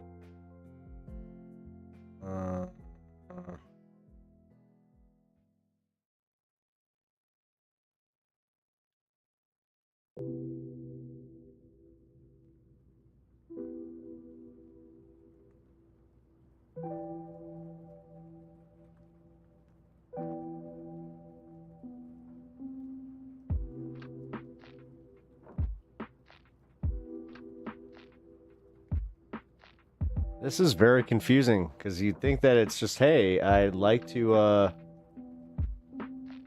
Oh, he be gaming? Yeah. He be gaming. Your boy got a capture card. Full disclosure, I like playing Switch. So, once I finally was like, oh, wait a minute, I can actually play Mario Kart? Like, that's cool.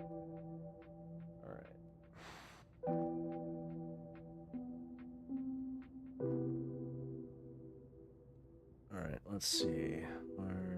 Where am I screwing up here? What's going on here? Nice, the Switch rules. Hell yeah, it is. Okay, so it's literally because nobody's in here. I don't understand how to create a lobby where it's like, yeah, I would just like to invite somebody based on their friend code. Oh my god, this should not be this complicated. Oh my god. Alright. This has got to be one of those things where I just have to input your friend code through Switch, right? You know what? We're Googling.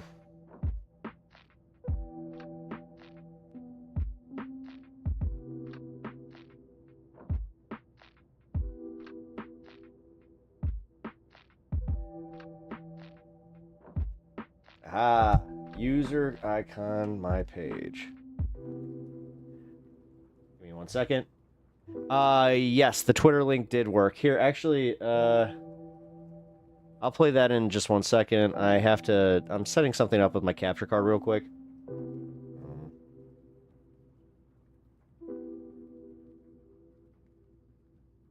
Ah, I found it.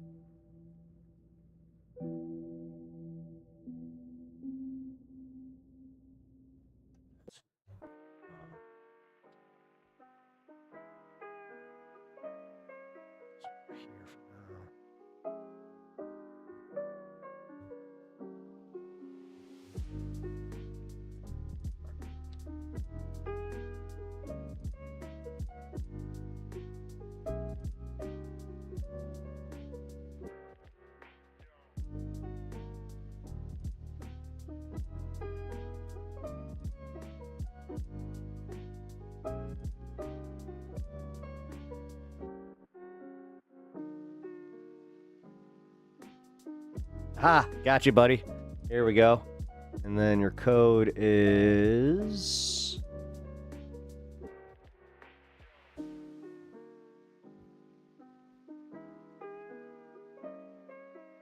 Damn it. It sucks that you gotta jump on a meeting because I literally just figured this out. Ah, here we go.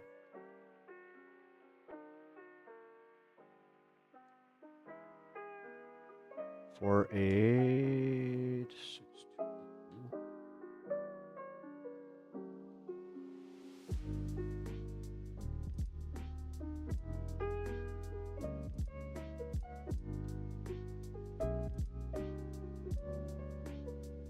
There you go.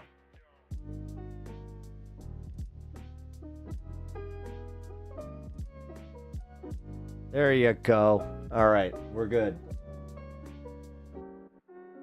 Now accept the friend request and we're all good there. Good guy.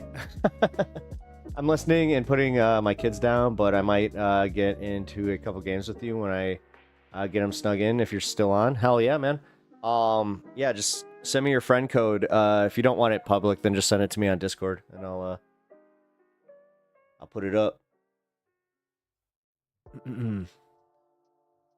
Actually, that would probably work really well right now if you do that. Here we go. Oh my god. Stop doing that with the capture card. What it keeps doing this thing where it's just like, we're gonna screw up everything that you just set up. There we go. I will be back by 11:30. Cool. All right, then I'll just do a single game real quick. Which means... Oh man, I gotta eat still. Fuck.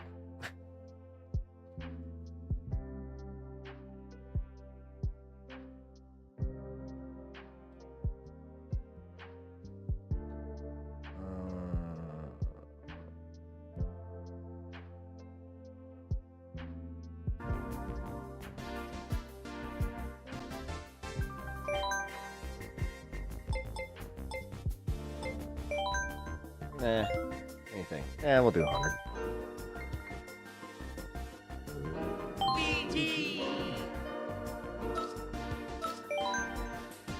Nah.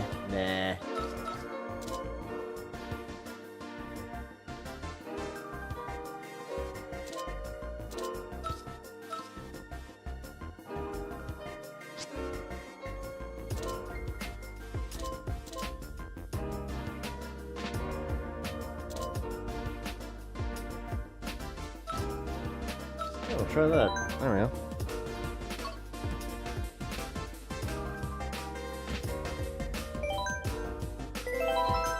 All right.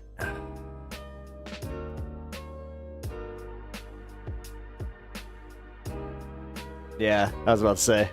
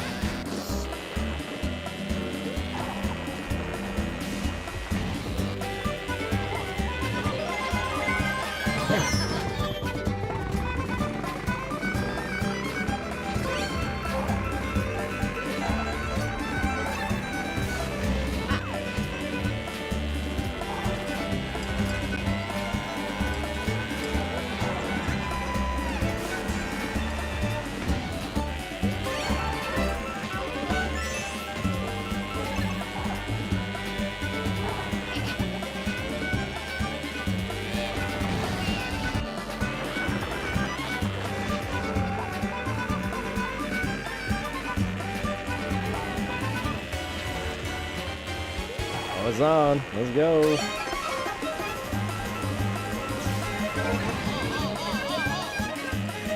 Yeah, count.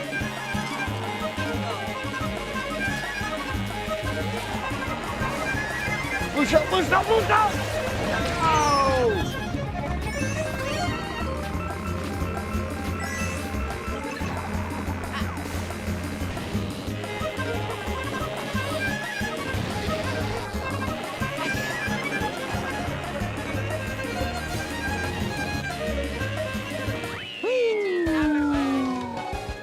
Is this how Luigi got away? I am just I mean, it is technically in reenactment. Hey.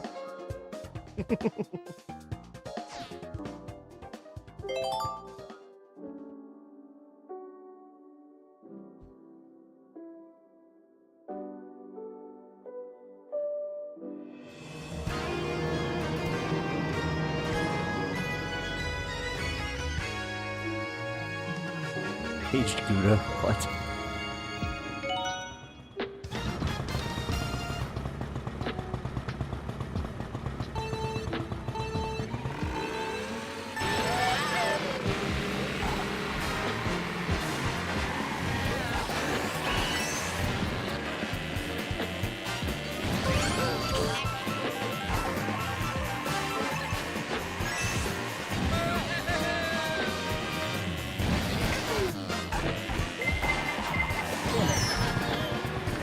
Bullshit.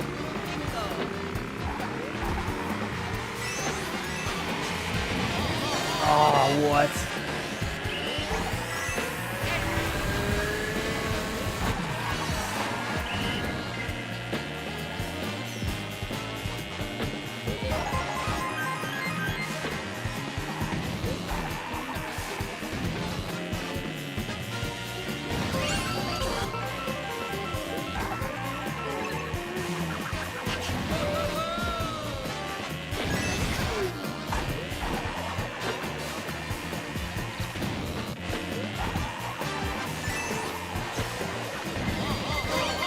Damn it! Bullshit!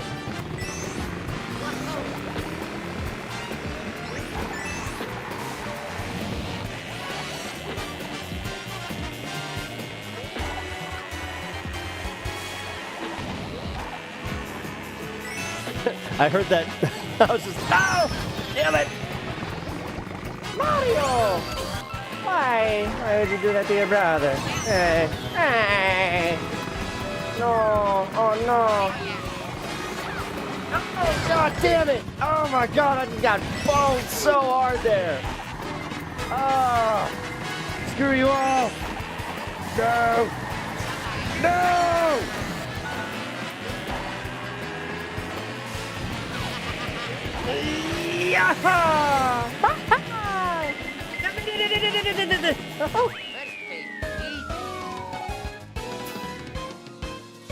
All right, that almost got to be some major bullshit. That's gonna say that scared me at the end there. Comfortably first place the entire race, and then right at the end, that's usually how it goes, though. Hate this level. All right, here we go, guys.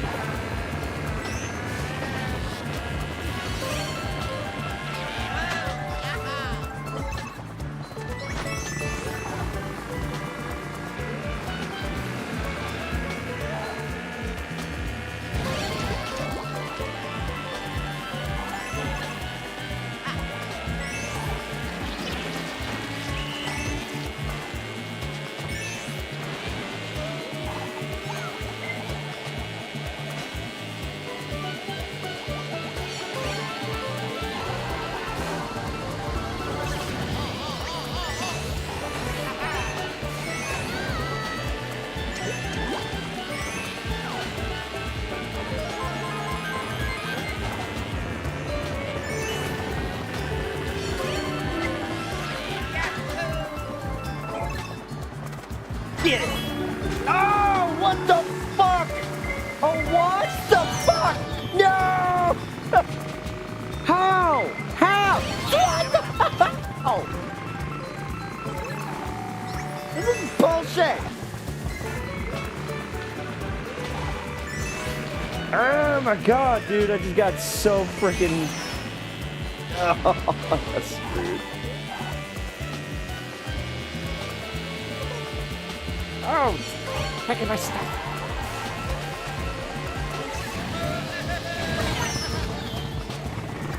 Wow. All right. I gotta have a VIP round here. That's not how you have a VIP round. Not at all. Not at all, guys. Not at all. All right, let's go, let's go, let's go. Let him hit it.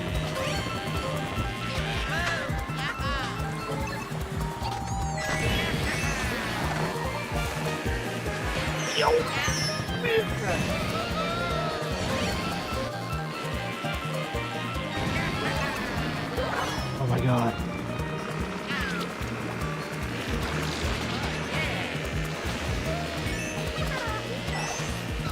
I think I'm fucked here, guys. I think I'm fucked.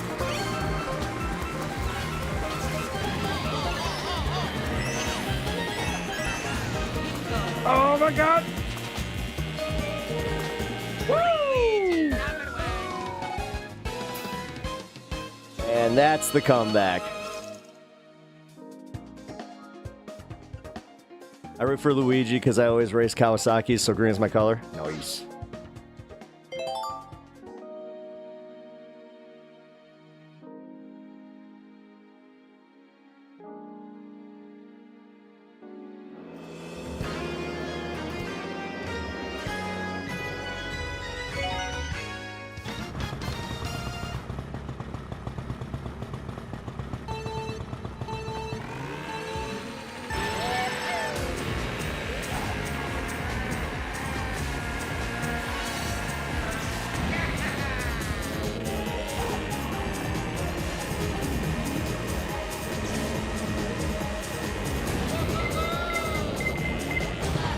Bullshit. Bullshit.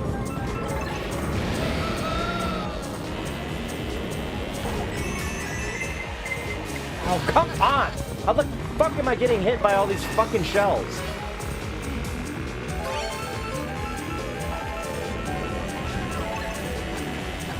There we go.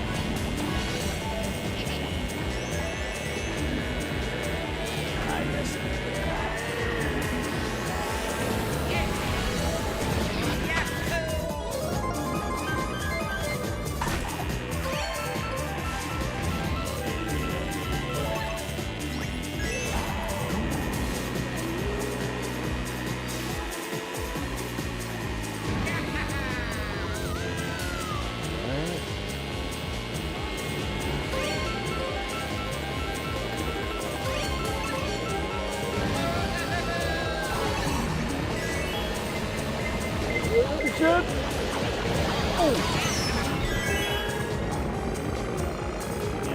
You cannot just.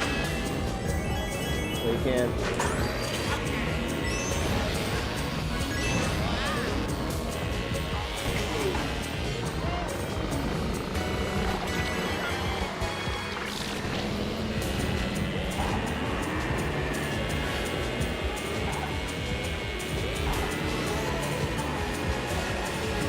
What do you think, guys? Can I do it? Can I do it? Can I do it? I think I got this. Don't get too cocky though.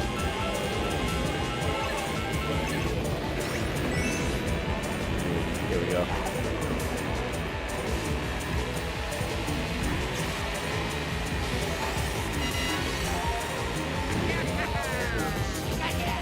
Yeah, got him.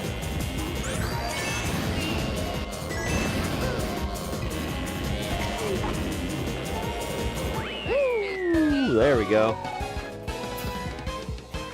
I like to play as Peach or Yoshi usually, but some games feel rigged against poor Yoshi.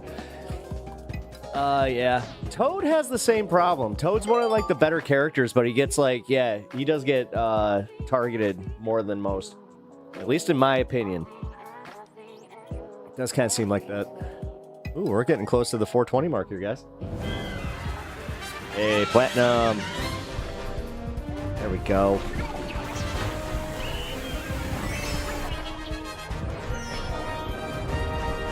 Ah, yeah. Luigi. Wow, yeah. Look at that. Those 4 ones. Guess. 4 ones. 4 ones. That's good.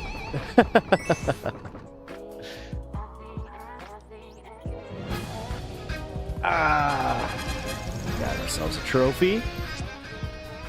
Ooh, got some unlocked customizable.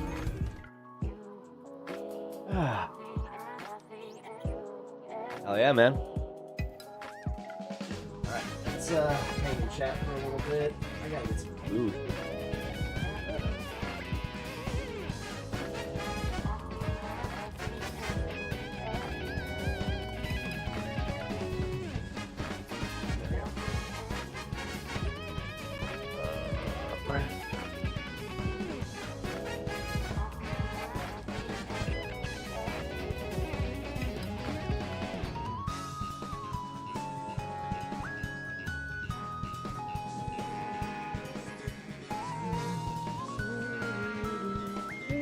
Oh, this soundtrack slaps, dude.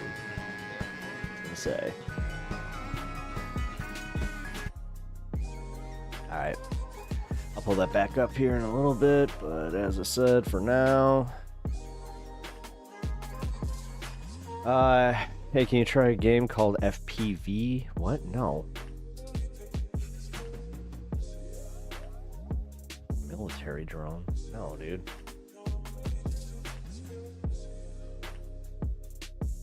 Haven't played in so long. I go with my girl Daisy. Oh my god, I have like trauma from Daisy. I have a friend that plays Daisy, and she's like really, really good. There was finally a glitch.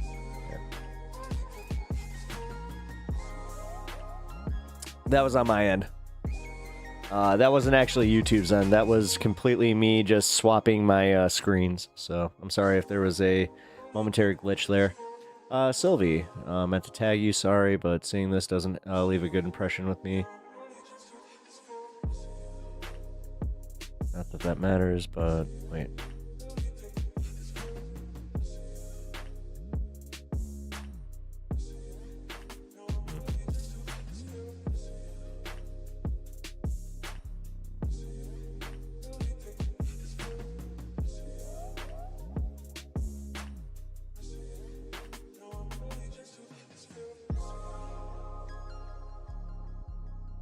Wait, Sylvie, were you talking to me about the illegal thing? I'm sorry if I may have messed up with my language. I didn't mean to say illegals. Because I actually don't believe in illegals. I think there's immigrants that have not gone through the system, and there are immigrants that have. This idea that it's always got to, like, the gatekeeping is, ridiculous, but peace, you taking off? Got group call with the kids. Are you about? Oh, hey, yeah. Have fun. Tell your son, love the band. Big fan of the band. So I'll be playing more of his music coming up here. I'll be doing some of the radio segments. I know I'm all over the place lately, but yeah. Isn't that Kirk? Yeah. Oh, that was Kirk that you were responding to. My bad, Sylvie. I thought you were responding to me. Oh, my bad. Did I miss an entire... I did. I missed an entire the part before that. I totally just scrolled up. I was like, oh. He's not talking to me. No worries. All right, we're almost at 4:20. Man, I gotta eat. I think what we're gonna do is I'm gonna eat. I'm gonna play this video after I smoke with y'all, and then yeah.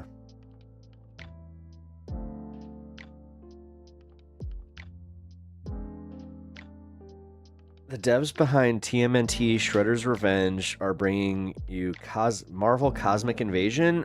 Oh, man. Hell yeah. What's up, dude? What's up, Beijing? I'm not in Beijing. I am in, Shalom, buddy. Or Bubby. Shalom, Bubby.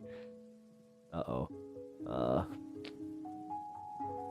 Let's play a game. Hello, actually. Welcome to the stream. I appreciate you being here. Playing some Mario Kart. What we chatting about? We're just kind of hanging. I just platinumed some Mario Kart. We're kind of just waiting for a few people to get done with a group call, and then I'm gonna play some Mario Kart with those guys. And yeah, we chilling. The politics is kind of winding down a little bit, just a little bit. As I said, I got some stuff. What up, Govin? God, I love the fact that you use that. It's my favorite meme. The fact that that picture was taken in 1972 at a Cubs game. I love it. He is literally the most Chicago man that you will ever see. Outside of myself, of course. Oh, I just realized it's opening day. Shit, I should probably go I should have worn my Cubs jersey. Fuck.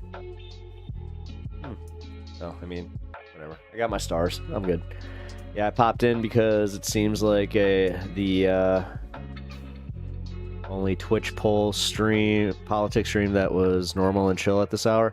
Yeah, man, at this hour, it does get wild. I have tried to raid other people's streams at this hour. It gets a little intense, I gotta say that, and it sucks. I saw that Honeybee was on for a minute there, but she took off, so that sucks. Was going to try and raid her channel, but whatever. Some of the 24-hour streams on Twitch are schizo. 24 hours? There's 24-hour Twitch streams? That's new. Are they putting up a lot of automated content? That seems a little whack. All right, guys. Well, we're about to celebrate the 420 here. Cubbies up 8-3 last I checked in Arizona. I'm gonna go put my Cubs jersey on. I'll be right back too.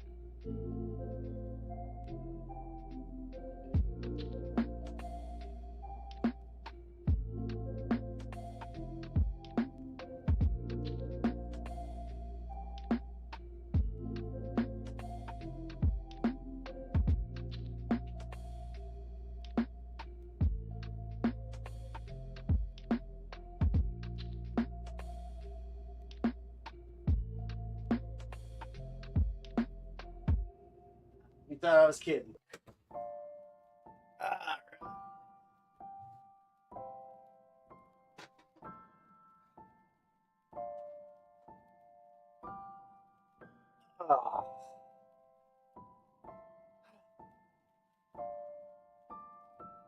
Man, I haven't run this in a while. It was good, actually. Cubbies are up. All right, let's see. Let me see.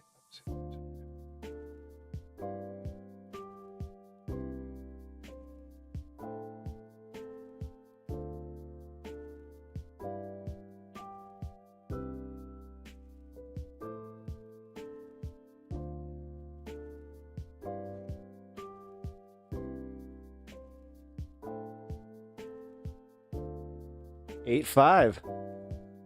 Uh-oh. I like how I go and get this, and then all of a sudden they're, oh, shit. It's the curse of the jersey. Damn it. I knew it was real. I knew it was real. Oh, you know what? Best... Dude, seriously, this is one of the best-looking jerseys in sports. Just gonna say it. Next to the Blackhawks. Like, that's...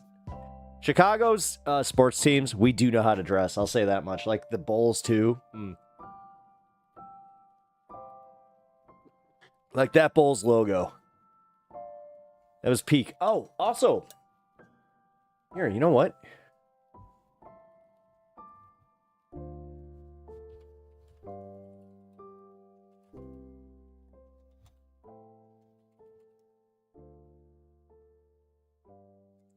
The stylized bull's head signifies power, strength, and aggression, representing the team's fierce, dominant image, and a nod to Chicago's history with the stockyards and meatpacking industry. Pretty cool. I always like the history behind the teams. Like the Chicago Blackhawks are actually celebrating their 100th anniversary next year. So that's gonna be cool. Probably gonna have to buy a jersey because I mean, if they do a special, you know, sweater for the 100th year, I might have to. If I can afford that shit. Fuck you, dude. Everything has gotten so much more expensive. It's insane. Did you know the Atlanta Braves used to be called the Atlanta... Oh, really? No shit. That's interesting.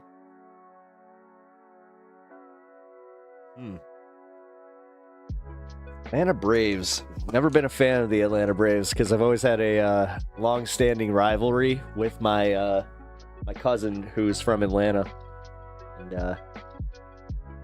we'll have outlived the Blackhawks. But pretty soon the Chicago Blackhawks will have outlived the Blackhawks. Well, no, the Blackhawk Nation was around for hundreds of years before that. What are you talking about? Because they were... Well, there were not... Oh, are you talking about the animal? Because I was about to say, the Blackhawks weren't a tribe. It was actually Chief Blackhawk of the Algonquin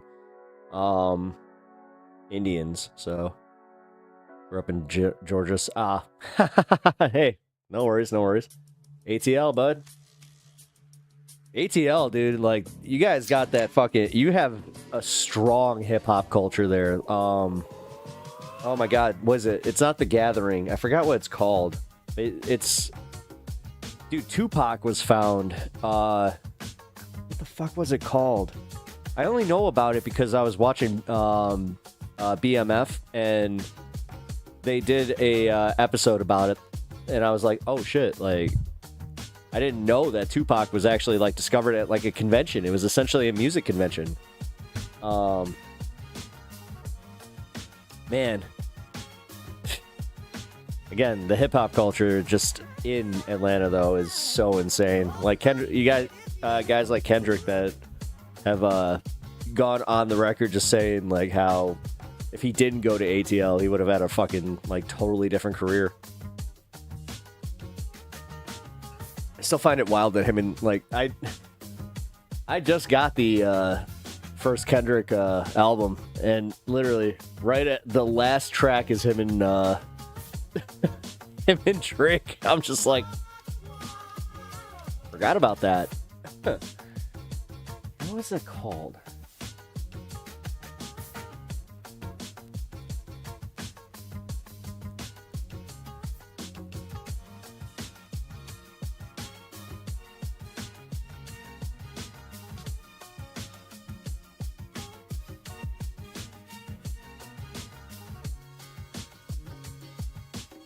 Hop Day Festival? No, it's on it. What was it called?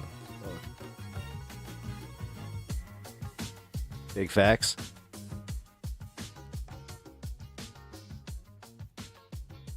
It's one of my favorite parts about being from Chicago too. This is the fact that like we have a pretty strong hip hop scene out here. Like dude, when Common was coming up, like I got to see him before Kanye, like he signed with Kanye. Dude. I want to talk about cerebral hip-hop. Holy shit. I miss... Like, that's when he was Common Sense. Pretty sure I saw him at Shuba's? Yeah, I think it was Shuba's. Either way. Sorry. Stomach a little... What the fuck is this?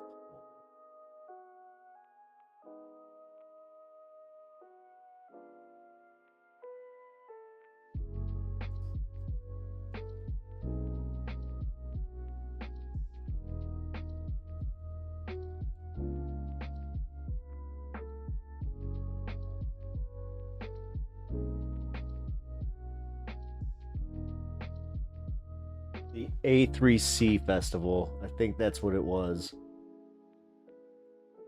And they called it something else. But yeah, it was like hip hop. It was like hip hop festival days. But dude, I saw a video from the 90s where it took over the entire town.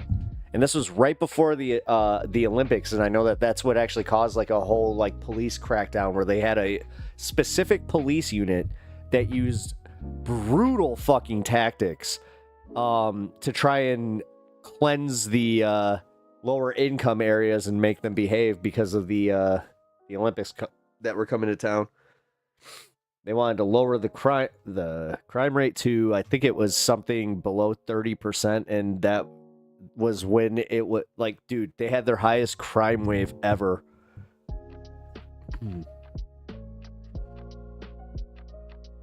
I was talking about the tribe, but also, there is no tribe there's no Black Hawk tribe. It's literally, it was the Algonquin, like the Algonquin Indians and Chief Black Hawk. But yeah, there wasn't really a tribe.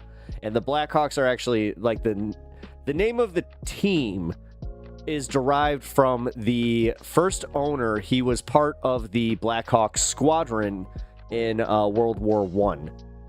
So he named it after his military unit.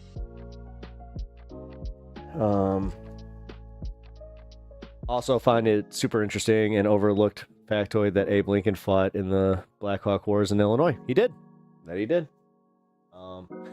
That is overlooked, and also, yeah. He was, dude, Lincoln was just overall base as fuck. Like, Lincoln's my favorite president because he's, do you know that, this is a fact, that Abraham Lincoln not only was one of the best professional wrestlers, and I'm talking WWE professional wrestling in the world at the time that he was alive, and he retired undefeated. How fucking wild is that? Like, Honest Abe, fucking hell yeah. My dude knew how to do a power bomb. Fucking John Cena back there is proud. Never met him. They do that here all the time for tourists. When they want to build a new stadium, they send cops to poor neighborhoods and harass and kill people. Yeah. And, we had a situation like that where they were with the Bears, the new Bears stadium. Actually, I'm sure that you guys have heard of the neighborhood. Cabrini Green used to be right by McCormick Place and the Bears Stadium. So, my high. Oh, yeah. Very much so. I haven't eaten today, so, I've barely eaten today. I need to go upstairs and do that at some point. Is a problem. Why do you ask? Did I forget something? Am I stun locking or what's going on? When people ask, are you high? It's like, yeah, I'm good. But why? Did I repeat myself? Now I'm self-conscious. My boy grew up in Cabrini. No shit. Yeah.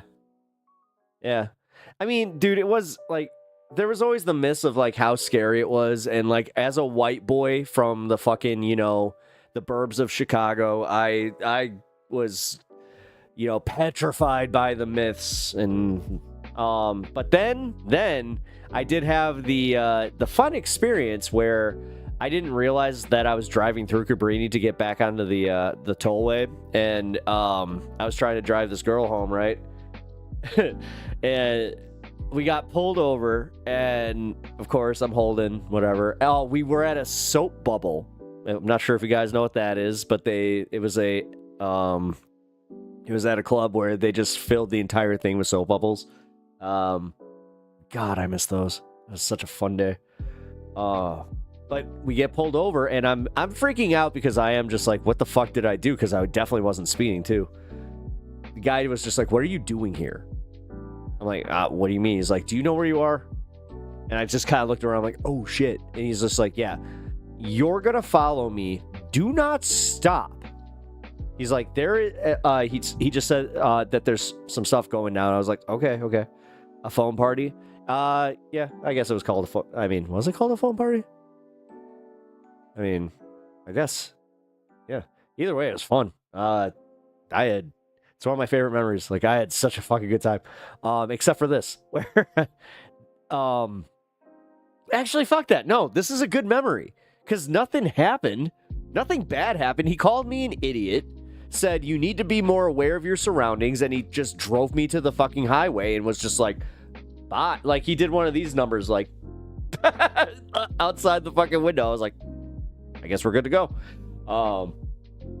God, that was funny, though. I was just like, oh, shit. Thought he did backyard beer gigs. Oh. WinCon, Whoa, Westwood. Whoa, Westwig. I see what you're doing.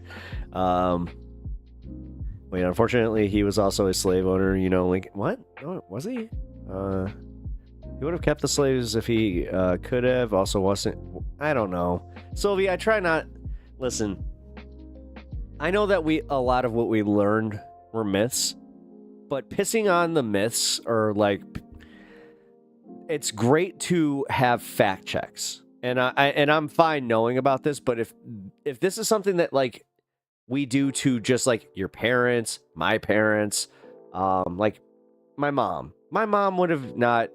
She wouldn't have cared. That wouldn't have changed her mind, and honestly, it would have just made her upset. Like. It's kind of like faith. You just got to kind of let people have their... You got to let them have it because it's not going to change anything. Like, I'm telling you, we're never going to go back. Like, if you're a land back person, we're never going to get back to that point in America. And I'm sorry. It's just a fact. We can do what we can for the nations. And I'm all about expanding nation control of, like, giving them parts of, like, cities. Like, nearby cities. Like, giving the nation's casinos was one way where I was like, you want to talk about reparations? That was actually, like, I hate to say it, that was actually a reparation because think of the way that benefits the nations. Any of the corruption, I also have to say, is on them. Like, they have to at some point, you have to self-police. Like, it is kind of a thing. Like, we don't want us policing that, do we? But... I watched an entire documentary on that about like the corruption that goes on with like the nation casinos and how it only benefits. It's kind of like run like a like family, like mob families within the nations run it, and then the rest of the tribes they get like handouts, but like it's pittance compared to what these guys are making. I'm just providing this information because I know you like having more information and it's good for information. I wouldn't normally do this. Oh no, thank you.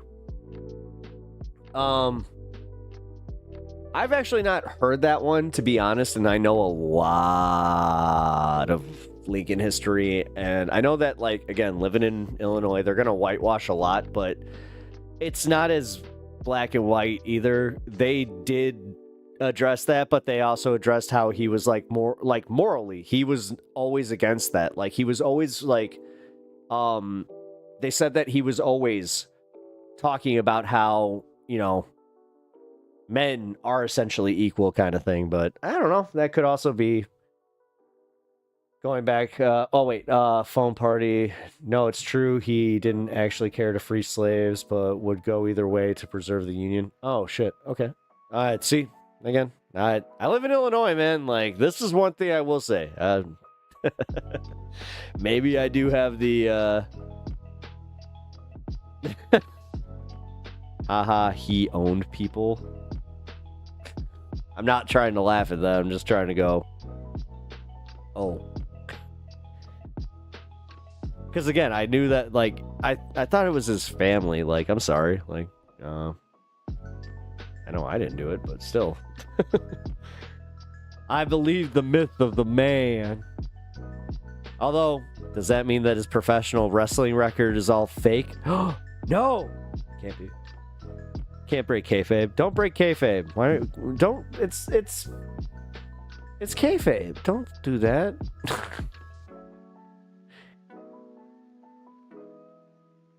We all did. I mean, it's true. Like the Honest Abe thing, I'm sure we all did, but at the same time, I don't know. We got our guys, And he was one of our guys. He is our guy. What am I talking about? We're called the fucking land of Lincoln. Like, every kid that lives in this state, it's a rite of passage to go and rub the nose of Honest Abe down in Springfield. Don't break what now? I don't know. I am high as shit. I've been tipping a few back tonight because I'm having some fun. Y'all playing some Mario Kart, and also I'm a lot better at Mario Kart when I have when I do drink. So that was kind of one of those things where I was like, I want to be at a very certain point to do that. Notice how I platinumed at 150. I would have done 200, but I was kind of like, wanted to catch chill. Not his hand. No.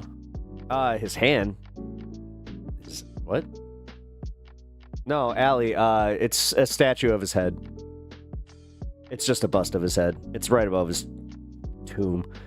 Everybody speculates that he's not actually buried there, which is really funny. I haven't even told you the worst thing I know about Washington, and I won't unless you want me to. I kind of know. I think I have a feeling that I know where you're going with Washington. Washington, I don't care. I'll be honest. I don't give a shit. Lincoln was the guy where I was like, no, let me have this.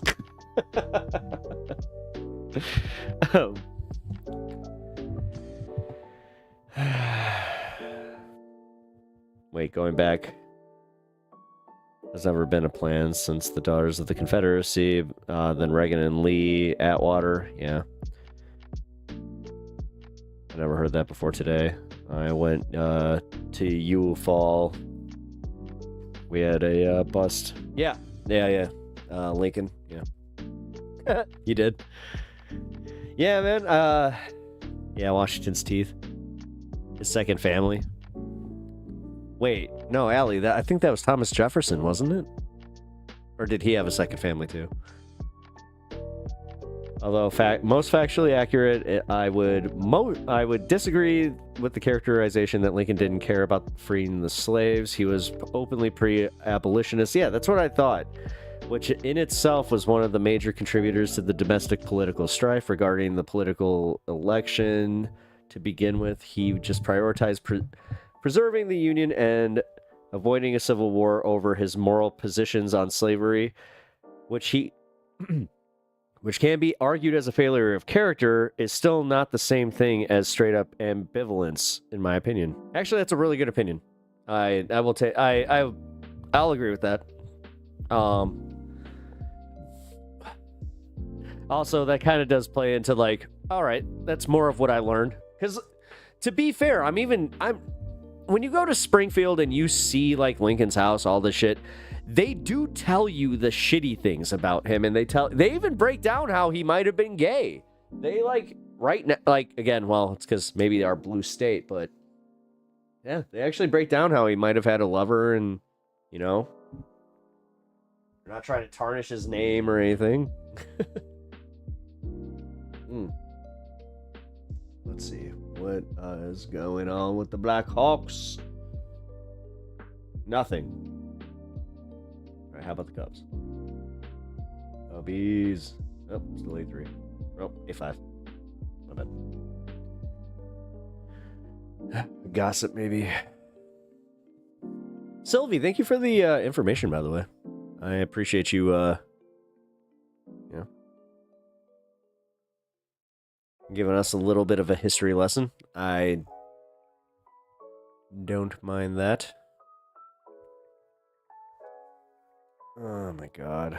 It's an hour later than I thought it was. Oh, shit. Oh, man.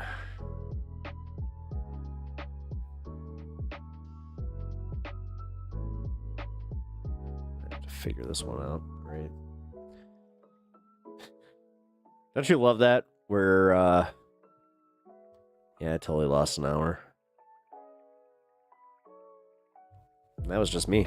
That has nothing to do with anything else but me. Sells newspapers. He didn't have slavery in his house, though. That was the fashion. Guys, I'm going to say one thing.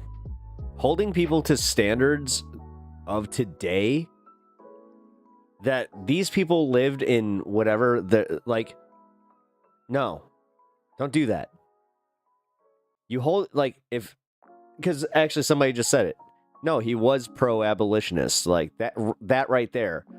If it was still in style to have a slave or, like, whatever the fuck, or, like, it was still okay, and, like, then you had people later that were like, no, I'm gonna free these people. Like, you can't hold them to the standard where it's just like, yeah, but they still thought it was okay for a little bit. Like, dude, what? I don't know, man. This kind of goes back to, like, my anti-cancel culture thing. And it's not anti-cancel culture, but it's anti, like, the whole going back to, you know, people's tweets. Now it would be from, like, 20 years ago, but still. Holding people to those standards is whack when you got guys like Andrew Jackson in history that were, like, way more reprehensible. And, like, you don't even have to look that deep. That's the type of shit where I'm just like, I don't know. Also, the whole, like, I'm not trying to be like, rah-rah America. Trust me. I'm not. Like, but I'm also not going to do the thing that, like, America bad all the time. Like, everybody bad, everybody suck, everybody do bad things, nobody perfect. That's something that I really hope that more people can do, though, is, like, start holding themselves to the realistic standards of that. Like, where it's like, hey, you know, not even I'm perfect, so. But, yeah. I'm not trying to, like, equate that to the whole conversation with slavery, but that's where it does, you know, come down to, yeah, are you willing to hold yourself to the same standards that you judge people by? I've always had that one. Whoa, shit. Ah. Don't agree with them either.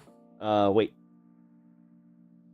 Yeah, although I do generally agree with the idea of being critical of certain past leaders, I do not, and not define them, even if they did accomplish great things. At the end of the day, we're all just human. Yeah, it's not just we're a complicated nation. Listen. No. This is one of my things about, like, not just being a nation. This is, like, people thing. It's the grass is greener, and also not understanding, like, how some people lie and some people just, like, don't want to understand how other people's, like, at the end of the day, most people have fucked up families who have complicated dynamics, who have, like, there's just so many things where we're more alike than not alike. Is kind of where I'm going with this. Trying to do a long and short thing. Plus, just noticed that my fucking camera got moved. There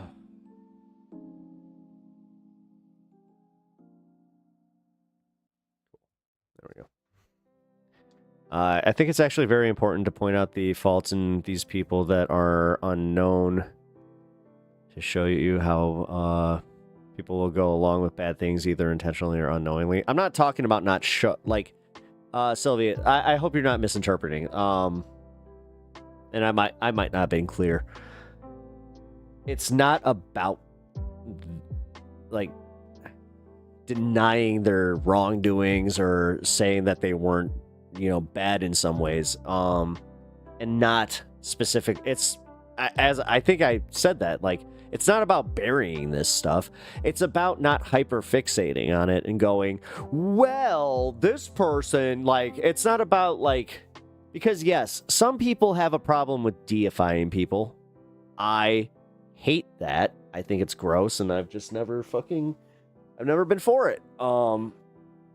I like standing somebody, like, I've been burned too many times. Like, that whole saying about how, like, don't meet your heroes kind of thing. Like, I learned that pretty early on, where I had an interaction with somebody that I thought was going to go way different.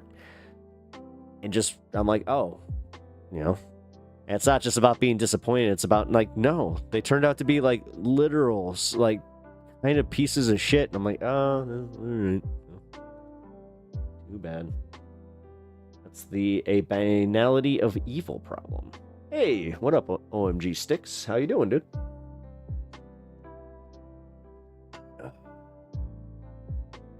Where the fuck did Honeybee go? Just saw that she was on doing something and I was gonna raid her, but... Raid. I said that right. Jesus Christ. Somebody clipped me and they're like, oh, you said you want to F your family? I'm like, what? And I went back and watched the clip. I'm like, oh, that... I did say that. Like, it sounded close. I was like, wee.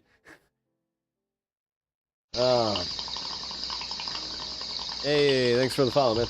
Appreciate it.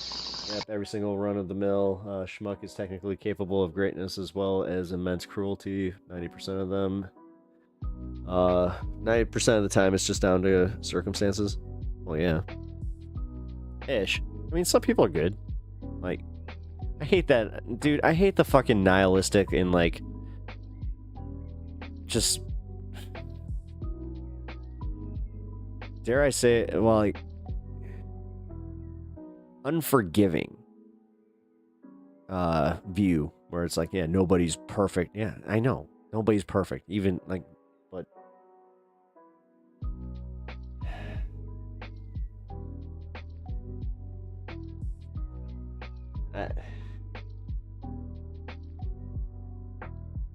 I've been wrestling with this one recently. Like, the whole, like, good versus evil, like, people, and then...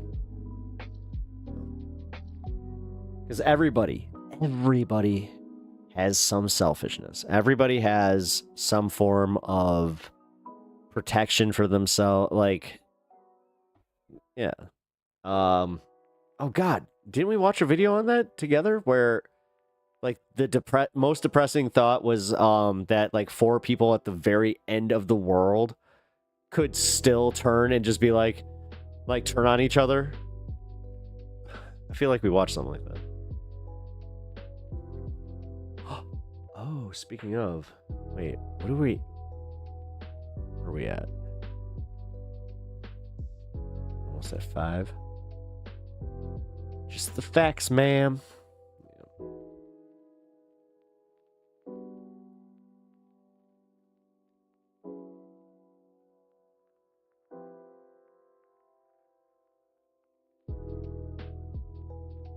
TF2?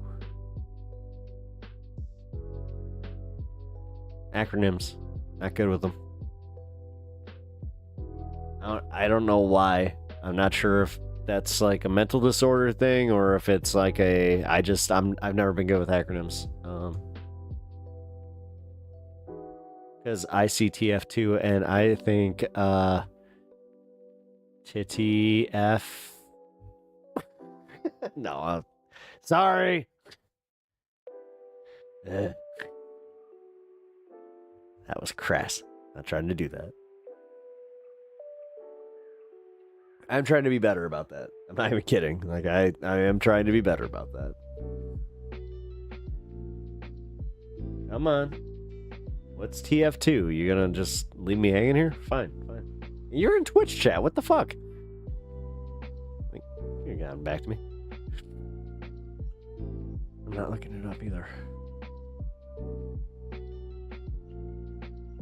Sorry. Team Fortress 2.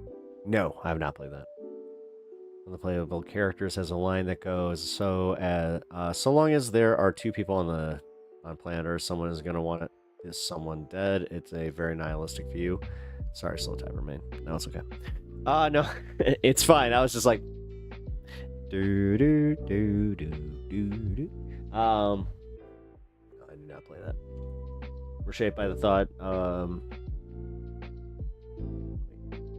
of our time.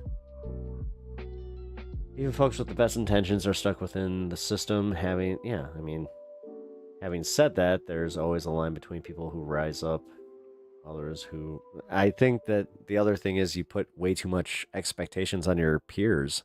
Like, guys, don't hold others to a standard that you're not willing to meet. Like, listen. This is why I always got like a little upset when people try to tell me, they're like, oh, then why don't you run for office? It's like, because I know I'm not qualified to. I know, like, again, I know my place. I'm either better as a political strategist. I would move to that.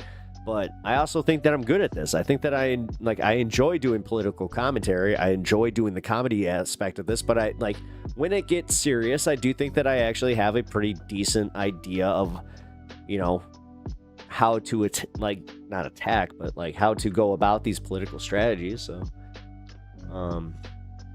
if they won't do it, Team Fortress 2 is team. Oh, thank you. Team based. Oh, it's team based. Wait, is it kind of like Overwatch then? I don't know. I recently played Overwatch again for the first time in a long time, and I was like, ooh, shit. Fuck, man, we got MTG and Bobert in office. Middle schoolers are qualified.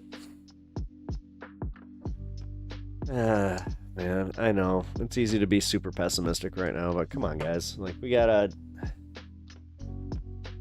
We do have to have a little bit of a better attitude about this. I think you massively overestimate the intelligence and capability of our government representatives. No, it's not about I don't overestimate their intelligence. I think you underestimate their ability to have people that are intelligent to strategize for them. They're not making these decisions. They're not the ones formulating their fucking political strategies. No. It's usually some schmuck like me that's just like, hey, I got an idea. And they're like, I'm gonna hire you on my campaign. And then it's just like, money. Meanwhile, here I am. I'm like, nope. I'm gonna do this the hard way. Completely self-funded. Well, self-funded, I mean, completely funded by you guys. I'm funded by my audience. I'm funded by, not even really funded by Ground News.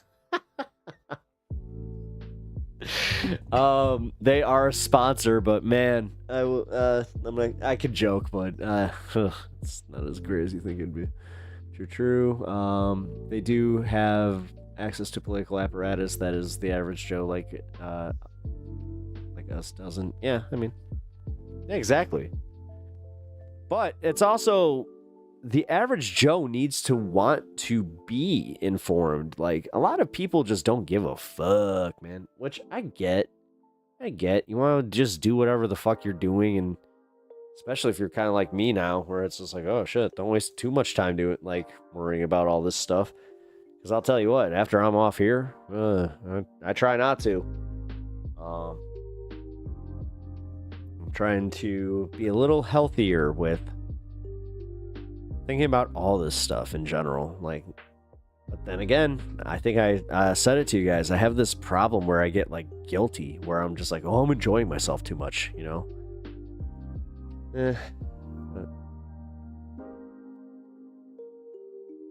Martyr syndrome? No, it's not martyr syndrome. Really? That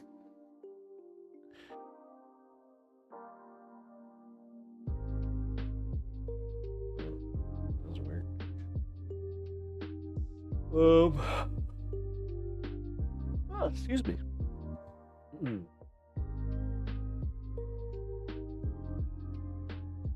Cubs won. Oh, top of the ninth. Come on. I love how opening night is going so late. I just think you're massively discounting yourself. The fact that we're here having these conversations puts you in the top percentile alone. Oh. Thanks. I appreciate that, OMG Sticks. Never been great on the whole, having confidence thing. Working on it. I'm really working on it. I really don't think the lack of civics education and just general lack of political curiosity that people have in this country, the only people don't like. The only people nowadays who are politically curious are the people who are already heavily partisan. That's not true. That's not true. I have plenty of people actually just like that last comment where it's like, no, apparently I'm making a difference. I have had people in this community say that I've changed their minds politically. Which again, but I think you are right about the whole, like, people who are into politics either are partisan or they're just... What happened to the people like me who were just into current... Like, we used to have a class called Current Events. I was super into it. It wasn't even the politics. It was just news. It was just like, oh, this is a class that I could just, like, pay attention to what's going on around me and I can get a solid A? Well, fuck me. Let's do that. And everybody else was failing it, dude. It was so wild. Like, I remember one of the smartest girls in my class. That was the one class that she was having a hard time in. Well, I mean, hard time. She got an A-. Ooh. Just one of those. If they don't do it... Oh, wait. I have somewhat of an opposite problem. I can't stop thinking about stuff like this because I just don't really have fun typically. Unfortunately, I don't get enjoyment. Sylvie, what's going on? Best way to get better... no, not necessarily. It's on parents, too. People like... Republicans like to talk about parental responsibility. Well, just going to say this. It's parental responsibility to inform your kids. And I'm talking about don't indoctrinate your kids. That's the worst thing you can do as a parent is just be like, well, in this household, we are Trump supporters, or in this household, we are Democrats. No. In this household, we are informed, and I will let you formulate your own opinion. I will let you read the Bible, and if you want to be part of that church, go ahead. If you're, gay, excuse me.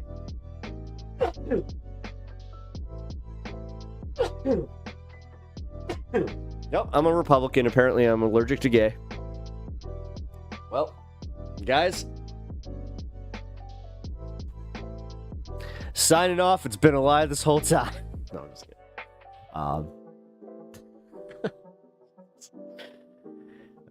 No, but Sylvie, for real, what's going on? It's a condition, but psychological and mental. I have nerve pain issues and internal pain and an extreme brain fog, as well as other things like ADHD, maybe autism. I got a little bit of that too.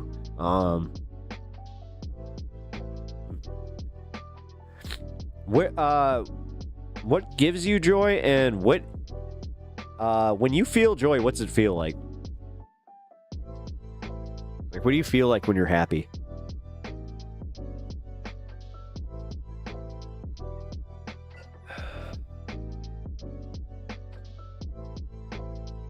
used to blame education a lot, but we're at an intersection of connectivity and class warfare. That's a lot of the lower classes to be duped. The authoritarians have better messaging. Yes, they do.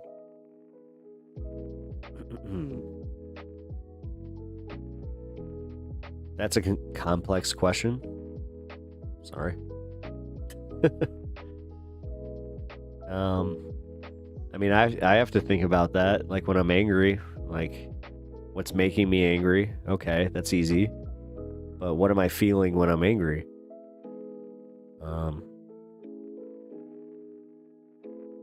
This is what I'm just going to say this. Therapy and meditation have helped me with these.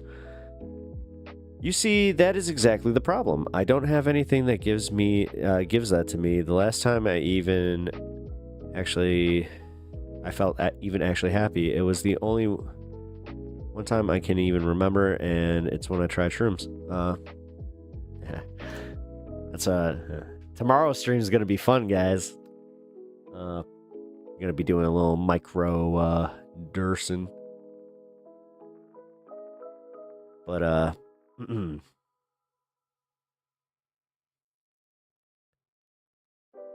so you're telling me, well, hold on, because for you to understand that you don't have joy, you know what joy feels like. Like, you have had to experience it to know that you've lost it.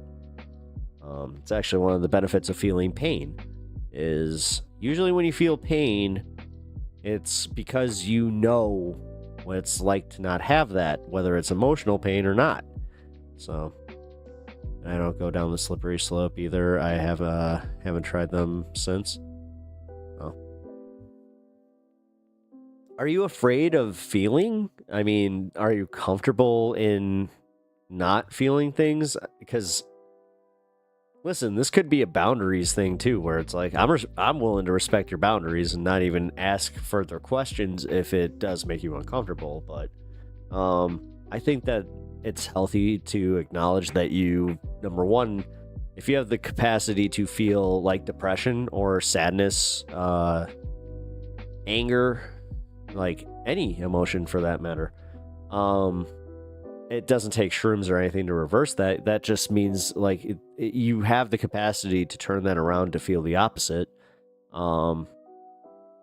It's just more so like you could be a little bit like me where like you haven't focused on yourself enough to even understand like what makes you happy. I've been working on that for years. And I found this, honestly. I know I've had the experience. It's been so few and far between that I can't remember feeling attached to it. At the very least, the happiness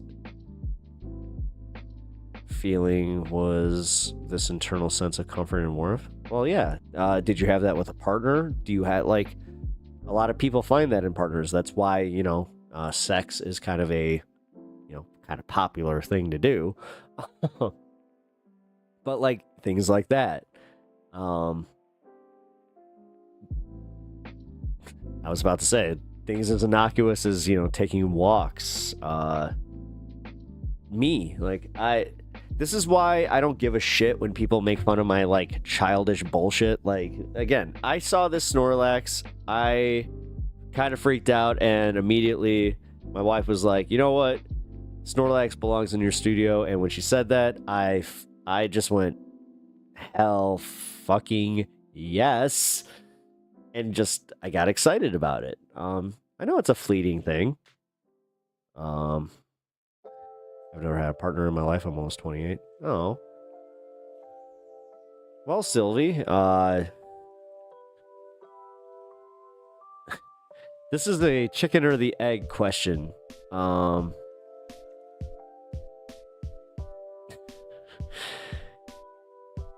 Like, have you been feeling like this? So would you attribute that to why a partner might not be attracted to you, or like attracted to the idea of like, because I don't know. I listen, I'm trying not to make too many general assessments, but I am trying to also be like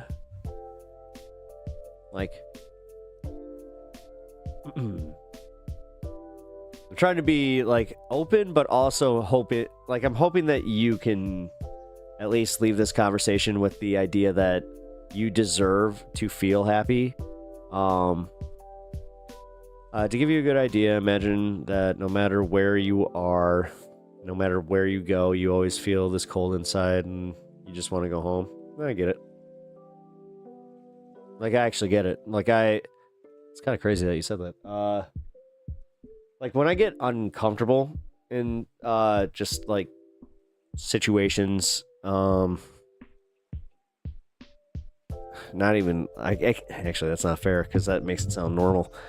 I've had moments in my own, like, just here where I will say, like, I'll be sitting on my couch watching like a movie or something, and I'll just be like, I want to go home. And what I mean is the child idea of like my family, having everybody under one roof, like this weird thing. But I don't know. That's my interpretation of what I think I miss, but I think that's what it is. Like, it's the idea of like this safety, because I experienced it for like a hot minute, you know. But sorry, I wasn't trying to like pry. I really wasn't. Because like I was also speaking from experience. Like, I know that I find joy in my partner. Like, I know that I like when they're happy, I find joy. I feel, and this isn't just me, and I'm, again, not trying to overstep. And I hope you, like, I hope this stream. I hope that I can bring you some form of joy, like even if it's small. I know that I have a weird sense of humor, so maybe a few jokes will land with you. Like, I don't know what makes you laugh, but I think that, like, a big part of it is you should really just... I'm not trying to tell you what to do. I am just saying that you are worth it, and I'm not trying to be like, t-shirt slogan-y. You're worth it. Like, you're worth letting yourself feel these things. You're worth it. You're worth letting yourself feel good. And if you can just work towards letting yourself try it, then you're worth it. Just saying. Maybe she's worth it. Maybe it's made for me. So. I had to end it with a joke. I made myself uncomfortable. I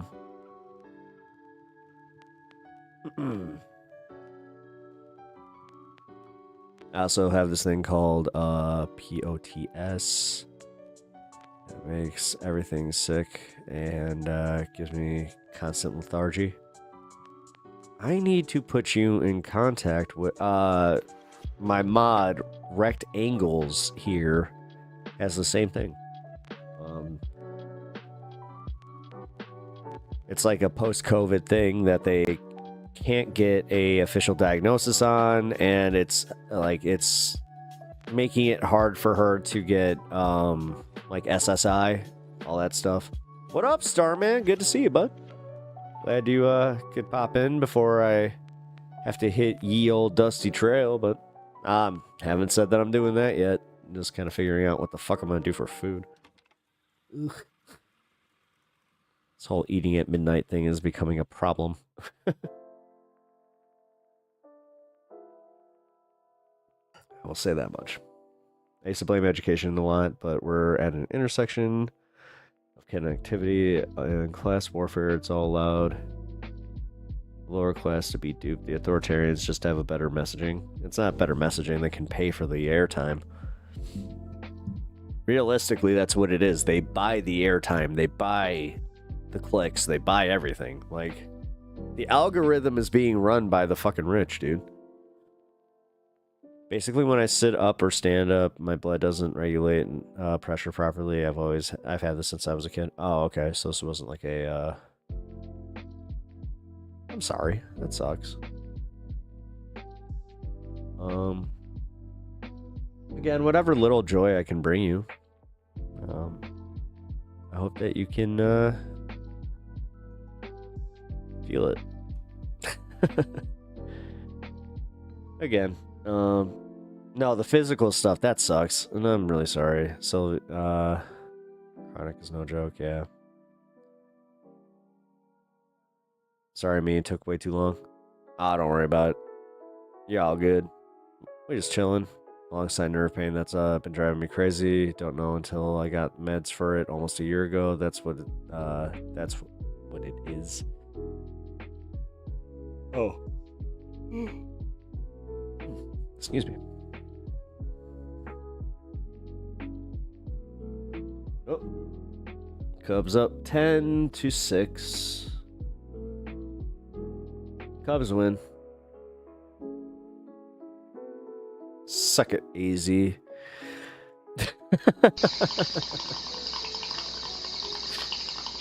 Thank you for the follow. Mason. Appreciate that. Or is it Mazzino? I messed up, it sucks, but don't worry, I think you're awesome. Or I messed up. It sucks. Oh, hey, thank you. Appreciate that. Hello! Welcome to the stream. Thank you for introducing yourself. I appreciate you doing that. I'm Pep. Nice to meet you. Honestly, guys, that's sticking. I like how I've disarmed a few people that way where they came in here hot, where they're just like, what do you think of this? It's like, well, hold on. Let me take a step back, say hello, introduce myself. Yeah, we just chilling, having a good time. Actually, I think I'm gonna smoke with y'all, and oh yeah, we're at almost 5:20 here. We could do that. Why not? And then Mitesh, I think that I want to do a one-on-one. We'll do 4. We'll do a 4-race circuit. Fuck it. Putting food in my stomach now or putting food in my stomach later isn't going to make a difference.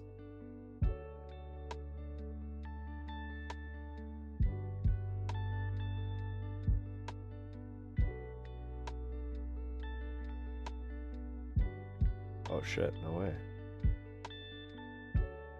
I want to be clear that I appreciate your concern and attention to my situation. Oh, okay.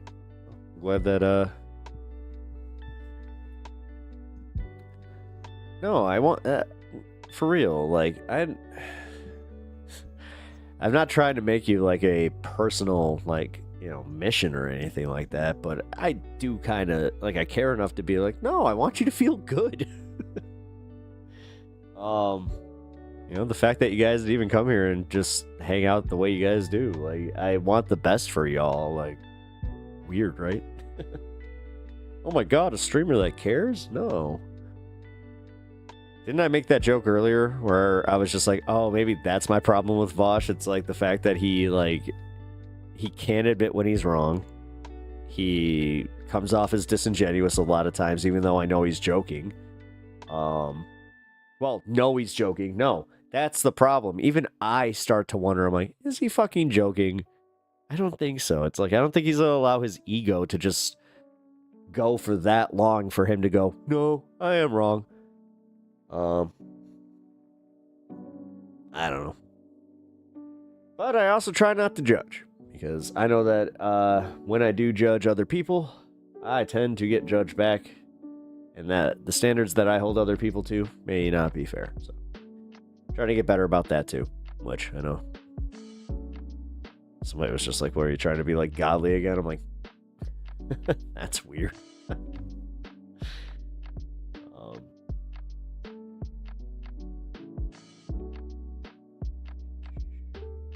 We got our Mario Kart back up.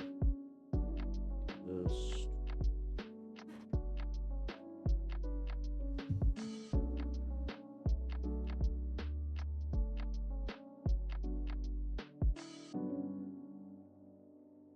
My hot take is, why do you think he's a fake lefty? I wouldn't say he's a fake lefty. I think that's a little uncharitable.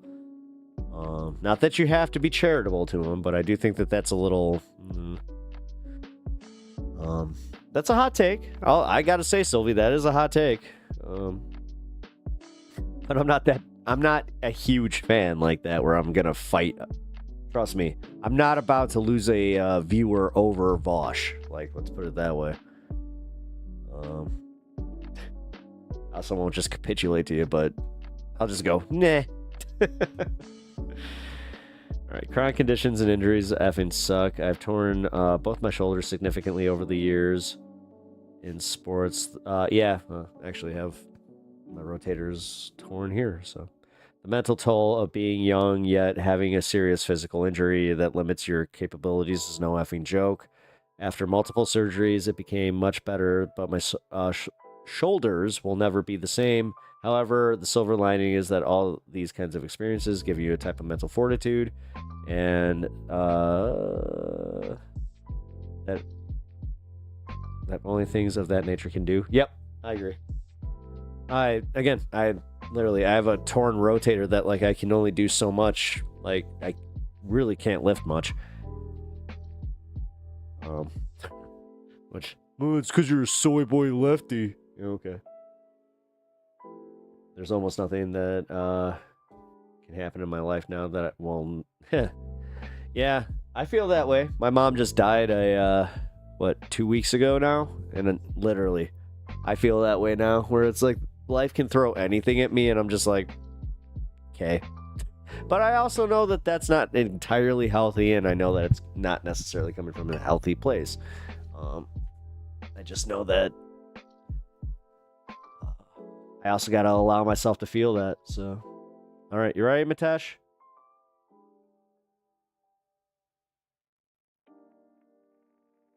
Mm-mm.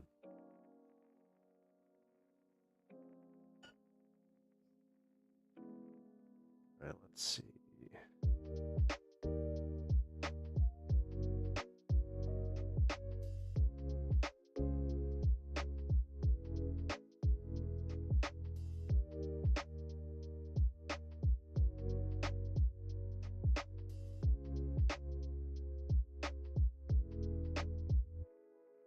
All right, I think that you can join this room now, right?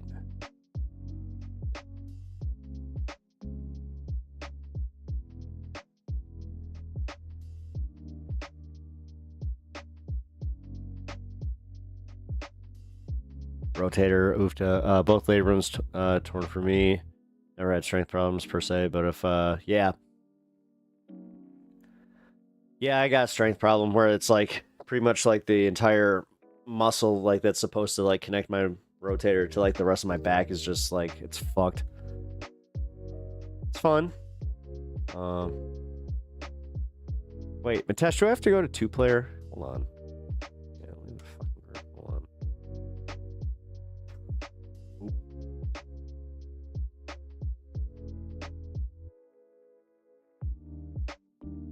Why is this not working?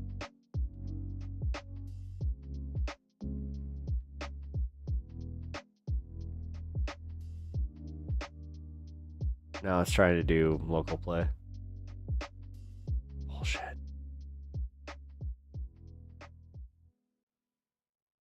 The body is truly a vessel. We gotta take care of ourselves so the vessel doesn't feel like a prison.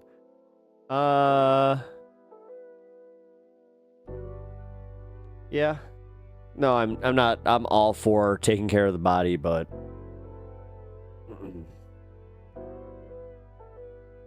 don't make that like your whole life's thing, is all I'm gonna say. Okay, this is confusing the fuck out of me. Why the fuck can't I just play with my friends?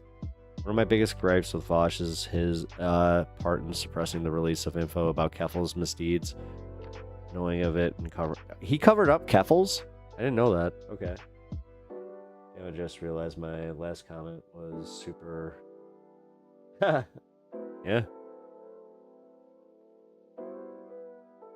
Who'd he coerce not to release the Keffel stuff? That's... Yeah, I mean, that is messed up. I kind of followed that. I mean, I was actually, funny enough, Xander Hall. Okay. Wait a minute. What the fuck? Why not just let me do this?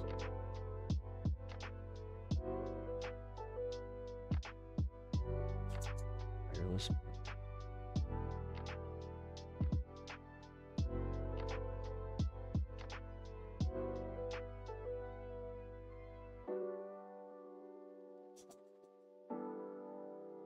Wait, can you just join the lobby?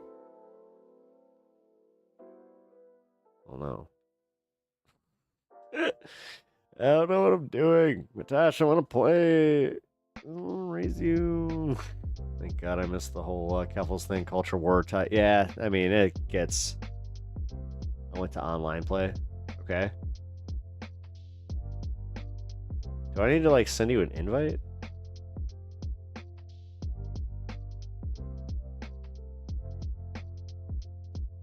Xander was who they told not to? Oh. Xander's who they told not to, but then he made it his, like, entire thing.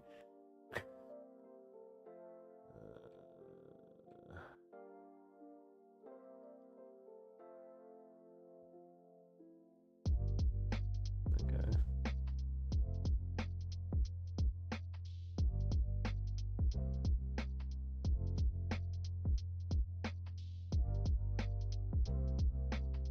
Oh, wait a minute. Duh. There we go.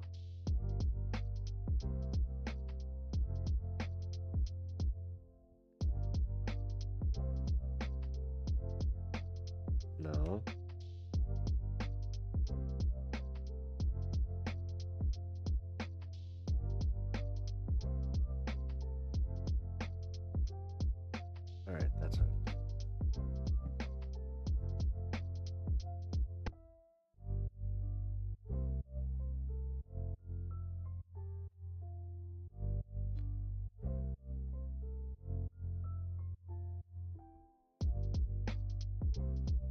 One player creates a room in online play menu, then the other player can join that room through the friend section. Aha, go to the friend section.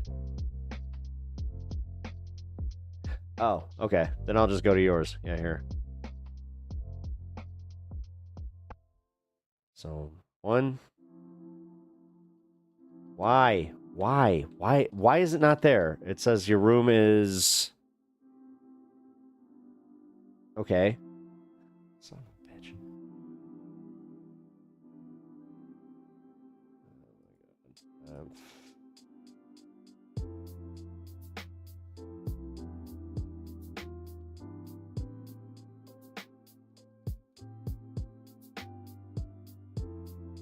Oh, online play. There we go.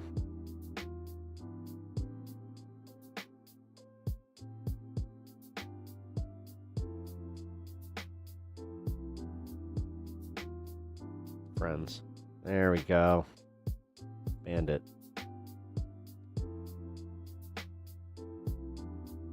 Wait, do we need more than one? No. There we go.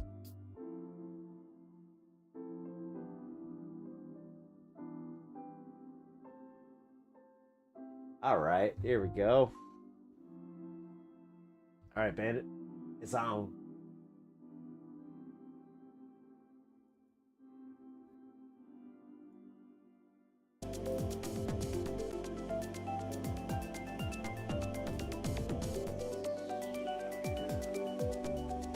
Okay. Now what? Wait a minute! I thought it was on! Wait a minute!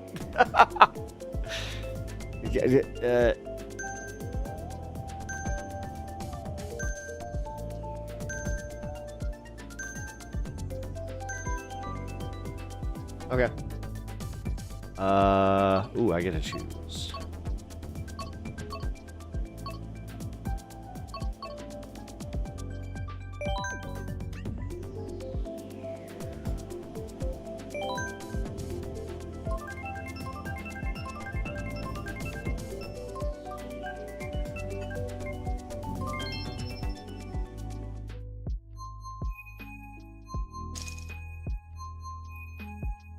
It's Daisy.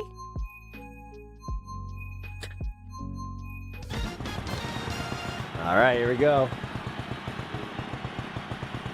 Luigi.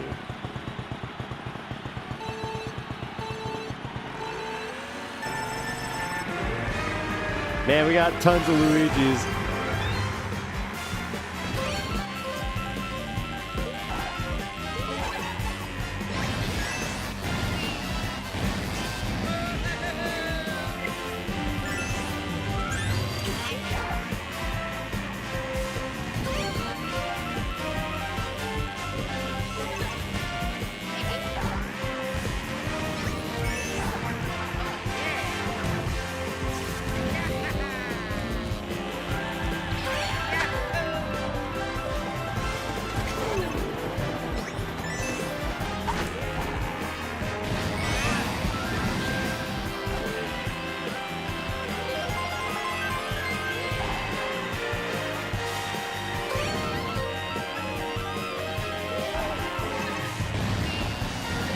Oh, you fuck.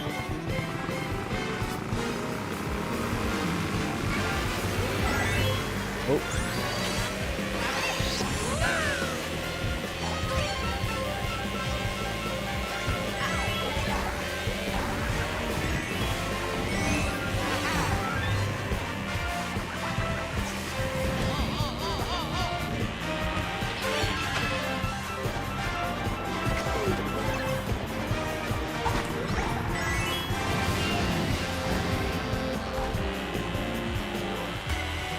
Shit!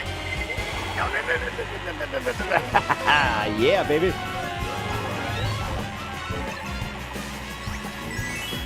Woo! Really missed that. No, no, no, no, no. Oh.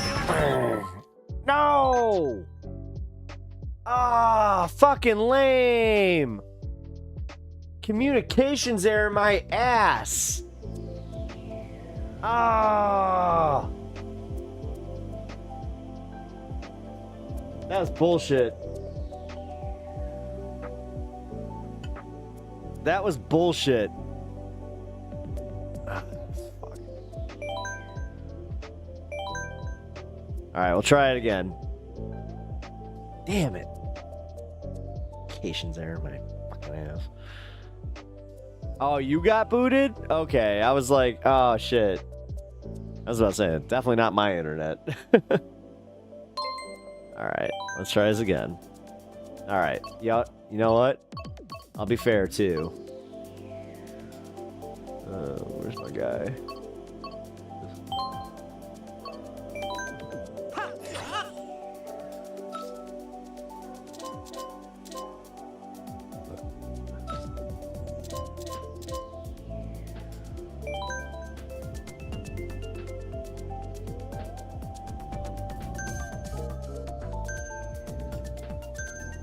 Yeah, now you guys know. Oh, come on. Communications error.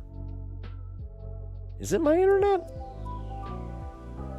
Hold on. You know what? There we go. I'll knock out Spotify. Oh, that's what it was. Hold on. Yeah, my internet's booked up. There we go. Boom. All better.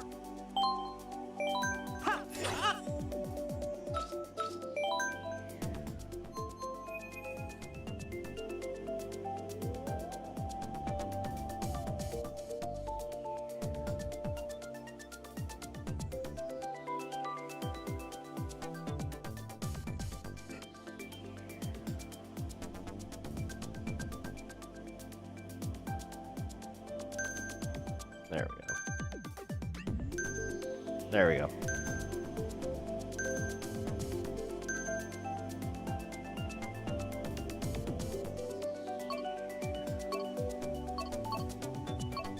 I still want to do the same track.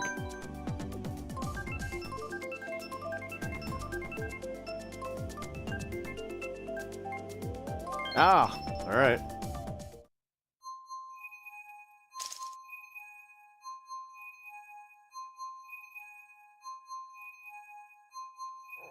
No communications errors, please.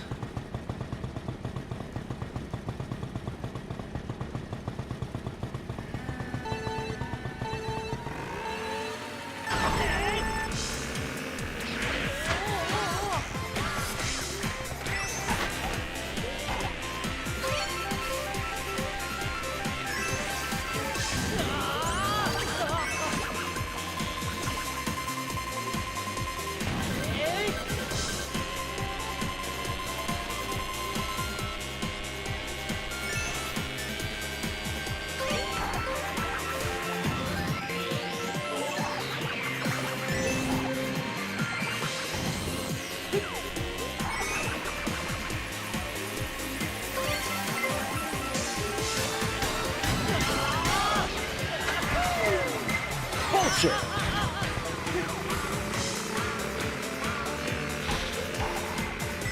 Oh, do not hit me again. Oh. Come on! What the fuck?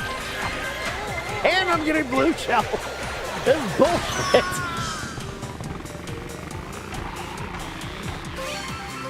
Oh my god.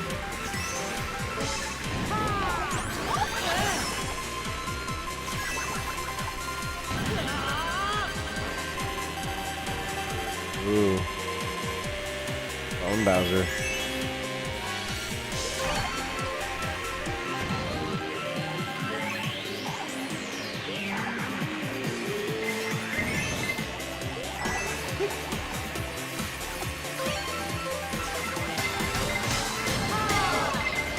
God damn it! Oh, you got me at a really good time.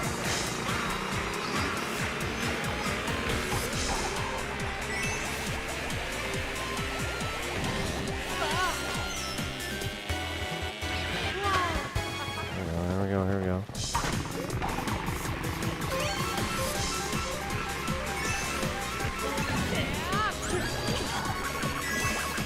Eat shell.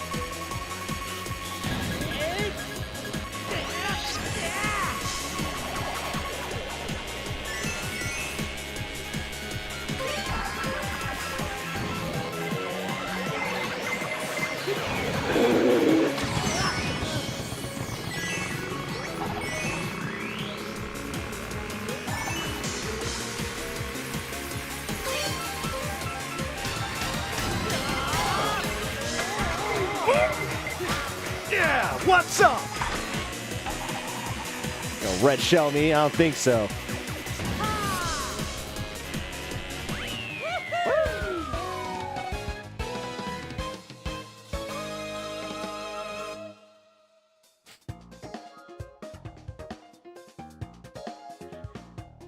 All right, that felt good. Not gonna lie. All right, where are you at?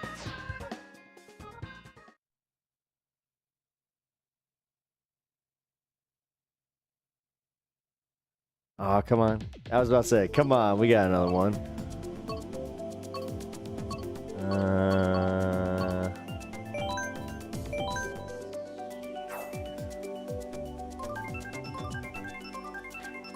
I like that crown.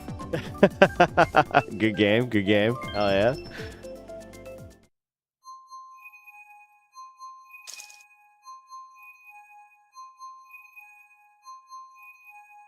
All right, interesting. All right, so dry Bowser. This is the problem here. Remember, the rain does matter in this.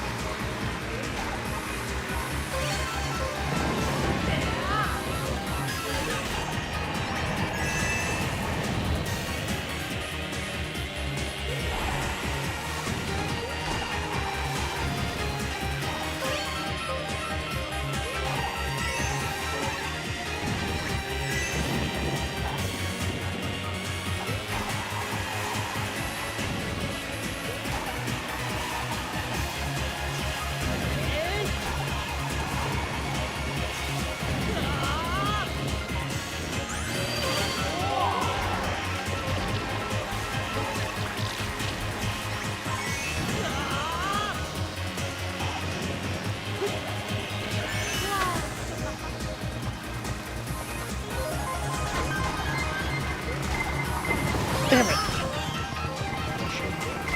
Bullshit. Alright, that second one wasn't bullshit. I'm glad that I got away with that. Damn it! Getting blue shell. Nothing I can do. All my coins. Damn it. I actually had a lot there too.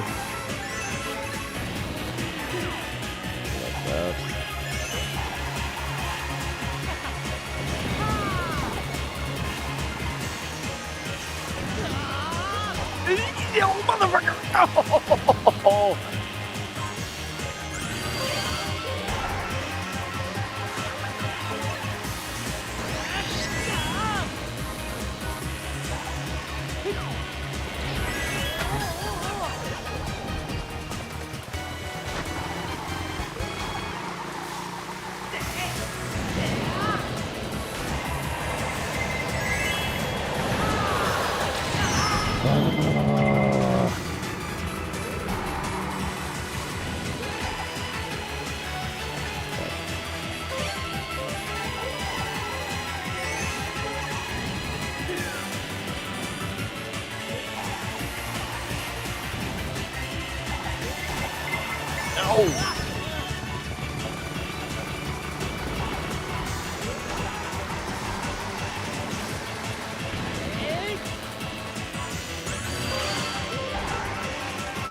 Ah, damn it! Got booted.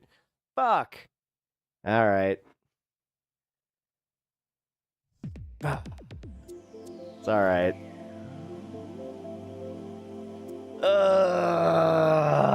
I keep getting disconnected. It's okay.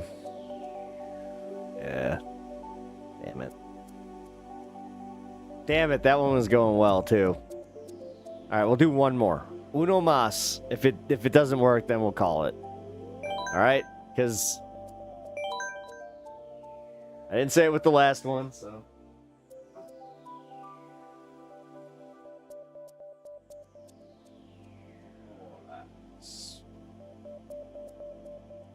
All right. Yeah, you pick the parameters.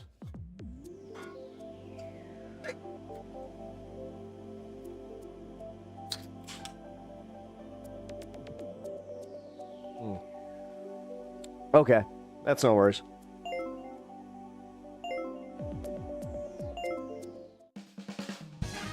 All right, well, we can smoke and here. I'll do a quick 200 circuit.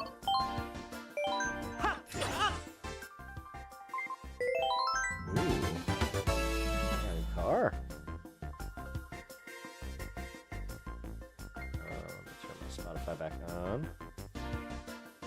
But I want my... Oh, there we go.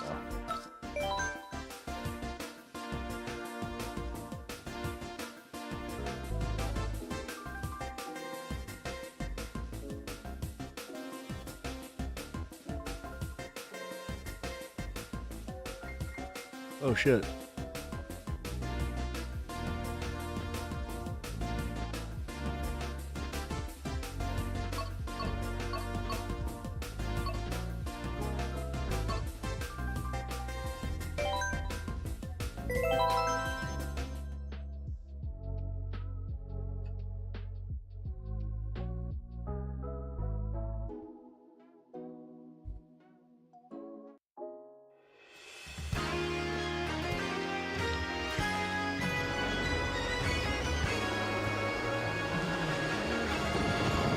All right. Here we go. Here we go. Here we go. Here we go. Let's go. Got this.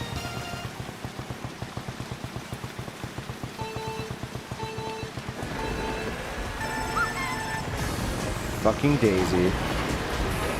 Oh my god. Yeah, I forgot. This is 200. This one has all of it.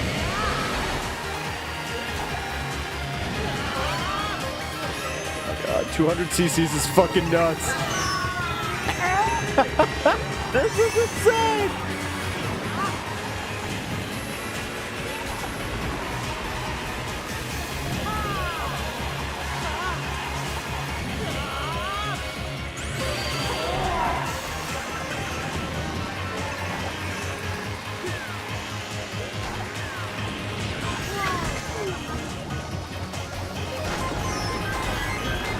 Ah, shit.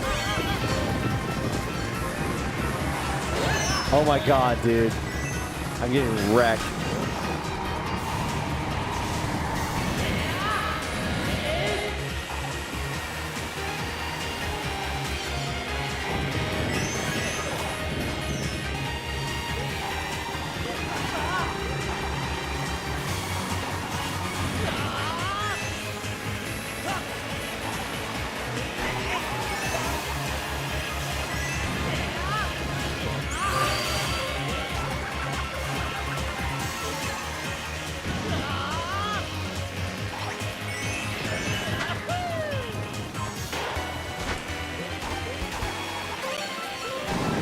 Who's first?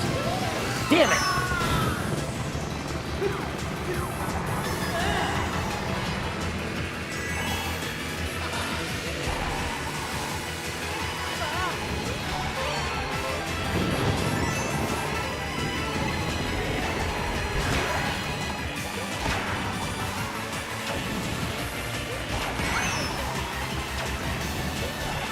Shit!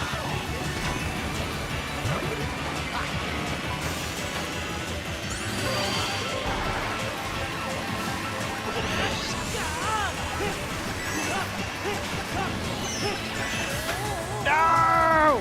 I didn't make the first three. Fuck. I can take it back. I can take it back.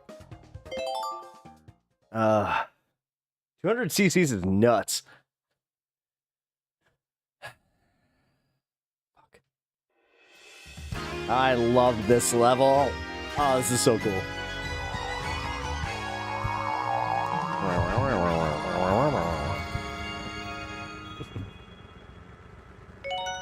Hope you guys are enjoying this. This is fun for me.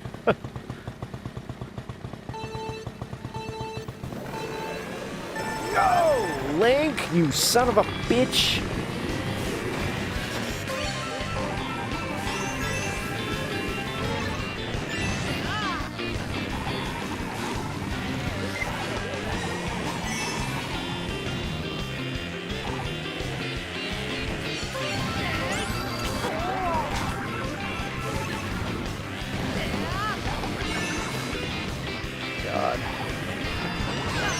Oh my god. Yeah, I'm gonna stick to 150 cc's after this shit. Oh, come on. I hit the damn thing. Oh! It let me do a shortcut. Badass.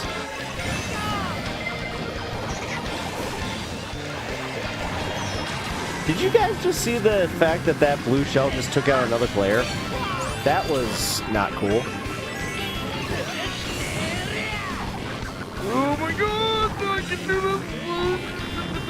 this. Don't hit him, don't hit him. Oh god.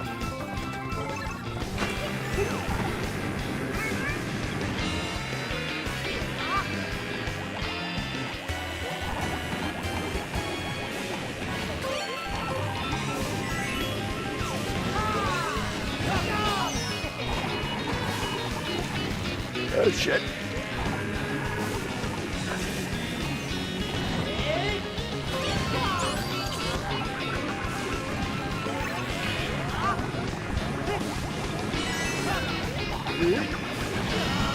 Oh my god, oh my god, oh my god, oh my god.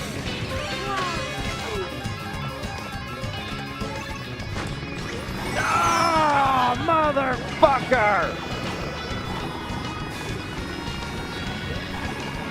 Oh, that was it. That ruined it. That just ruined the entire fucking...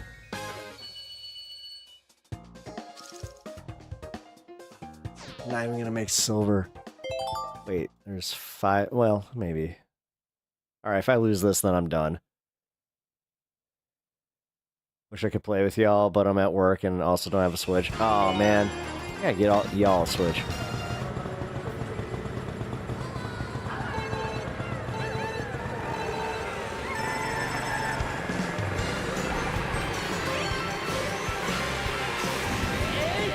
Come on. Oh my... Come on, man. Oh, just got fucked.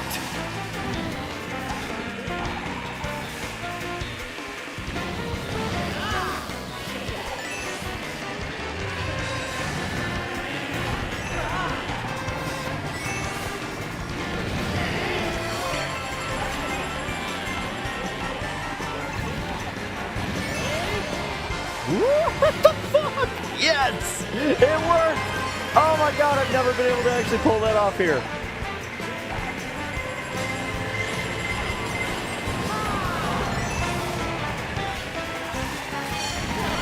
You asshole! That was mine. That was my chew. My chew. There we go. There we go.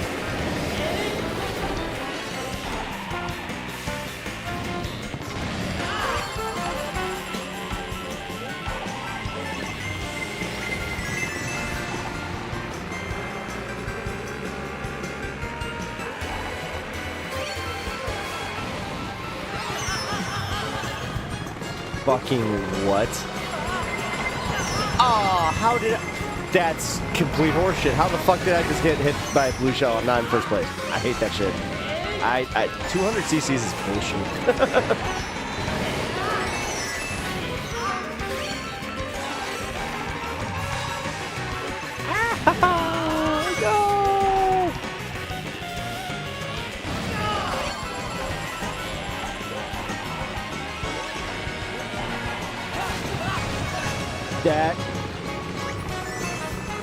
That did it.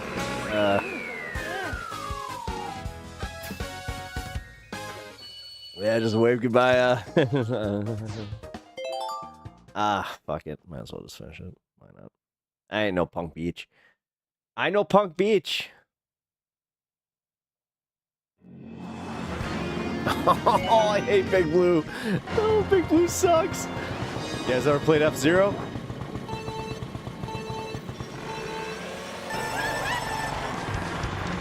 Perfect serve.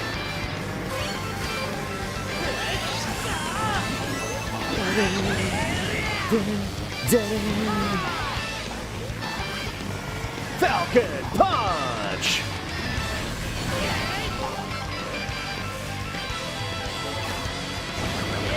Woo! Oh, motherfucker. In 8th place.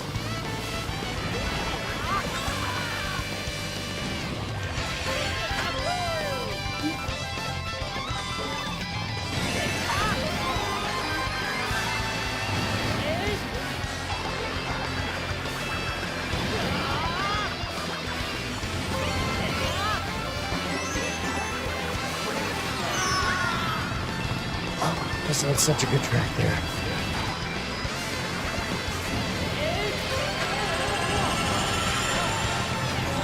Oh, come on! Bullshit! That's right. Let's go, let's go, let's go. Come on! What am I at? Yeah, I was about to say I'm getting close to the end of the later. There's no way.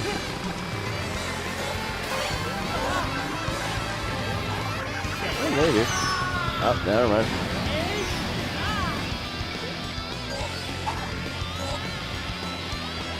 That 200 cc's is nuts.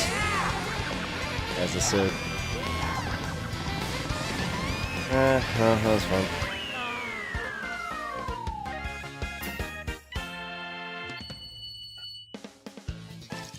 Seventh place.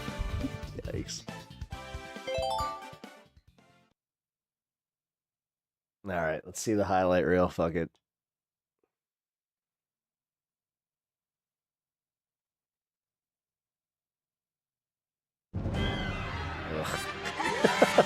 Thank you for the consolation prize. You know what? Fuck you. No, just, yeah, go away.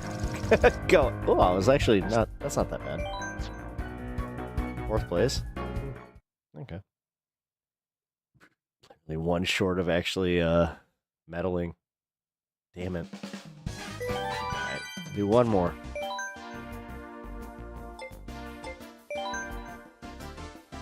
Oh, that's why you were doing mirror? No, we want to do 150 cc's. That was part of the problem.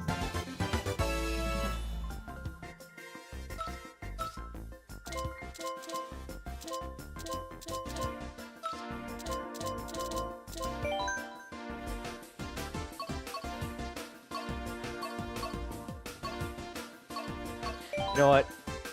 This is one of my hardest circuits. Fuck it, I'll do it.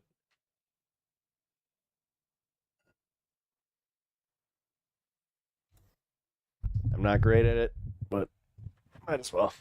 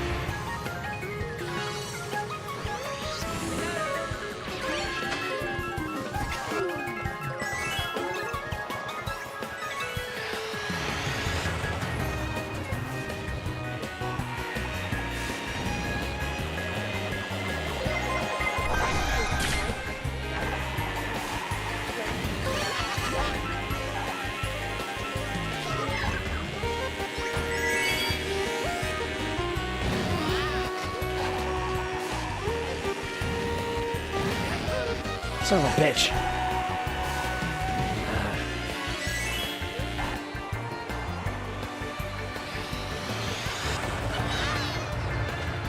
You play Mario Kart on DS? That's what, actually, I would argue the best system to play Mario Kart. And Mario Kart DS had my favorite tracks.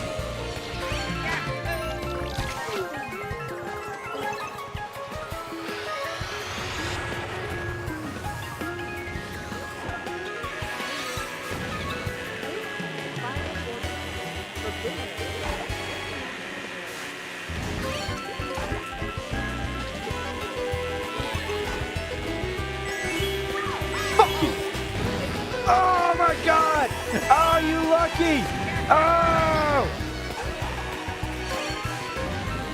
Oh my God, she just escaped that. I'll let you get that. Who shall you?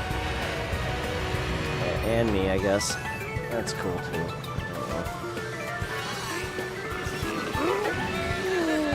Okay, whoever gets the landing here first is gonna get showed.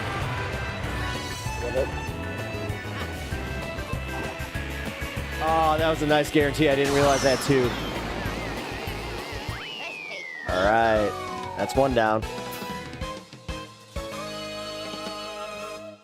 This is new high-tech Mario Kart. Yeah, it is.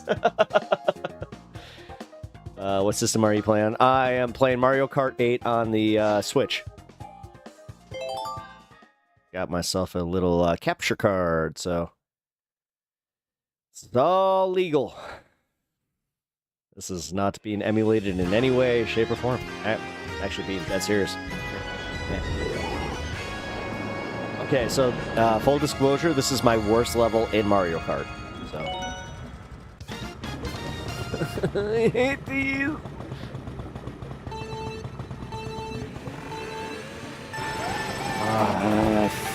Fucking Donkey Kong.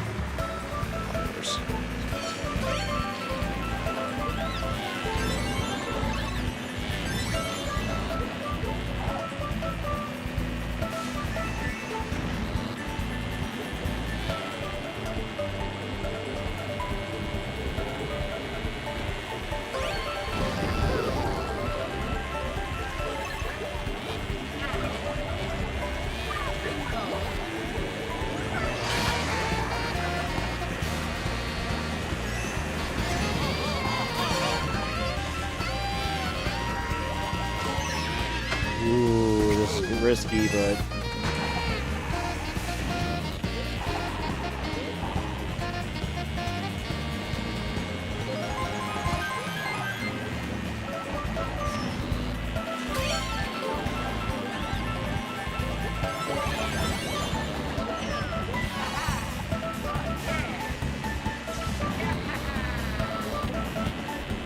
nice, got somebody.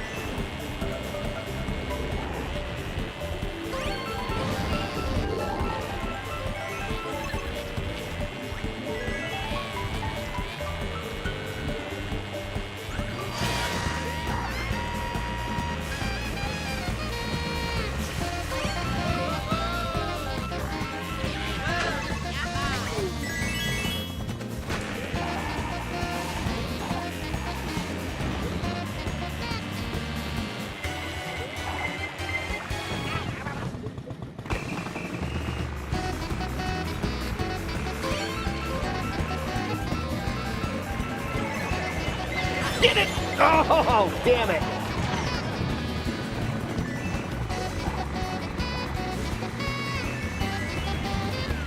That sucks because that means the odds of the new blue shell happening are not very fucking high.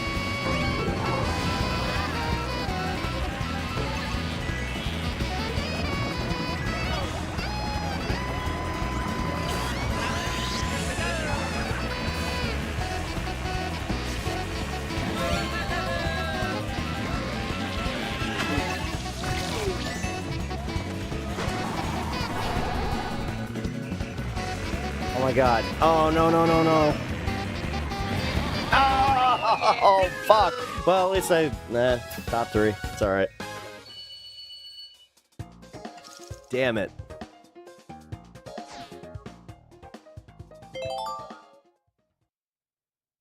Too bad. This level easy.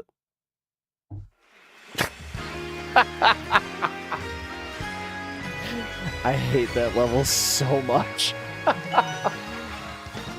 This is one of my favorite levels, and that's why when I was playing Matesh, I was like, yeah! Oh, come on, really? Fucking you got that much of a boost? Bullshit.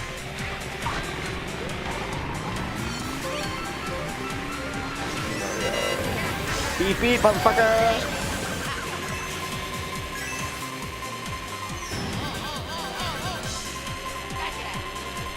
yeah.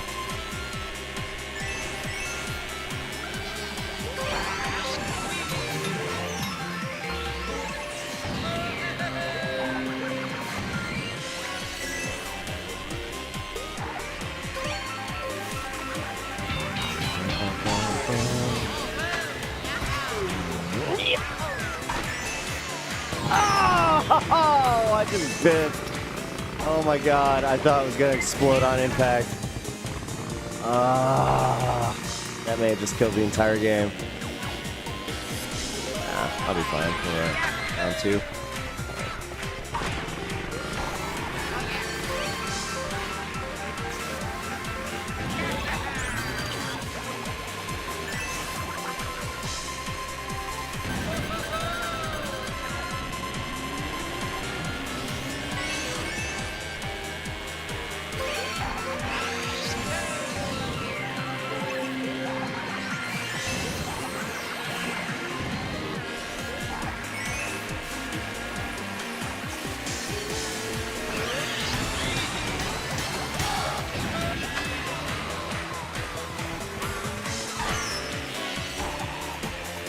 Come on, you blue shell fuck. Too early to be in first right now. There's somebody that's in first right now. Oh, fuck.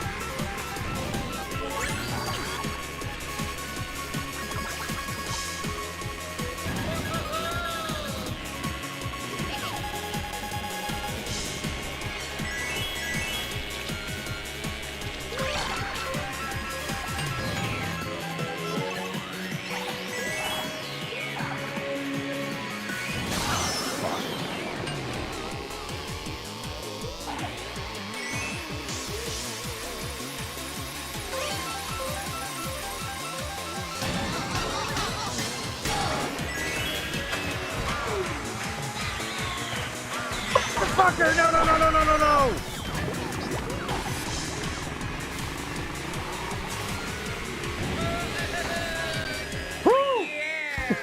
That could have sucked. Alright, let's see. Still first?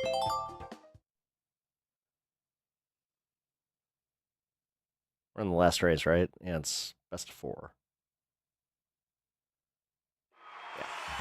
Alright, this one's fun. Straight downhill. Let's go! Let's go! This one's fun, but it's very hard. Alright.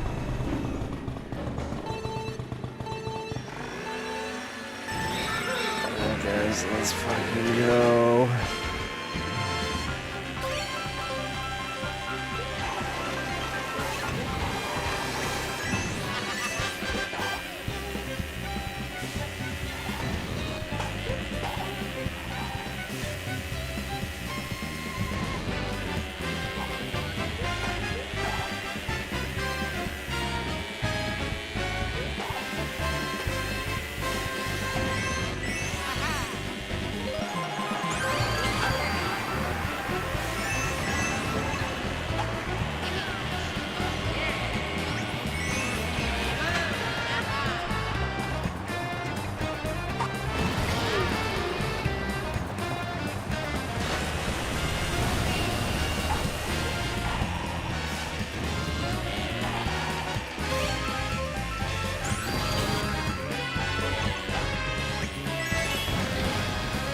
Shit.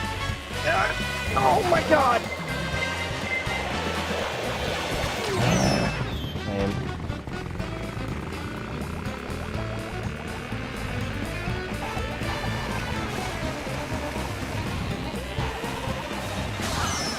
Oh my god, dude.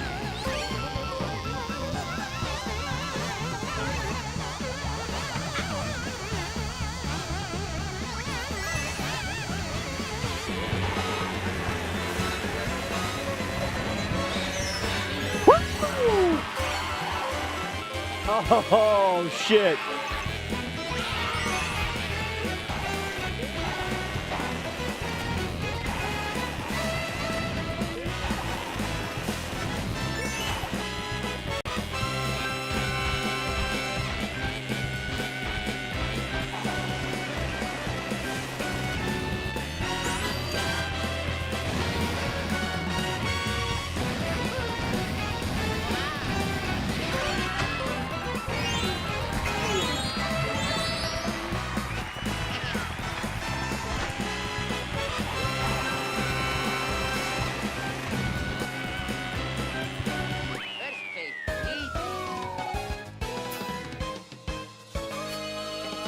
Oh, yeah.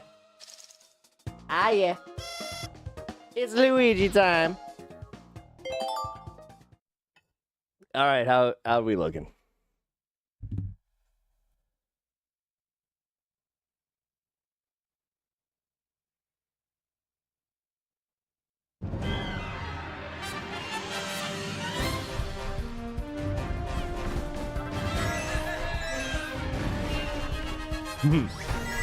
God, I love these. Oh, look how badass I am. Look at him. That would have been so much better if it had been 3-1.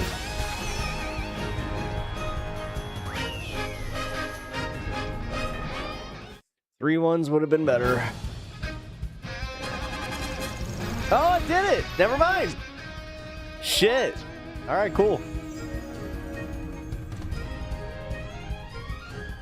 Well, thank you for hanging with me on that one. That was cool. Shit.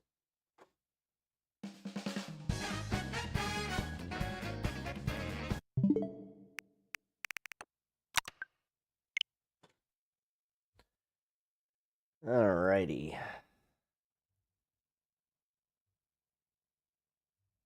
Oh man, that was fun.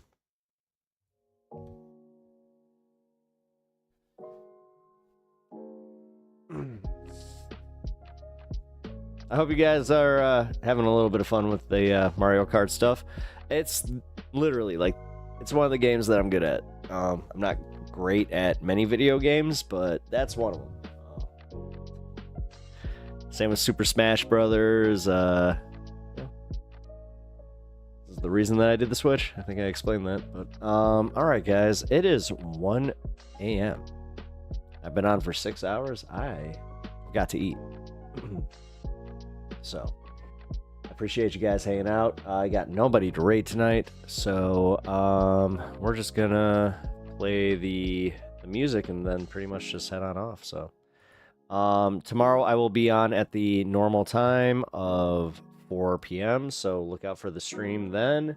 If you guys don't have your notifications on, please turn those on. Also, if you guys can do me the favor and just consider donating to my mom's memorial fund. Here is the link.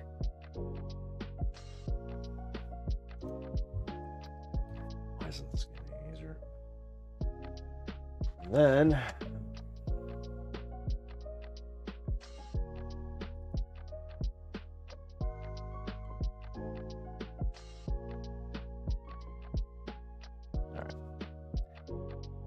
then yeah, 4 o'clock tomorrow. Do I have anything else? Any announcements? Oh, yeah, video announcements. I have members only content dropping this weekend. It's going to be in the vein of 5 to 10 minute breakdowns of what's going on in the news and just in the community. So I hope you guys are prepared for, as I said, the new era of Pep Talks, where we get to have more fun. And then I hope you guys are ready for a Comic-Con stream, where I'm going to hopefully get good enough internet to do a live stream from C2E2. We will see. Mario Kart is one of the few games I have always been good at as well. Yeah, Sylvie, so you get it, or you're just like, when somebody says Mario Kart, you're like, I will take a controller. Yeah. Oh, that's where I learned.